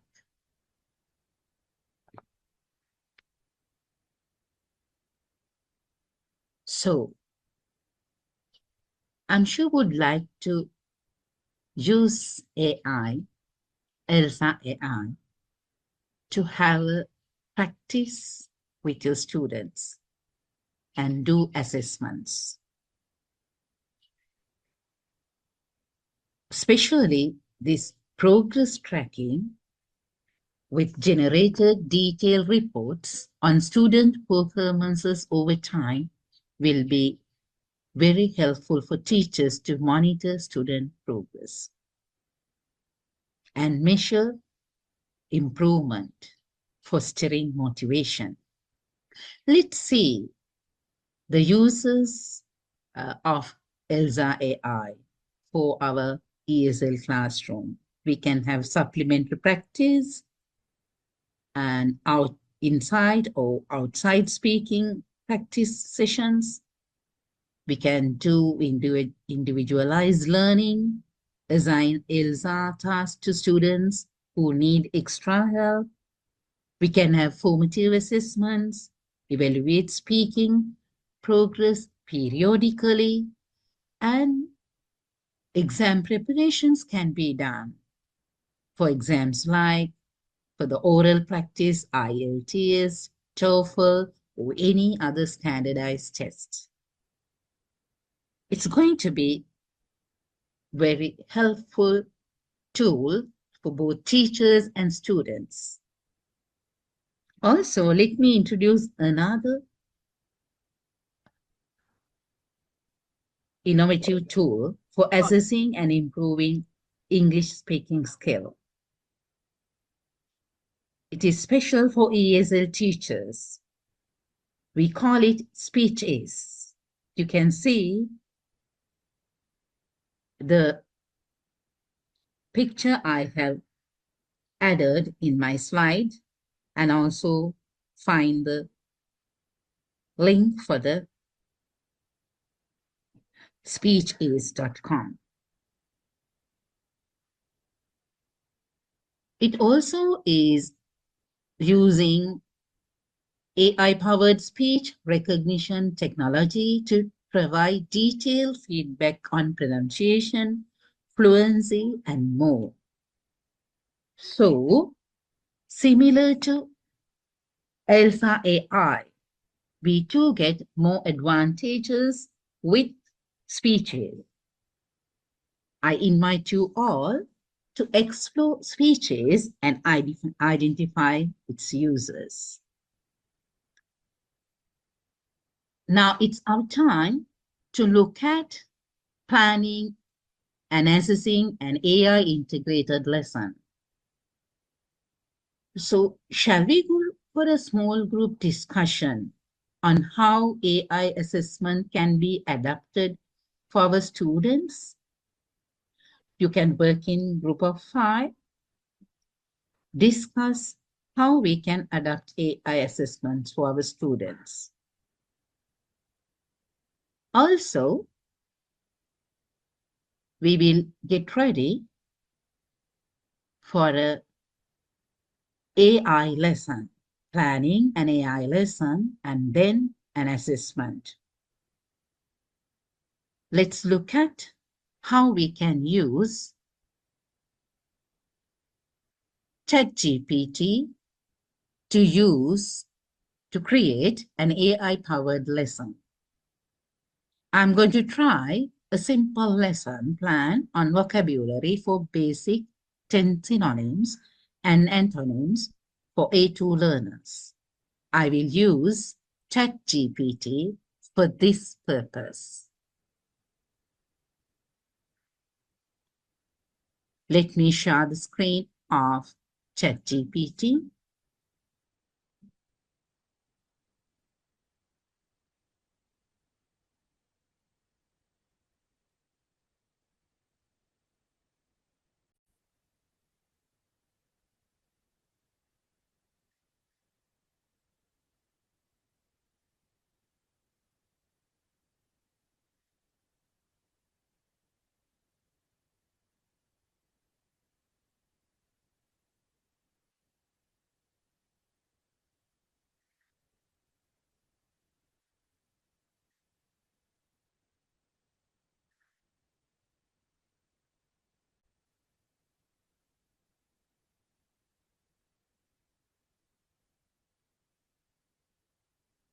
I hope you can see my screen now with ChatGPT.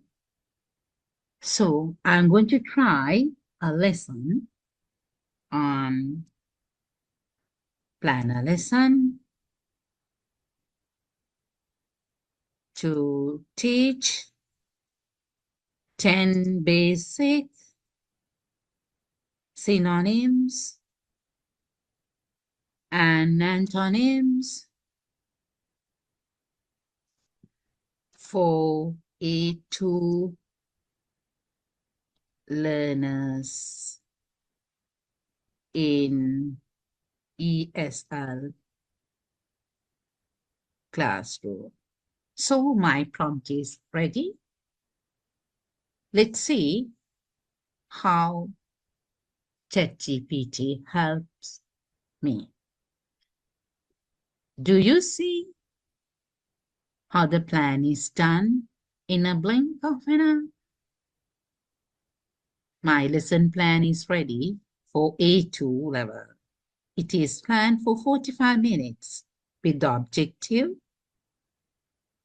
to identify and use 10 basic synonyms and antonyms in sentences. So the lesson outline comes with the warm-up activity, word pairs matching, and presentation, introduce synonyms and antonyms. And then we move to guided practice, activity filling the gaps, group activity for synonyms and antonyms relay. Do you see wrap-up activity coming with a quick quiz? Added to that, I get homework on the same, introduce synonyms and antonyms. But I would like to add something, that is assessment plan for this. So I'm going to edit my prompt, plan an assessment after the lesson. So edited prompt is now added. And do you notice how the lesson plan is also edited with the time and learning objectives? They differ.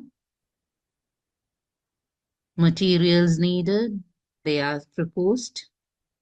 And lesson procedure goes as similar. Let's see what we get at the end.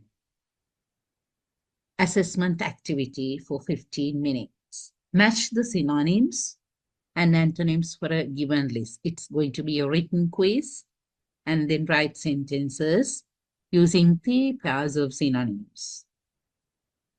Example questions are provided for me and with an oral activity. So, how do you feel about support from ChatGPT to plan the lesson and assessment? We can take the proposed activities, but also change as we need. We need not to follow the same, but you can edit and use your creativity to make it very interactive.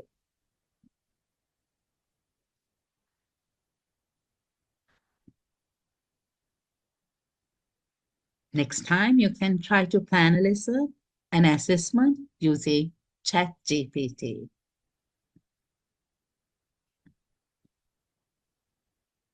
Let's move to our presentation again.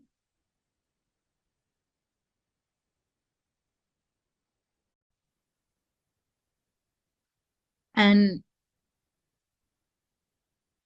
I hope you like the lesson plan with ChatGPT.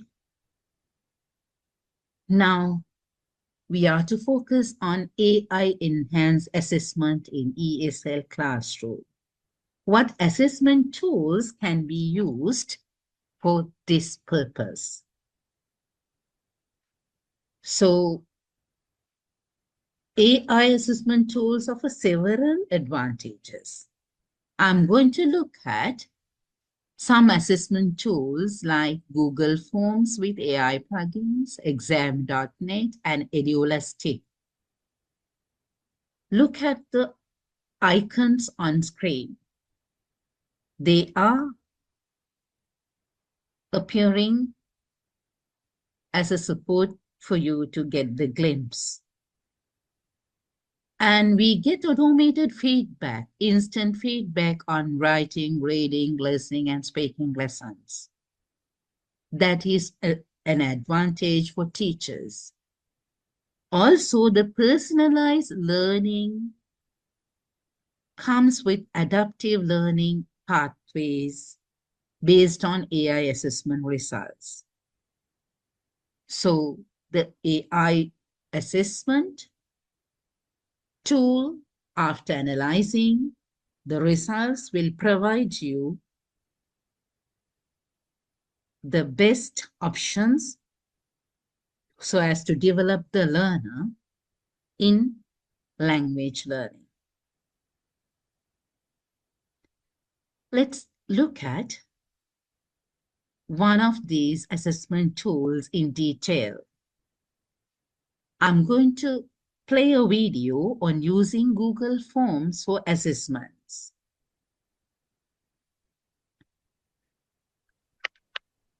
How can teacher use Google Forms for assessment? Let's watch this. And as you are watching, try to answer these 2 questions. What steps should the teacher follow to generate a quiz?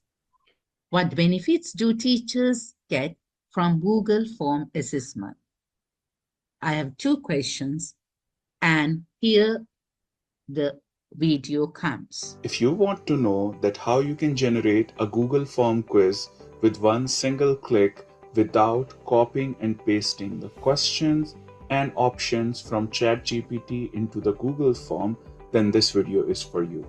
I'm going to tell you in this video, once you have generated some questions on a specific topic in Google Form, in ChatGPT, or any AI tool of your choice, then how you can transform those questions directly into a Google Form. And trust me, this will save your time, because as a teacher, it saves my time a lot. So let's get started. So the first thing first, for example, I will give the prompt to generate some multiple choice questions, true, false, long and short questions on a specific topic. So let's do that. So I'm generating a quiz on the topic of recycling. So let's generate it. It will generate some questions. Make sure that you review the questions in order to ensure the accuracy of questions and given options. Once you are done with that, so the next thing is we need to transform these questions into the Google Form quiz format. So how are we going to do that? So this will be your prompt. Generate a Google Form script to create a quiz using these questions, right? So I will click here and it will start doing the magic. If you see it is generating code, we don't have to be worried about this code. We just need to focus on the final outcome. All right, so we have got the code. So we will copy this code, create a folder in Google Drive where you want to create that Google Form quiz. Right click, form, blank quiz. Once we are on this form, we need to click on three dotted option. We need to go to the script editor. We need to remove any existing code, and we need to paste the code that we have copied from ChatGPT. Allow. We have got all the code here. Now the next thing is we need to save this code.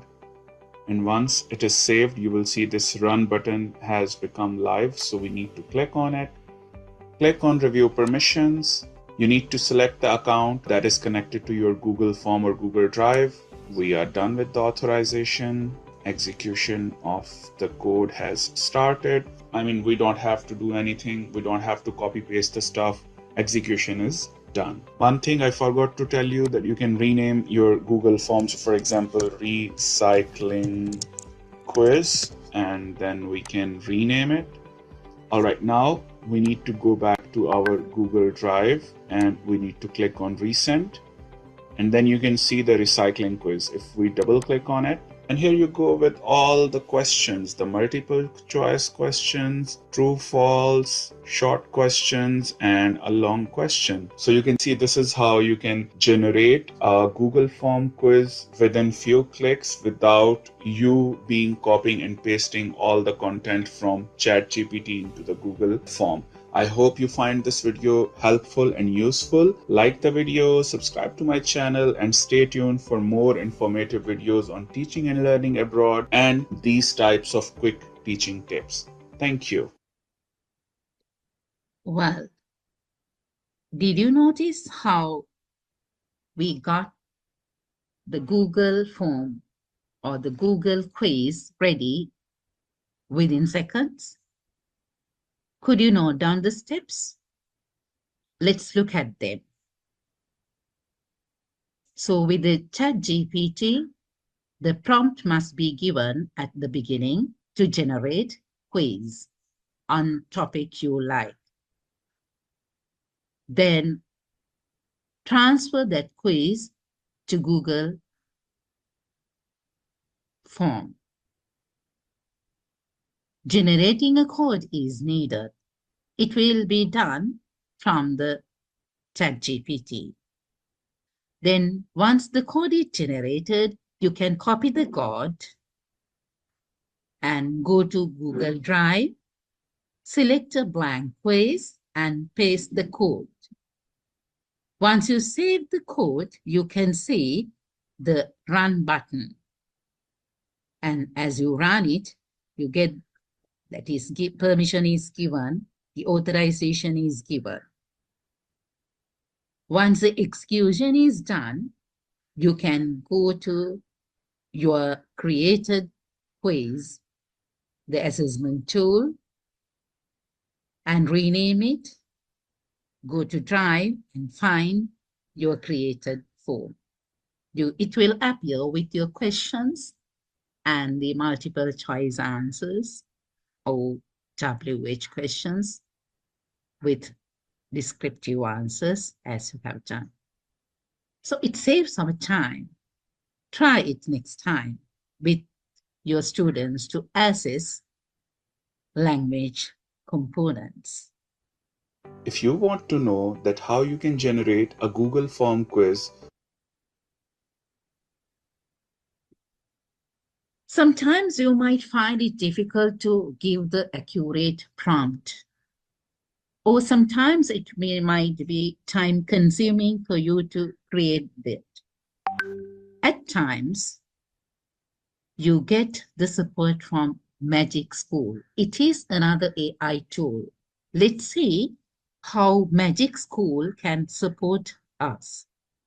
Watch the video, note down how we can use pre-made prompts on planning, content, questions, student support, and communication.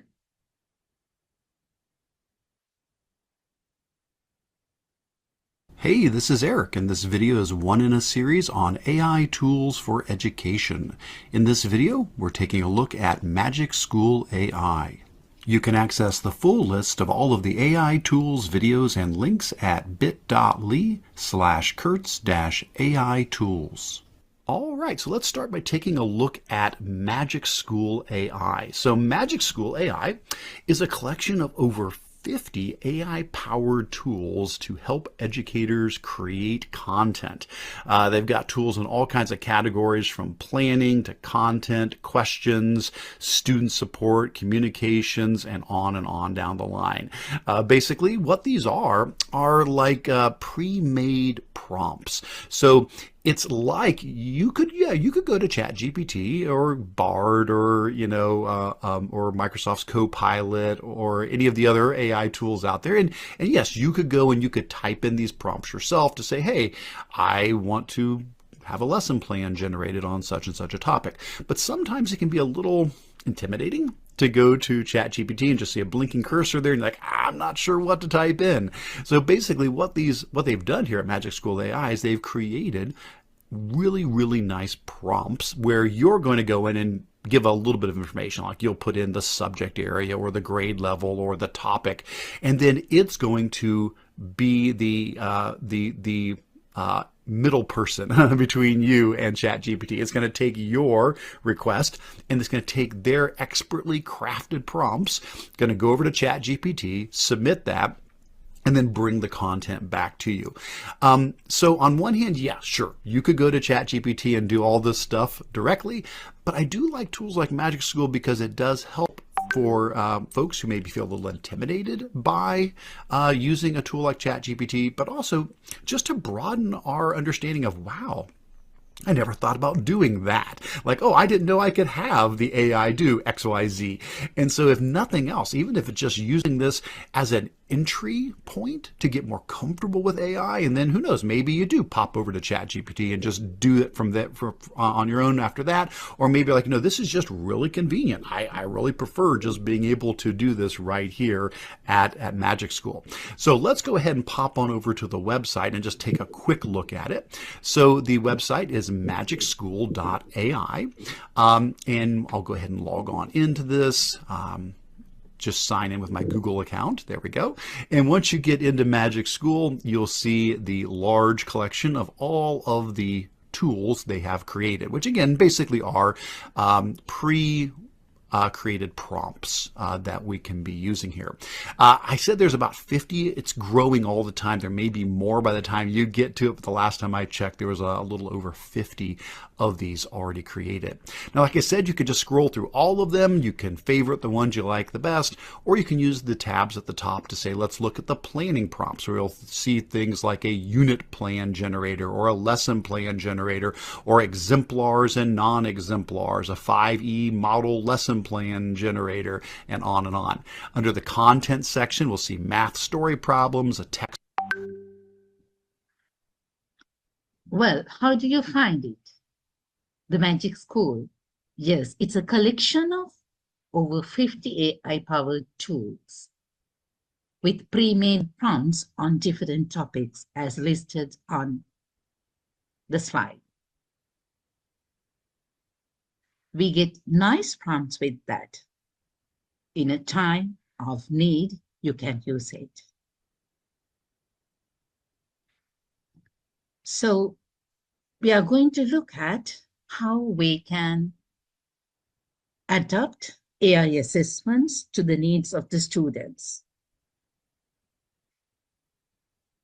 Because we know we have different learners in our context at different levels in the same classroom. But if we use AI-powered assessment tools, we can create personalized assessments according to the language level of the learners. Adaptation can always be done. Also, we can use multi-model assessment formats. And progressive skill tracking will support the teacher to make it very personalized for the students, and the development can be highlighted there. Not only that, we can use AI assessments according to the adaptation of cultural sensitivity and real-life context. Do you remember at the initial video how we noticed it's going to be an adaptation on real-life context? Yes, it can be. And automated analysis for writing and speaking, and even other skills, listening and reading, will be useful for this adaptation. Don't you see how teachers are supported comprehensively with AI assessment tools? Let's try to implement and motivate our learners in the language classroom. We had looked into different tools and how to use them. Let's look at the advantages on assessment with AI. We see several advantages: motivation and engagement, autonomy and self-regulation, personalized learning and assessment, customizable feedback, real-time analytics and insights, metacognitive and reflective skills, language acquisition and retention, diverse learning and cultural perspective, and integration with curriculum standards. Most importantly, the advantage comes with teacher to reduce workload. So, shall we look at some of these in details? Did you notice while we were looking at some of the assessment tools, how motivating it was for the students and also engagement? They were engaged in a very happy learning context. Though it was assessment, it was a game for them. And so these personalized learning and assessment, it is adaptive and supportive. Motivation is given for the learners to move on with their progressive analytical reports.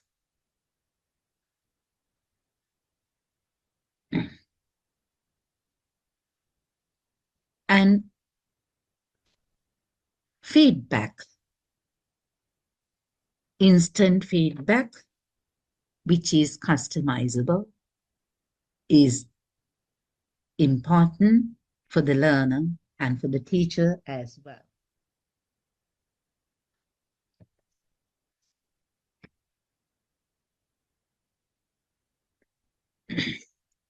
Because with that, teacher can adapt the next level for the student, and also to make remedial teaching.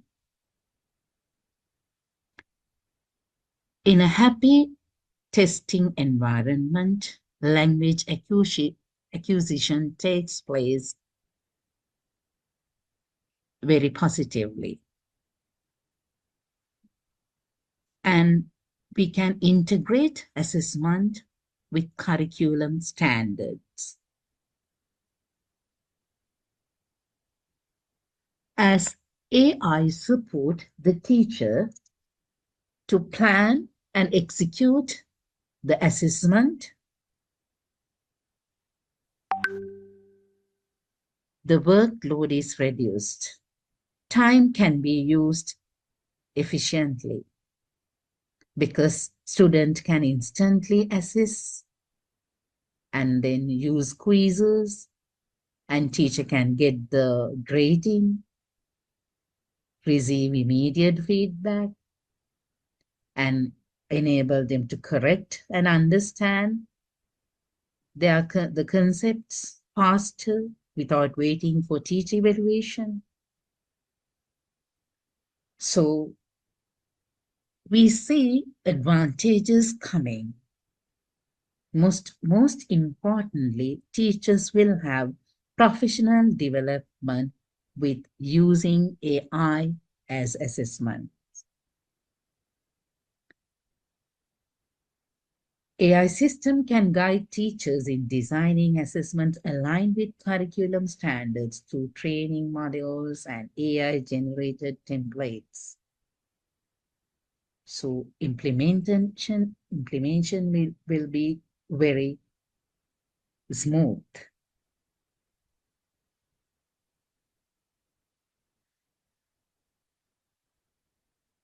This allows teachers to have more focus on learn autonomy and assessment process and on administration rather than tiring herself with planning.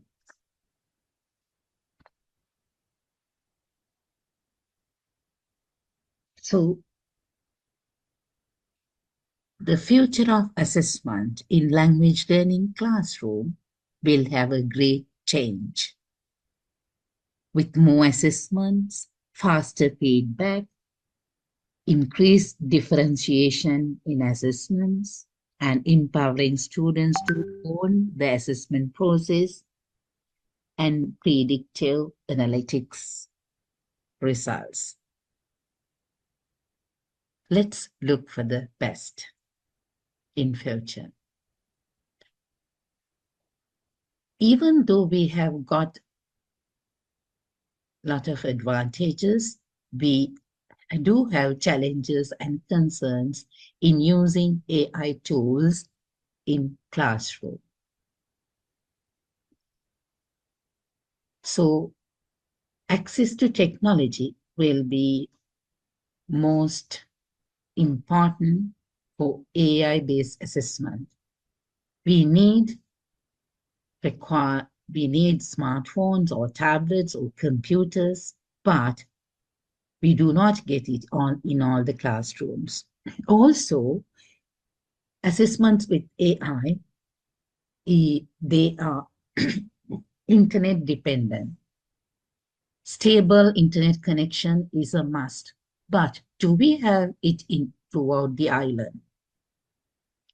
On the other hand, we might have negative attitude towards technology that resist teachers, students, even parents to have awareness and use AI-based assessment in the classroom. Besides, lack of professional trainings for teachers will too have a greater impact. So let's see, what solution can we find for all these challenges and concerns? Teachers can use offline AI tools We can look for AI assessment tools that can work offline or with minimal internet facility. Even SMS or text-based assessments will be another option in environment limited internet. Using SMS-based assessment can be effective then. On the other hand, audio-based feedback with simple devices to record videos and playback, and you can use smartphones or MP3 players for pronunciation and listening practice in this regard. AI can help to generate printable assessments and feedback reports for teachers that can be used in the language classroom. Sometimes we find community Wi-Fi for practice in periodic access at different places. So students and teachers can have occasional access to internet in certain areas and upload or download the assignments they need in bulks. Of course, trainings for teachers would be needed to have positive environment for use AI-based assessment in language classroom.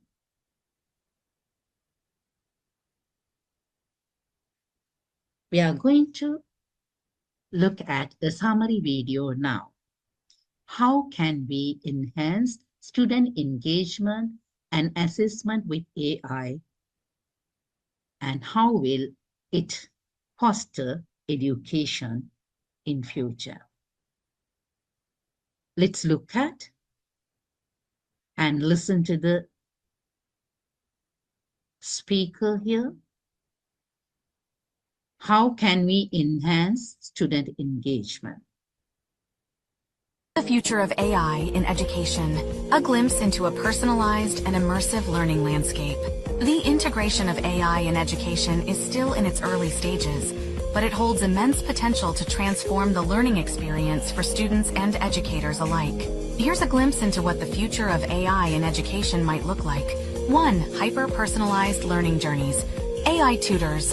Advanced AI tutors will go beyond current capabilities, offering in-depth understanding of individual student strengths, weaknesses, and learning styles. They will tailor lessons dynamically, adjusting pace, difficulty, and content delivery to create unique learning paths for each student. Predictive analytics. AI will analyze vast amounts of educational data to predict individual student needs and potential challenges. This will allow for proactive interventions and personalized support before difficulties arise. Adaptive feedback loops. AI-powered feedback systems will go beyond simple grading, offering constructive, real-time feedback that addresses specific student misconceptions and guides them towards mastery. 2. Immersive and engaging learning environments. Virtual reality, VR and augmented reality, AR. These technologies will be seamlessly integrated into learning, creating interactive and immersive experiences that allow students to explore diverse topics and environments in a safe and engaging way. Imagine exploring the human body in VR or conducting historical simulations in AR. Gamification. AI will personalize learning experiences by incorporating gamification elements like point systems, badges, and leaderboards. This will motivate students, enhance engagement, and make learning more enjoyable. AI-powered simulations. Students will be able to apply their knowledge and practice skills in realistic simulated scenarios, fostering critical thinking, problem-solving, and decision-making abilities. 3. Empowering educators and addressing challenges. Teacher assistants. AI-powered tools will serve as intelligent assistants for teachers, automating routine tasks like grading, scheduling, and administrative duties. This will free up valuable time for teachers to focus on personalized instruction, creative lesson planning, and student interaction. Professional development. AI can offer personalized professional development opportunities for teachers, tailoring training and resources to their specific needs and teaching styles. Addressing ethical concerns. As AI adoption in education progresses, addressing ethical concerns like data privacy, algorithmic bias, and potential misuse of student data will be crucial. Open discussions, ethical guidelines, and robust regulatory frameworks will be essential for responsible AI implementation. 4. Democratizing education and breaking barriers. Accessibility for all. AI-powered translation tools will break down language barriers, allowing students to access educational content in their native language. This will enhance inclusion and equity in education. Remote learning.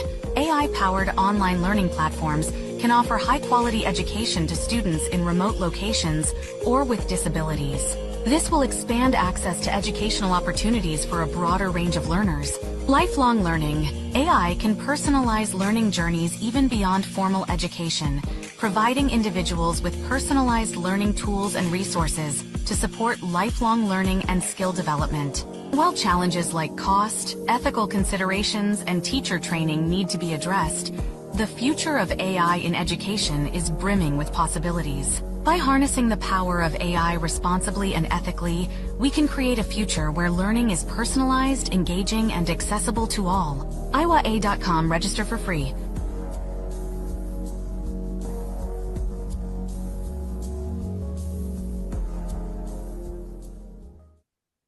Well, you must have got many points on how we can enhance student engagement and assessment with AI for future education.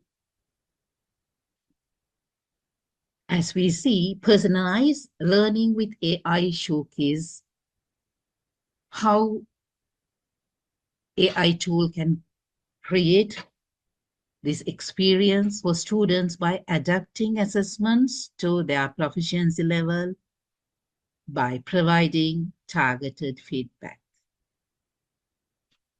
It's supposed to encourage ethical use of AI in education. Also,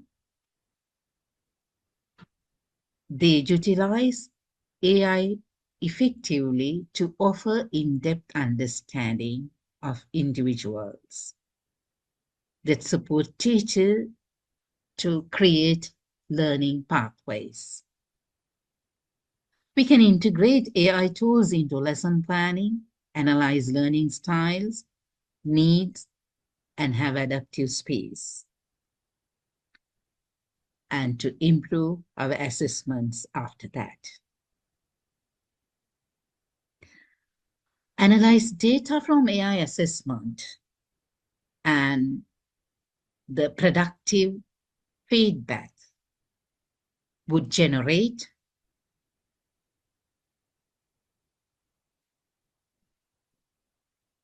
good analysis for the teacher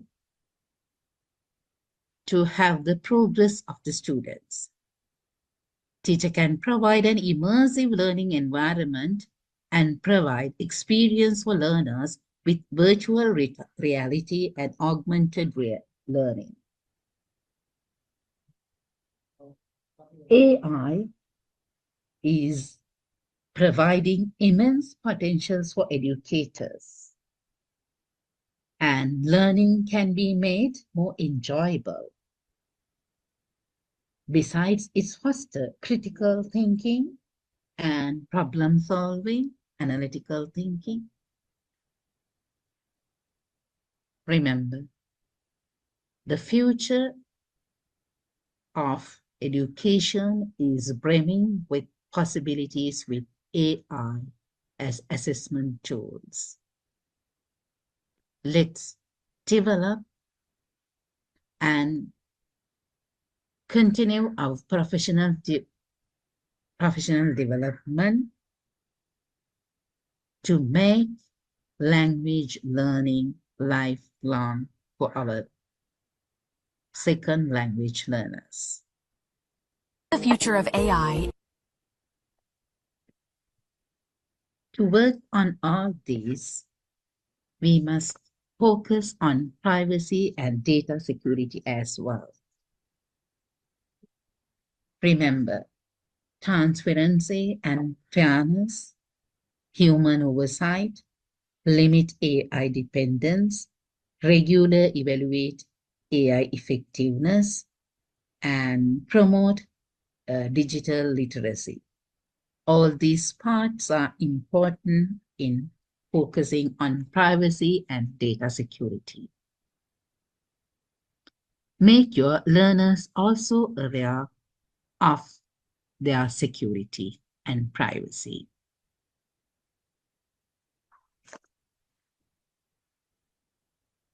It's time for the Q&A session now. Thank you very much for joining us. Here comes our reference list. The platform is open for your questions now. And let me extend my heartfelt thanks to National Institute of Education, Sri Lanka, for providing us the opportunity to deliver this workshop. Also, my sincere thanks goes to my team at RESC, Chela, for supporting me to develop the workshop plan. We are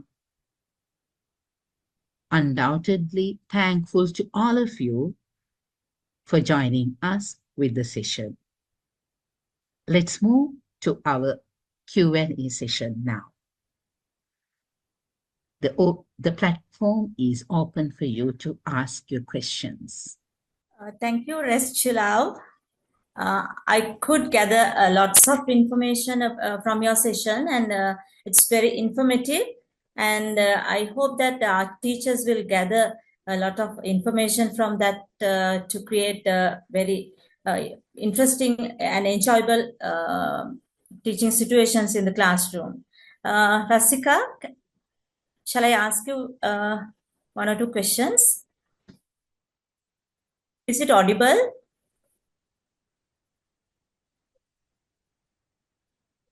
Yes, Malika, we can hear you. Right, thank you. How can AI be utilized to provide personalized feedback in ESL classroom? And how does this impact student engagement, Rasika? Rasika?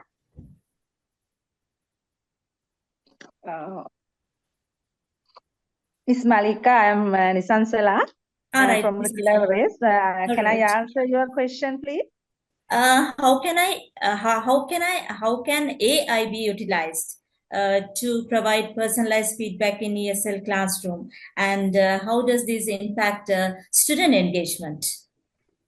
AI can be used to analyze students' written and spoken language, identifying trends and areas for improvement. For example, AI-powered tools like Grammarly or speech recognition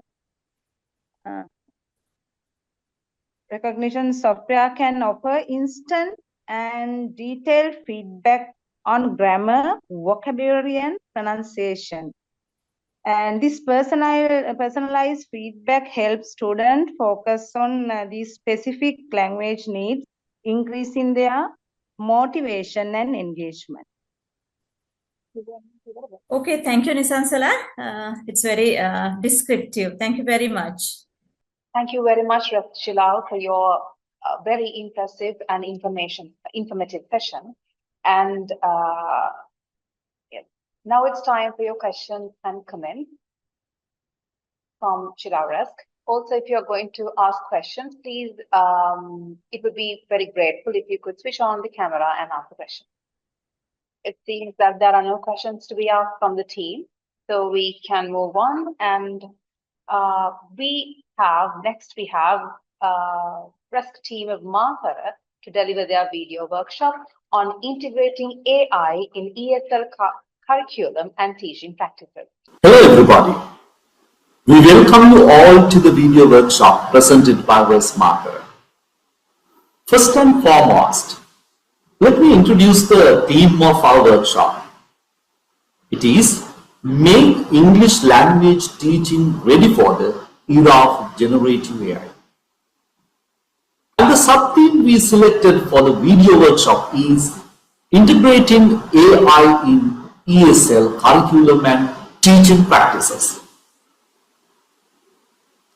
Throughout the workshop, we We hope to discuss and share our knowledge about integrating AI in ESL curriculum, integrating AI in teaching practices, online AI tool StoryJumper, a demonstration of the tool, the advantages of using StoryJumper in the field of ELT.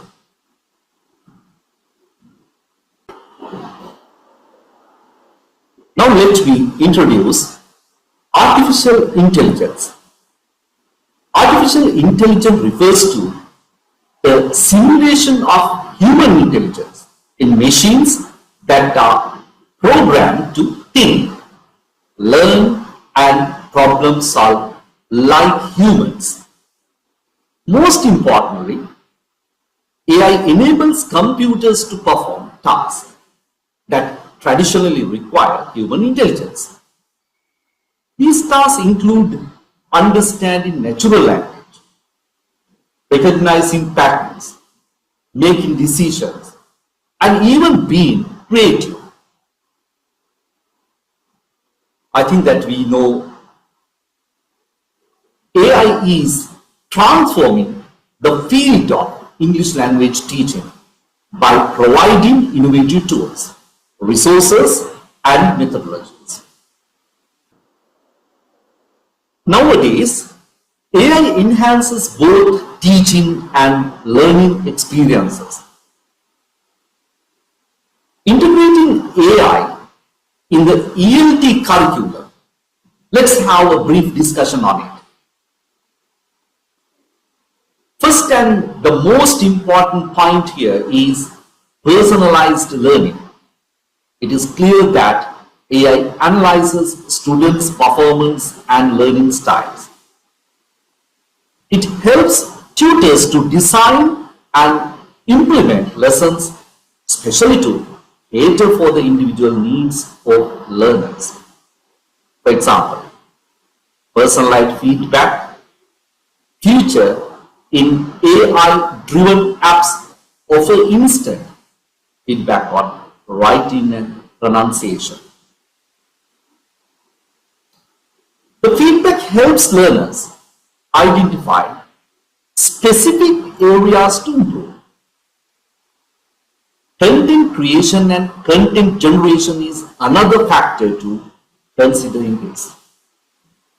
AI can generate digital stories, speaking exercises, and listening activities related to various proficiency levels. Now, let's consider how AI empowers ELT through teacher support and assisting professional development. For example, AI-driven platforms can recommend resources, articles, and material to help teachers to facilitate ELT.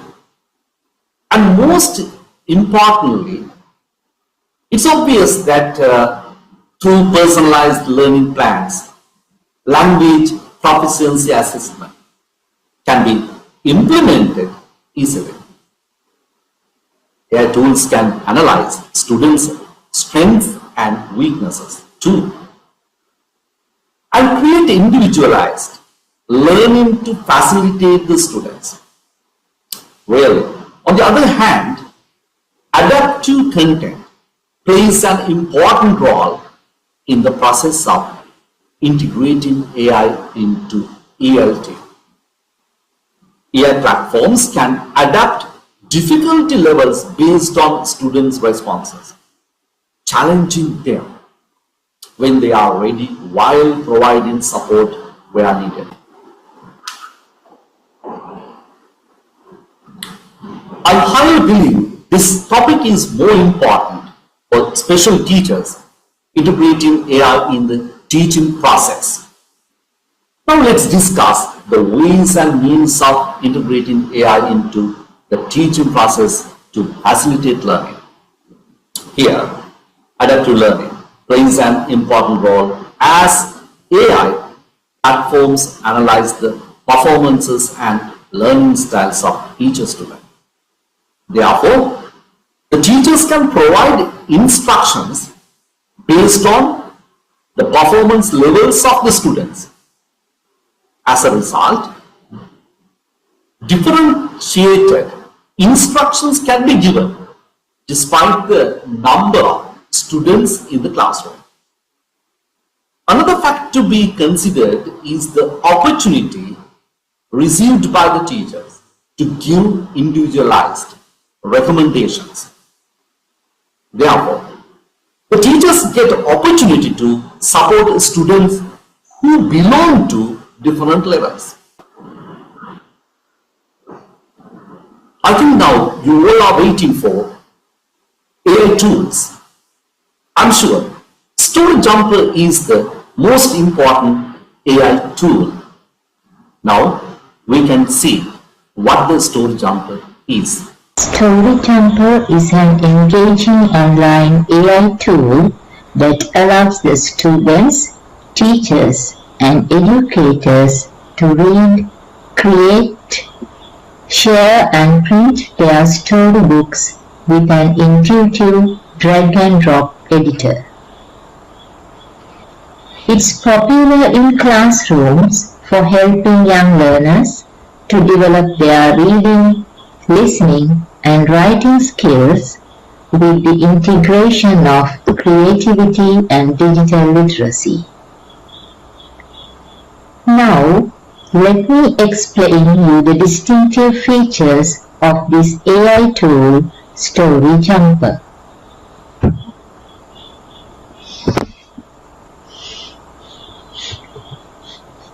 And this is the logo of Story Jumper, and it's a web tool, and the website is storyjumper.com.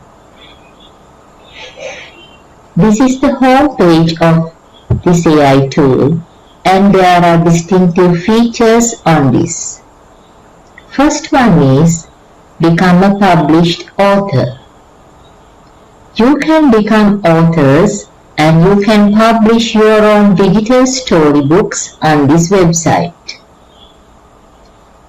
And the next one is My Books. There are two tabs. First one is Create New Books. So when you want to create a new book, you have to click on this and create your digital version of the storybook. When you go to Web Ideas, there are number of books you can read. And can you see there's an unfinished book? You can create your own books, but if you don't have time to complete it, you can save it here in My Books, and later you can again open it and complete the story.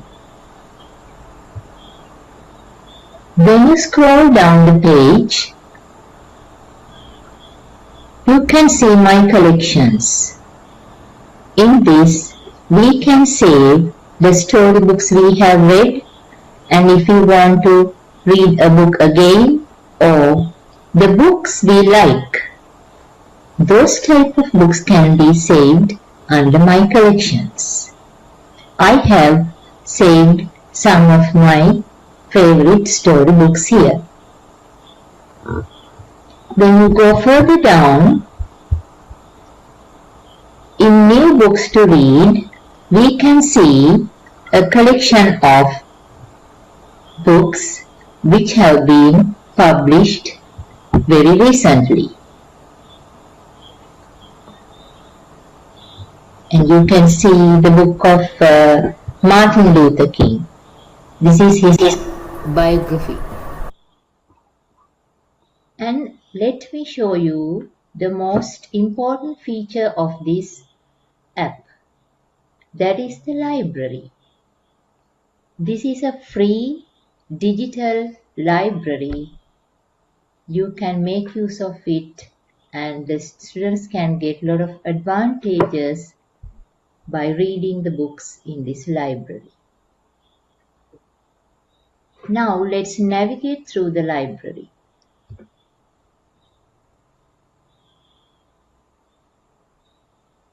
In this free online library, you have a lot of books and a wide variety of books. And there are some features. So age, subject, category, popular, collections, and language. Now let me show you the books which have been published according to the age groups. Let's see a book which is suitable for 5 to 6 age group.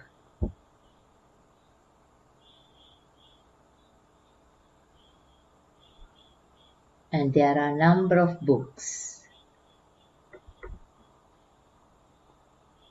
All the books are suitable for the students of that age group, and the titles are of their immediate environment.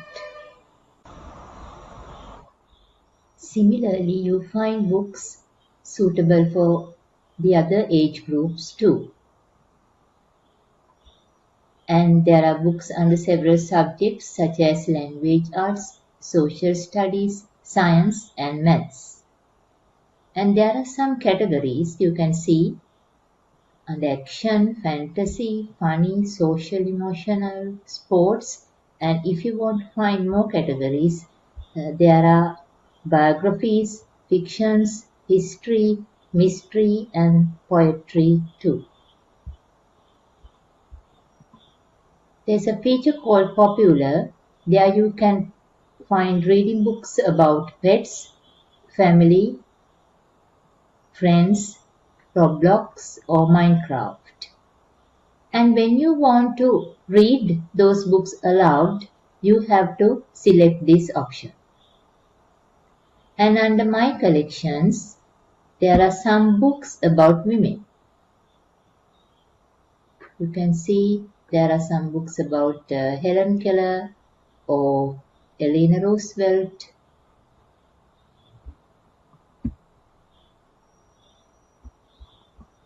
And again, there's another tab that is Black History. When you click on it, you get storybooks about Black people.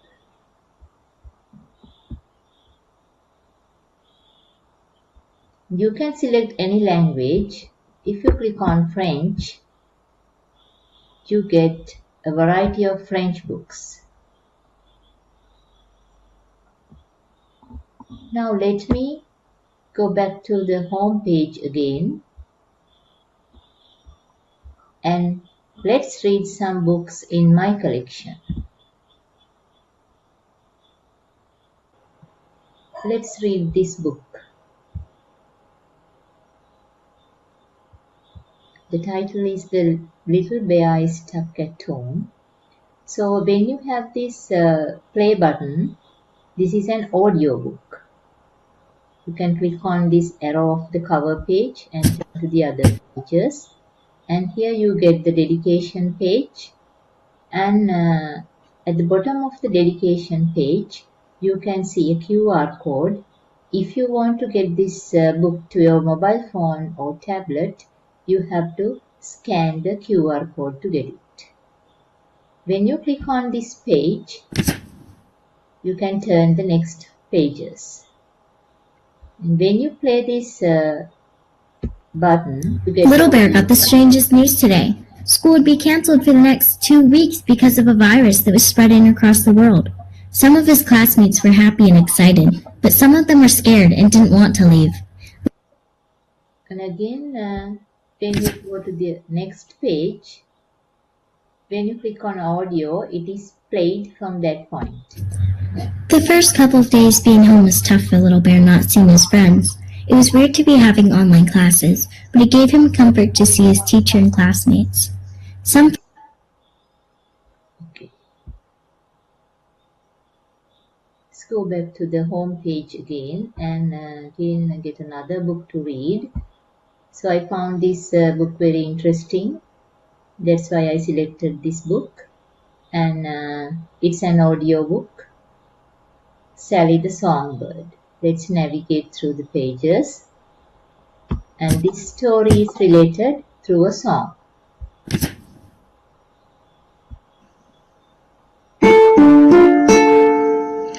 Sally the songbird has lost her song. She's sad and feeling low. Then she spots a farm on a distant hill and flies over to say hello.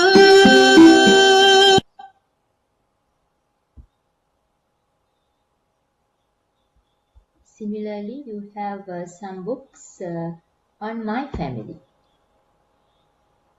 One parent has created this book and published it on this website. This is very important for children, I think. So let's look at the pages. There are some pictures of family members and images and descriptions about great-great-grandpa and grandma and some other family members, and about the nanny and parents. So when we add this kind of a book to this website, so the parents can pass the history of their family to the next generation. So the students find it very interesting to read those type of digital books.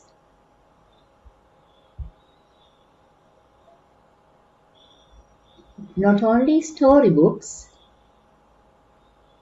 we can see digital books related to other subjects. So this is a book on science.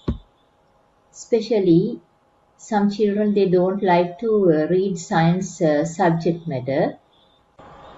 The title of the book is The Adventure of a Drop of Water.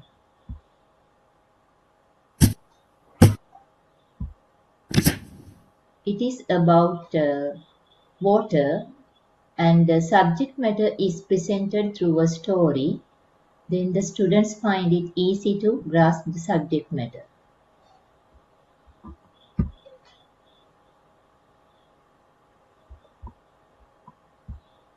Similarly, we can find some books on collaborative projects. This teacher has assigned them with a project that is on theatrical classroom project. And the students have done the project and prepared this digital book as a project report. They have included the photographs and their experience and descriptions in it.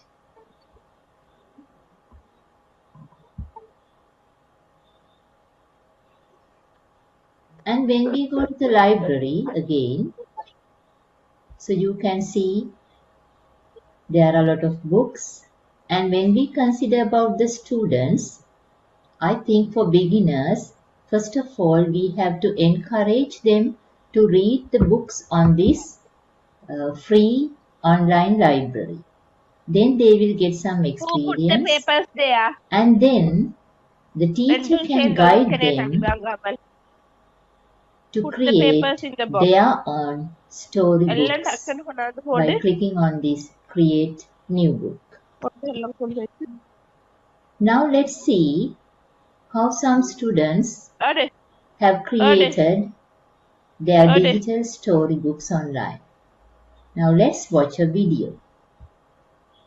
Hurry up, hurry up.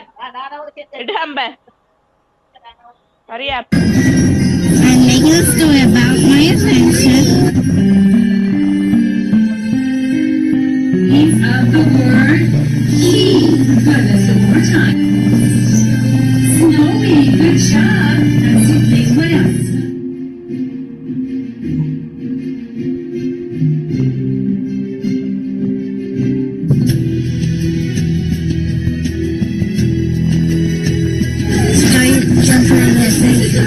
Use my imagination. I like to write stories more.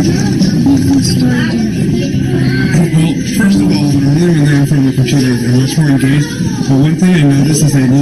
lost after a while.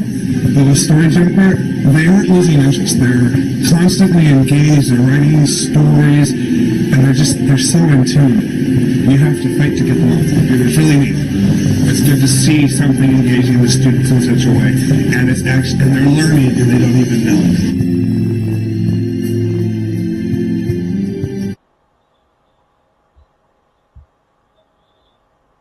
So in that video, we could observe how the traditional teaching methods have been customized with the help of this AI tool. So now we are going to give you an experience on viewing a demonstration on how to create a digital book online. I hope now you all know about the interface of this online AI tool called Story Jumper and what are the most important features of this interface.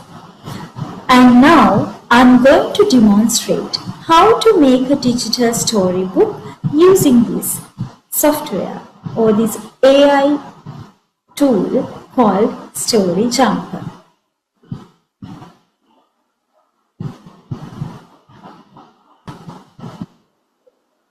As we all know, Story Jumper is an online AI tool.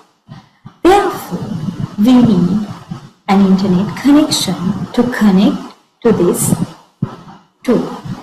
So, we can use Google search engine and search the word Story Jumper, and then you will get a link like this. So once you get a link like this, you can simply click on the link and you will be redirected to a page like this. So this is the home page. Here in the home page, you can see there's an option called Create New Book. You can click on that and you will be provided with already made templates. Then you can select any template that goes with the story that you hope to create. So here I'm going to select the blank book. Once I selected the blank book, the interface will look like this. So here, this is the front page or the cover page of the digital book that we are going to create. So you can do any change to this cover page. First, I'll tell you how to change the color of the cover page. You can use the color palette given and select the best color that you hope to have in the cover page. Then you can select a cover pattern. So this will look like a hard cover of a book. So here I'm going to select this pattern. Once you select a pattern, you can click on that. When you click on that, it will apply into your book like this. Now, I'm going to show you another very interesting part of creating a storybook. That is to add the title of the book and to add the author's name. So here in the cover page, when you click on this, click to add title bar, it will appear like this. And you have to type the name of your digital storybook. Then here you can add the author's name, that is your name or your student's name in this. So when you add a name to the book, just like this, you can type a name. I'm going to type this as the topic of my digital book. And to add the author's name, I'm going to add the author's name now. Here, you can also see there are a lot of options that you can select.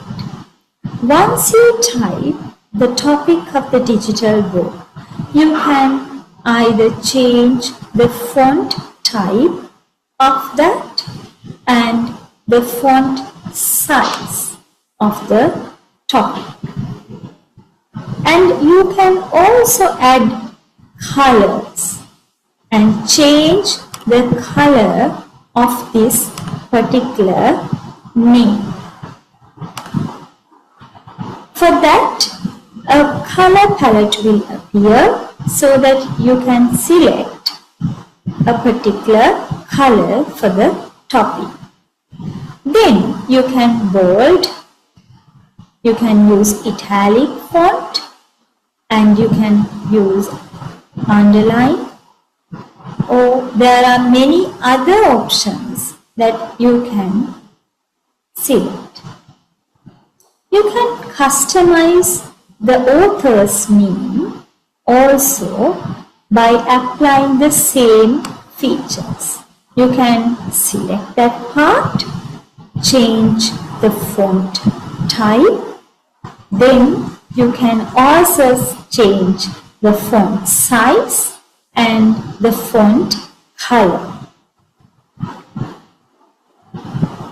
Now I'm going to show you how to add these features here into our digital books. So to the cover page, I'm going to add some scenes and some props. And I believe that adding images to a book will make it more beautiful and the readers will love to read that book. So here I'm going to add a scene now. Since I can't find a suitable scene, I'm going to search the scene. I'm going to search the scene of a sea beach. And I'm going to search it, and you will be provided with lot of templates that goes with the word. Then we can just select one and click. So here in this panel, you can see the scene we selected appears. And you can simply click on that so that the scene will apply into your digital storybook. Then I thought of adding some props to the cover page so that the cover page will look more beautiful. So I'm going to add a girl into this, but I can't find any images that goes with that. So I thought of designing a character. What I'm going to do now is to design a character. For that, I want to click on this Design Character option. So I'm going to create two characters, one boy and a girl. The boy, I'm going to customize the boy's character now. So I can select a skin tone and the hair type and eyes, eyebrows, mouth, hair, glasses, then clothes. Then I can finish adding all the features. And now you can see my character is here. And I click on that so that it will appear on the front page. I can drag it down then drag like this to make the image bigger. Now I'm going to add another character to this, and this time I'm going to create the character of a girl. So for that I'm going to change the hairstyle, and I'm going to change the clothes and the cloth color. Then I'm going to again to change this part and add another color, and I'm going to finish creating my character so that again the character appears here in the panel. I'm going to click on that. Now you can see that character appears in the front page.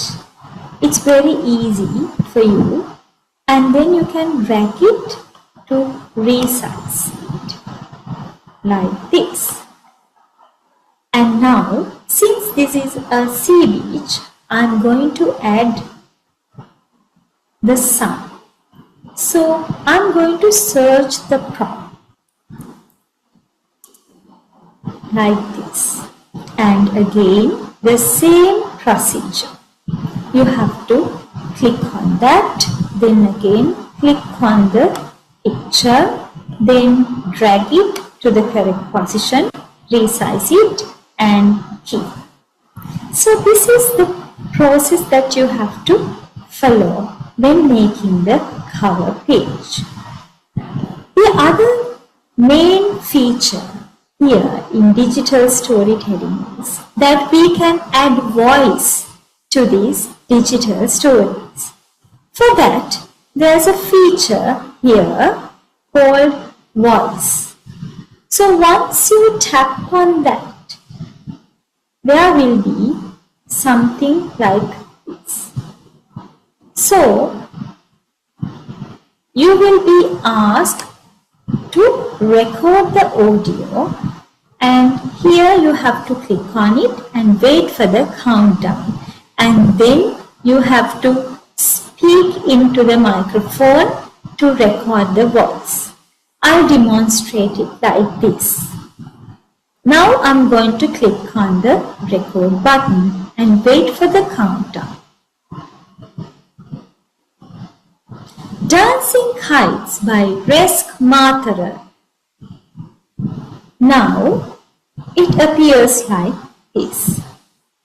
I'm going to play this and see whether my voice is clear. Dancing Kites by RESC Matara. Yes, I think that my voice is okay. Now I have another feature to show you. There you can add music to this digital storybook. So since this is something about sea beach, I'm going to search the music tab to see whether any music that goes with the topic is there. Now I can see the ocean topic is there. So I'm going to click on that so that it will appear on the cover page. Now I'm going to play this and see whether everything is fine.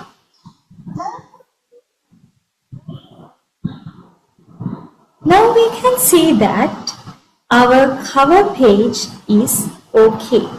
So once you are done with it, you can use the save button and save that front page. Now in the timeline, the front page will appear like this. Now what are we going to do next? I'm going to show you how to do the second page. Down here you can see the timeline of this book. So this is the front page and this is the dedication page. So I'm going to click on the dedication page and it will look like this. We have our cover page with us and the voice added, and the second page is the dedication. So if you want to add voice to it, you can simply click on the voice tab and record the voice as I demonstrated earlier. So the third page is the first page of our digital storybook. So you can add the scene of the sea beach. Then if you want more prompts, you can search the props part and add these props to the first page. Then you can customize these props, the size of them and also the place where they should be. And it's very easy and everybody can use this easily to make digital storybooks. Even small kids can use this easily. So after you add pictures and the scenes, you have to write what is there in the story. I'm going to add a text box, and this is the text box, and once I click on it, I can see the blinking cursor. So I'm going to type what I want to type here, the first line of the storybook.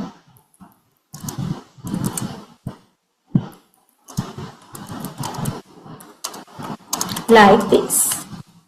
So I again can do the necessary things to the font size, font color and the font type like this. So once you do this, you can drag or you can change the size like this. And then you have the right to record the voice for this. You can read it out and complete the pages. Now once you finish doing this, what I'm going to show you is how to add pages, remove unnecessary pages, and copy pages and undo actions. So here you can see these options. The first one is undo, and the second one is delete page, and the third one is add page, and the last one here is copy page. So if I want to delete a page from the book, I'm going to use delete page option. Before that, I'm going to show you the add page option. And I don't want this page in my book. And now I'm going to use the bin button and delete. Once a message like this appears, you have to click on the OK button. And now this is the output. So once you finish making the digital storybook, you can see everything you did here. Your work is shown like this. So this is how we can make a digital storybook. And now I'm going to show you a completed book.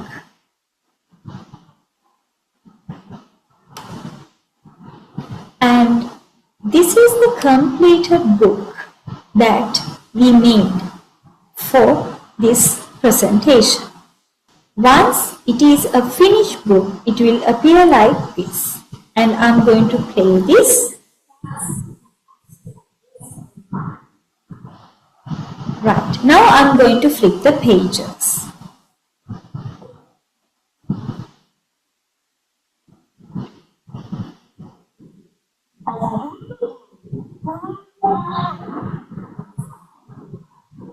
Like this, you can see the completed book. Once this book is over, you can add the end to the book. And As we all know, we can comment on this book and we can share this digital book with your friends and colleagues and inspire them to write a new book.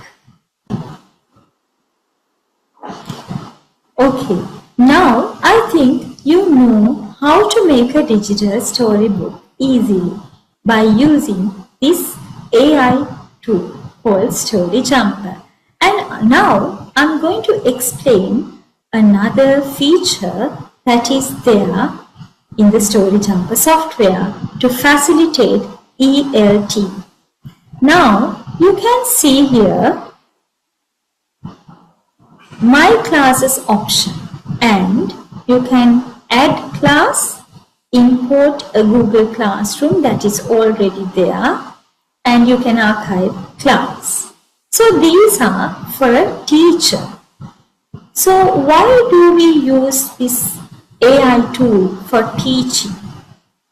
It's because we can enter this tool by giving our details that we are teachers. So once we register in this platform as a teacher, the platform will allow us to add our students to this interface. So for that, we have the option Add Class and invite our students through a link to join the class. Why do we think that it is important? It's because we as teachers can view their work from this interface. Because all the students are in the class and the teacher can easily view their work. And the teacher can give feedback to their work. Not only that, there's another feature, import Google Classroom. If we have a Google Classroom that is already there, we can import the students of that Google Classroom into this interface through this link. So here we are going to add this class to this interface, and the teacher again can view the work of the children. And as a result of that, the teacher can give on-the-spot feedback for their work. So I think these two features are very much important in ELT because integrating AI technology into the field of ELT is now developing rapidly. And we all must get used to these apps, and we all can get advantages through using these apps. Now I'm going to explain the application of this tool, Story Jumper, in the field of English language teaching. As we all know, English language teaching is facilitated through providing lot of vocabulary. As we know by now that Story Jumper has the library facility. You can go and select age-appropriate books from the library and you can read them, or you can listen to those stories at the same time. So the students' vocabulary will improve as a result of this, and the writing skills are a main target of this app. Not only that, nowadays kids are digital natives, not like the digital immigrants. So these digital natives live with the digital skills and they are born with the digital skills. Therefore, these digital skills of learners can be improved through digital storytelling and using this software or this AI tool, the Story Jumper. And not only that, learning and entertainment can also be gained through this AI tool. So the child can entertain him or herself at the same time he or she can learn vocabulary, writing skills, and speaking skills as well. So when they work in groups, they will create this digital storybook and add their voices to this book, and they will learn the positive attitudes and values like teamwork, team spirit, and all that. And technology integration is another positive aspect in digital storytelling using the online AI tool Story Jumper. And not only that, the child's imagination can be improved, developed when they use this Story Jumper software. So these AI tools are very much important in ELT nowadays. The world is developing, the technology is developing, and the students that are in the classrooms now are also changing. And they are digital natives, and we should keep that in our mind when we enter a classroom to teach them.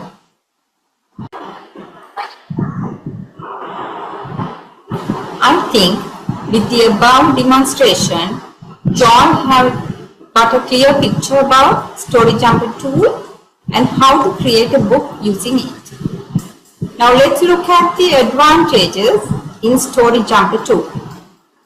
We have paid our attention to top 5 advantages. First one, user-friendly interface. Second one, creativity and literacy development. Third one, wide range of resources. Fourth one, voice feature. And the fifth one, collaboration opportunities. Now, first we'll look at user-friendly interface. Actually, to use Story Jumper, we don't require special skills because it is easy to use even with minimal technology experience. It means this tool doesn't require advanced skills to create stories. So students in countries with low technological facilities also can engage in Story Jumper and enhance their knowledge in any field or any topic in related to any subject like science, geography, history, etc. Not only that, as mentioned in the demonstration, teachers can print the finished books or share the digital copies, making them easy to incorporate into their language lessons or the other subjects as well. Second advantage is creativity and literacy development. Story Jumper develops creativity and literacy by allowing students to create their own stories. They can choose characters, settings, and plots which encourages imaginations. And writing stories to improve their language skills while reading and reviewing their work. It helps with vocabulary, grammar, and sentence structures. Third advantage is wide range of resources. Actually, Story Jumper offers a wide range of resources to help users to create their own books. It provides a library of free illustration that can be used to make stories visually appealing. Not only that, user can upload their own images or use simple tools to design characters and scenes. This platform offers templates and easy to use features for writing and formatting the books. Story Jumper has helpful guidelines and tips for new writers especially, so they can start and finish their books with the resources they need. Fourth advantage is voiceover feature. It allows users to record and add their voice to the digital stories. This makes the books more interactive and engaging. Adding narrator's voice can guide the readers through the story. By voicing the story, the students can listen to their own voice and do self-correction. Through that, they can build up self-confidence and can help in pronunciation as well. Voiceover feature is the greatest way to enhance storytelling, especially for young readers and those who are with special needs. Fifth and the last advantage is collaboration opportunities. StoryJumper helps students to work together on creating a book. Using a StoryJumper for group projects promotes collaboration, peer learning, and the use of English in social context. Each student can be responsible for writing different parts of the stories.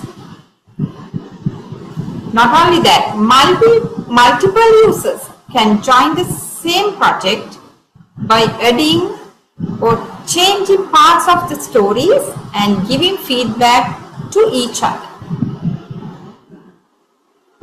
Further, StoryJumper allows writers, illustrators, and editors to work together to share and improve the book. Everyone can see updates and suggestions of their work, so it helps the team to create a better and more creative final product. Recommendations. There are some recommendations to imply when handling StoryJumper tool in ELT classroom. Teachers can start with some stories with clear and repetitive structures to help beginners to build confidence in reading and writing. And if your goal is to improve the conversational skills, you can develop stories with dialogues. And this allows them to practice common conversational structures like greeting, request, and expressing emotions. Once stories are completed, they can be used for loud reading, and this can help in pronunciation as well. Another way is you can organize a book reading day where students read their books to peers or young ones or the weaker ones in their class. Further, teacher can use stories to form of informal assessment. Review the stories to assess students' vocabulary, grammar, and sentence structures and creativity too. Not only that, teacher can provide a feedback on their work. After completing a story, encourage students to share it with their family or friends.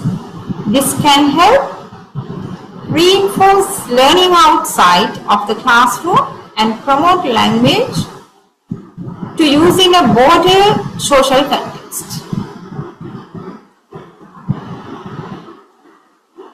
Actually, it is obvious that StoryJumper is a versatile and user-friendly tool that can significantly enhance ESL teaching. By offering a creative and engaging way to practice writing, reading, speaking, and listening skills, that mean all 4 skills. By allowing students to create their own books, teacher can foster a deeper connection to the language. making it more meaningful and enjoyable. The visual and customizable nature of Story Jumper ensures that it can be adapted to students of various levels, making it a great addition to any ESL curriculum.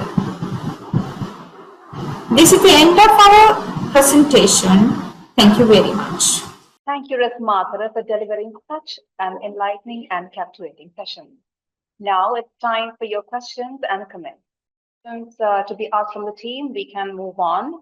And thus we have approached the end of the first day of the conference. As is customary, the Regional English Support Center Association General Meeting is held at the conclusion of the first day of the conference. We cordially invite RESCA members to attend the meeting to connect, share insights, and discuss significant matters. We kindly seek the understanding and cooperation of attendees who are not members of the RESC Association. Please exit the meeting to ensure an undisturbed and focused discussion. We sincerely appreciate your support and warmly invite you to rejoin the conference proceedings tomorrow. Thank you all.